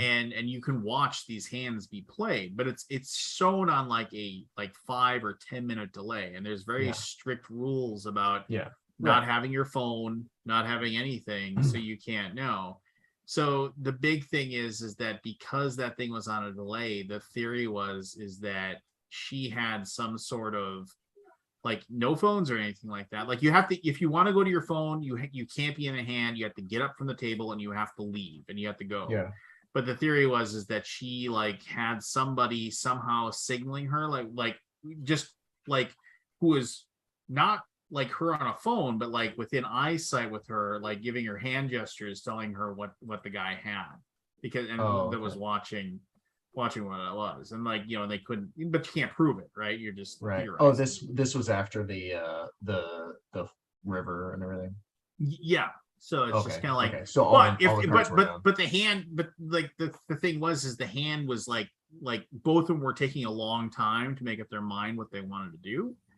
And so the theory is that either that person was able to get a look at that person's whole cards, like they like happened to like The when they delay was snapped them long up, enough or or they whatever. caught it on the feed, and Yeah. and then they let the person know, yeah, you got this guy. He's Hmm. he's like they signaled he's got it, somehow, like you go 8, 6, just like or something, nothing that blatant. And then so she Yeah. knew she had him beat, and it's Huh. like, oh yeah, I'm all in $287,000. Call, I win. Yeah. Just like, I and mean, then like people realizing, make weird plays, man. well, yeah, I mean, well, yeah, people do dumb stuff, but I mean, I mean, I don't know. I mean, it's a different world, right? When you spend that much money, or so I don't know. Who knows? I mean, everybody cheats. If you ain't cheating, you ain't That's trying. true. The Bill Belichick way. racing. But Inflate gate. inflate gate. Hey, I believe that. I believe that I love how like they just basically had Tom Brady like take the fall on that one too. It was like, because they were like, if Belichick, if it's known that Belichick cheated again, he's like, yeah, I had no idea. No bullshit. Like nothing happens on that team without you knowing. Right. Yeah, just like, yeah. My question is, if there's a perfect amount to inflate a football such that it makes you throw better, why isn't that just the normal? Because that wasn't it. It was like they talked a lot, like some depending upon the quarterback, they just have preferences. Okay. And it's just kind of like, I mean, but whatever. Like they say, everybody's trying, everybody's cheating, everybody's trying, everybody's like, scamming the system, trying to get one passed, and Yeah, Not everybody. everybody, everybody. even you, Evan. Everybody. No. Never trust a kid with a newborn sleeping next to him while his wife's passed out. Yeah, there you go. All right, it's super Yeah. late. I'm gonna go to bed. right. Have a happy and safe Halloween, everybody. Happy See you here Halloween. next week, and then we will not. So the week after next week we won't have one because we'll be Alabooming. Alabama. Yeah, I mean, not BGG Alaboom. conning. We'll be BGG conning. Yeah. This might be my last one for a while. Then. Let me see. What do you say? This might be my last one for a while. Let me see. What's your last one for a while? Alboom. Why? I'm What are you gonna be going- doing instead? November. Something better. No, there's a week in between. Now for Thanksgiving, I'm going up the mountains for a week. Oh yeah. Nice. So I'll probably All right, miss say hi two. to Bigfoot for him. No, we're in Pennsylvania, not over there. We got, what is it over here? The Wild Man or something? I forget. Hairy Man, something. It's There's the a same version guy. over here. It's called the Mothman. No, that's West Virginia. Mothman. West Virginia. Central, they call it the Swamp. Blue Ridge Mountain, Shenandoah River. Life is What's the- over what's- here. What's Over the the trees. around the mountains? Going like crazy. What's the joke? Death Death shows up and tells the guy, "You got 3 minutes. What do you want?" And he says, "I want to hear Country Roads." He's like, "Sorry, that's 3 minutes and 3 seconds." And God says, "I'll allow it."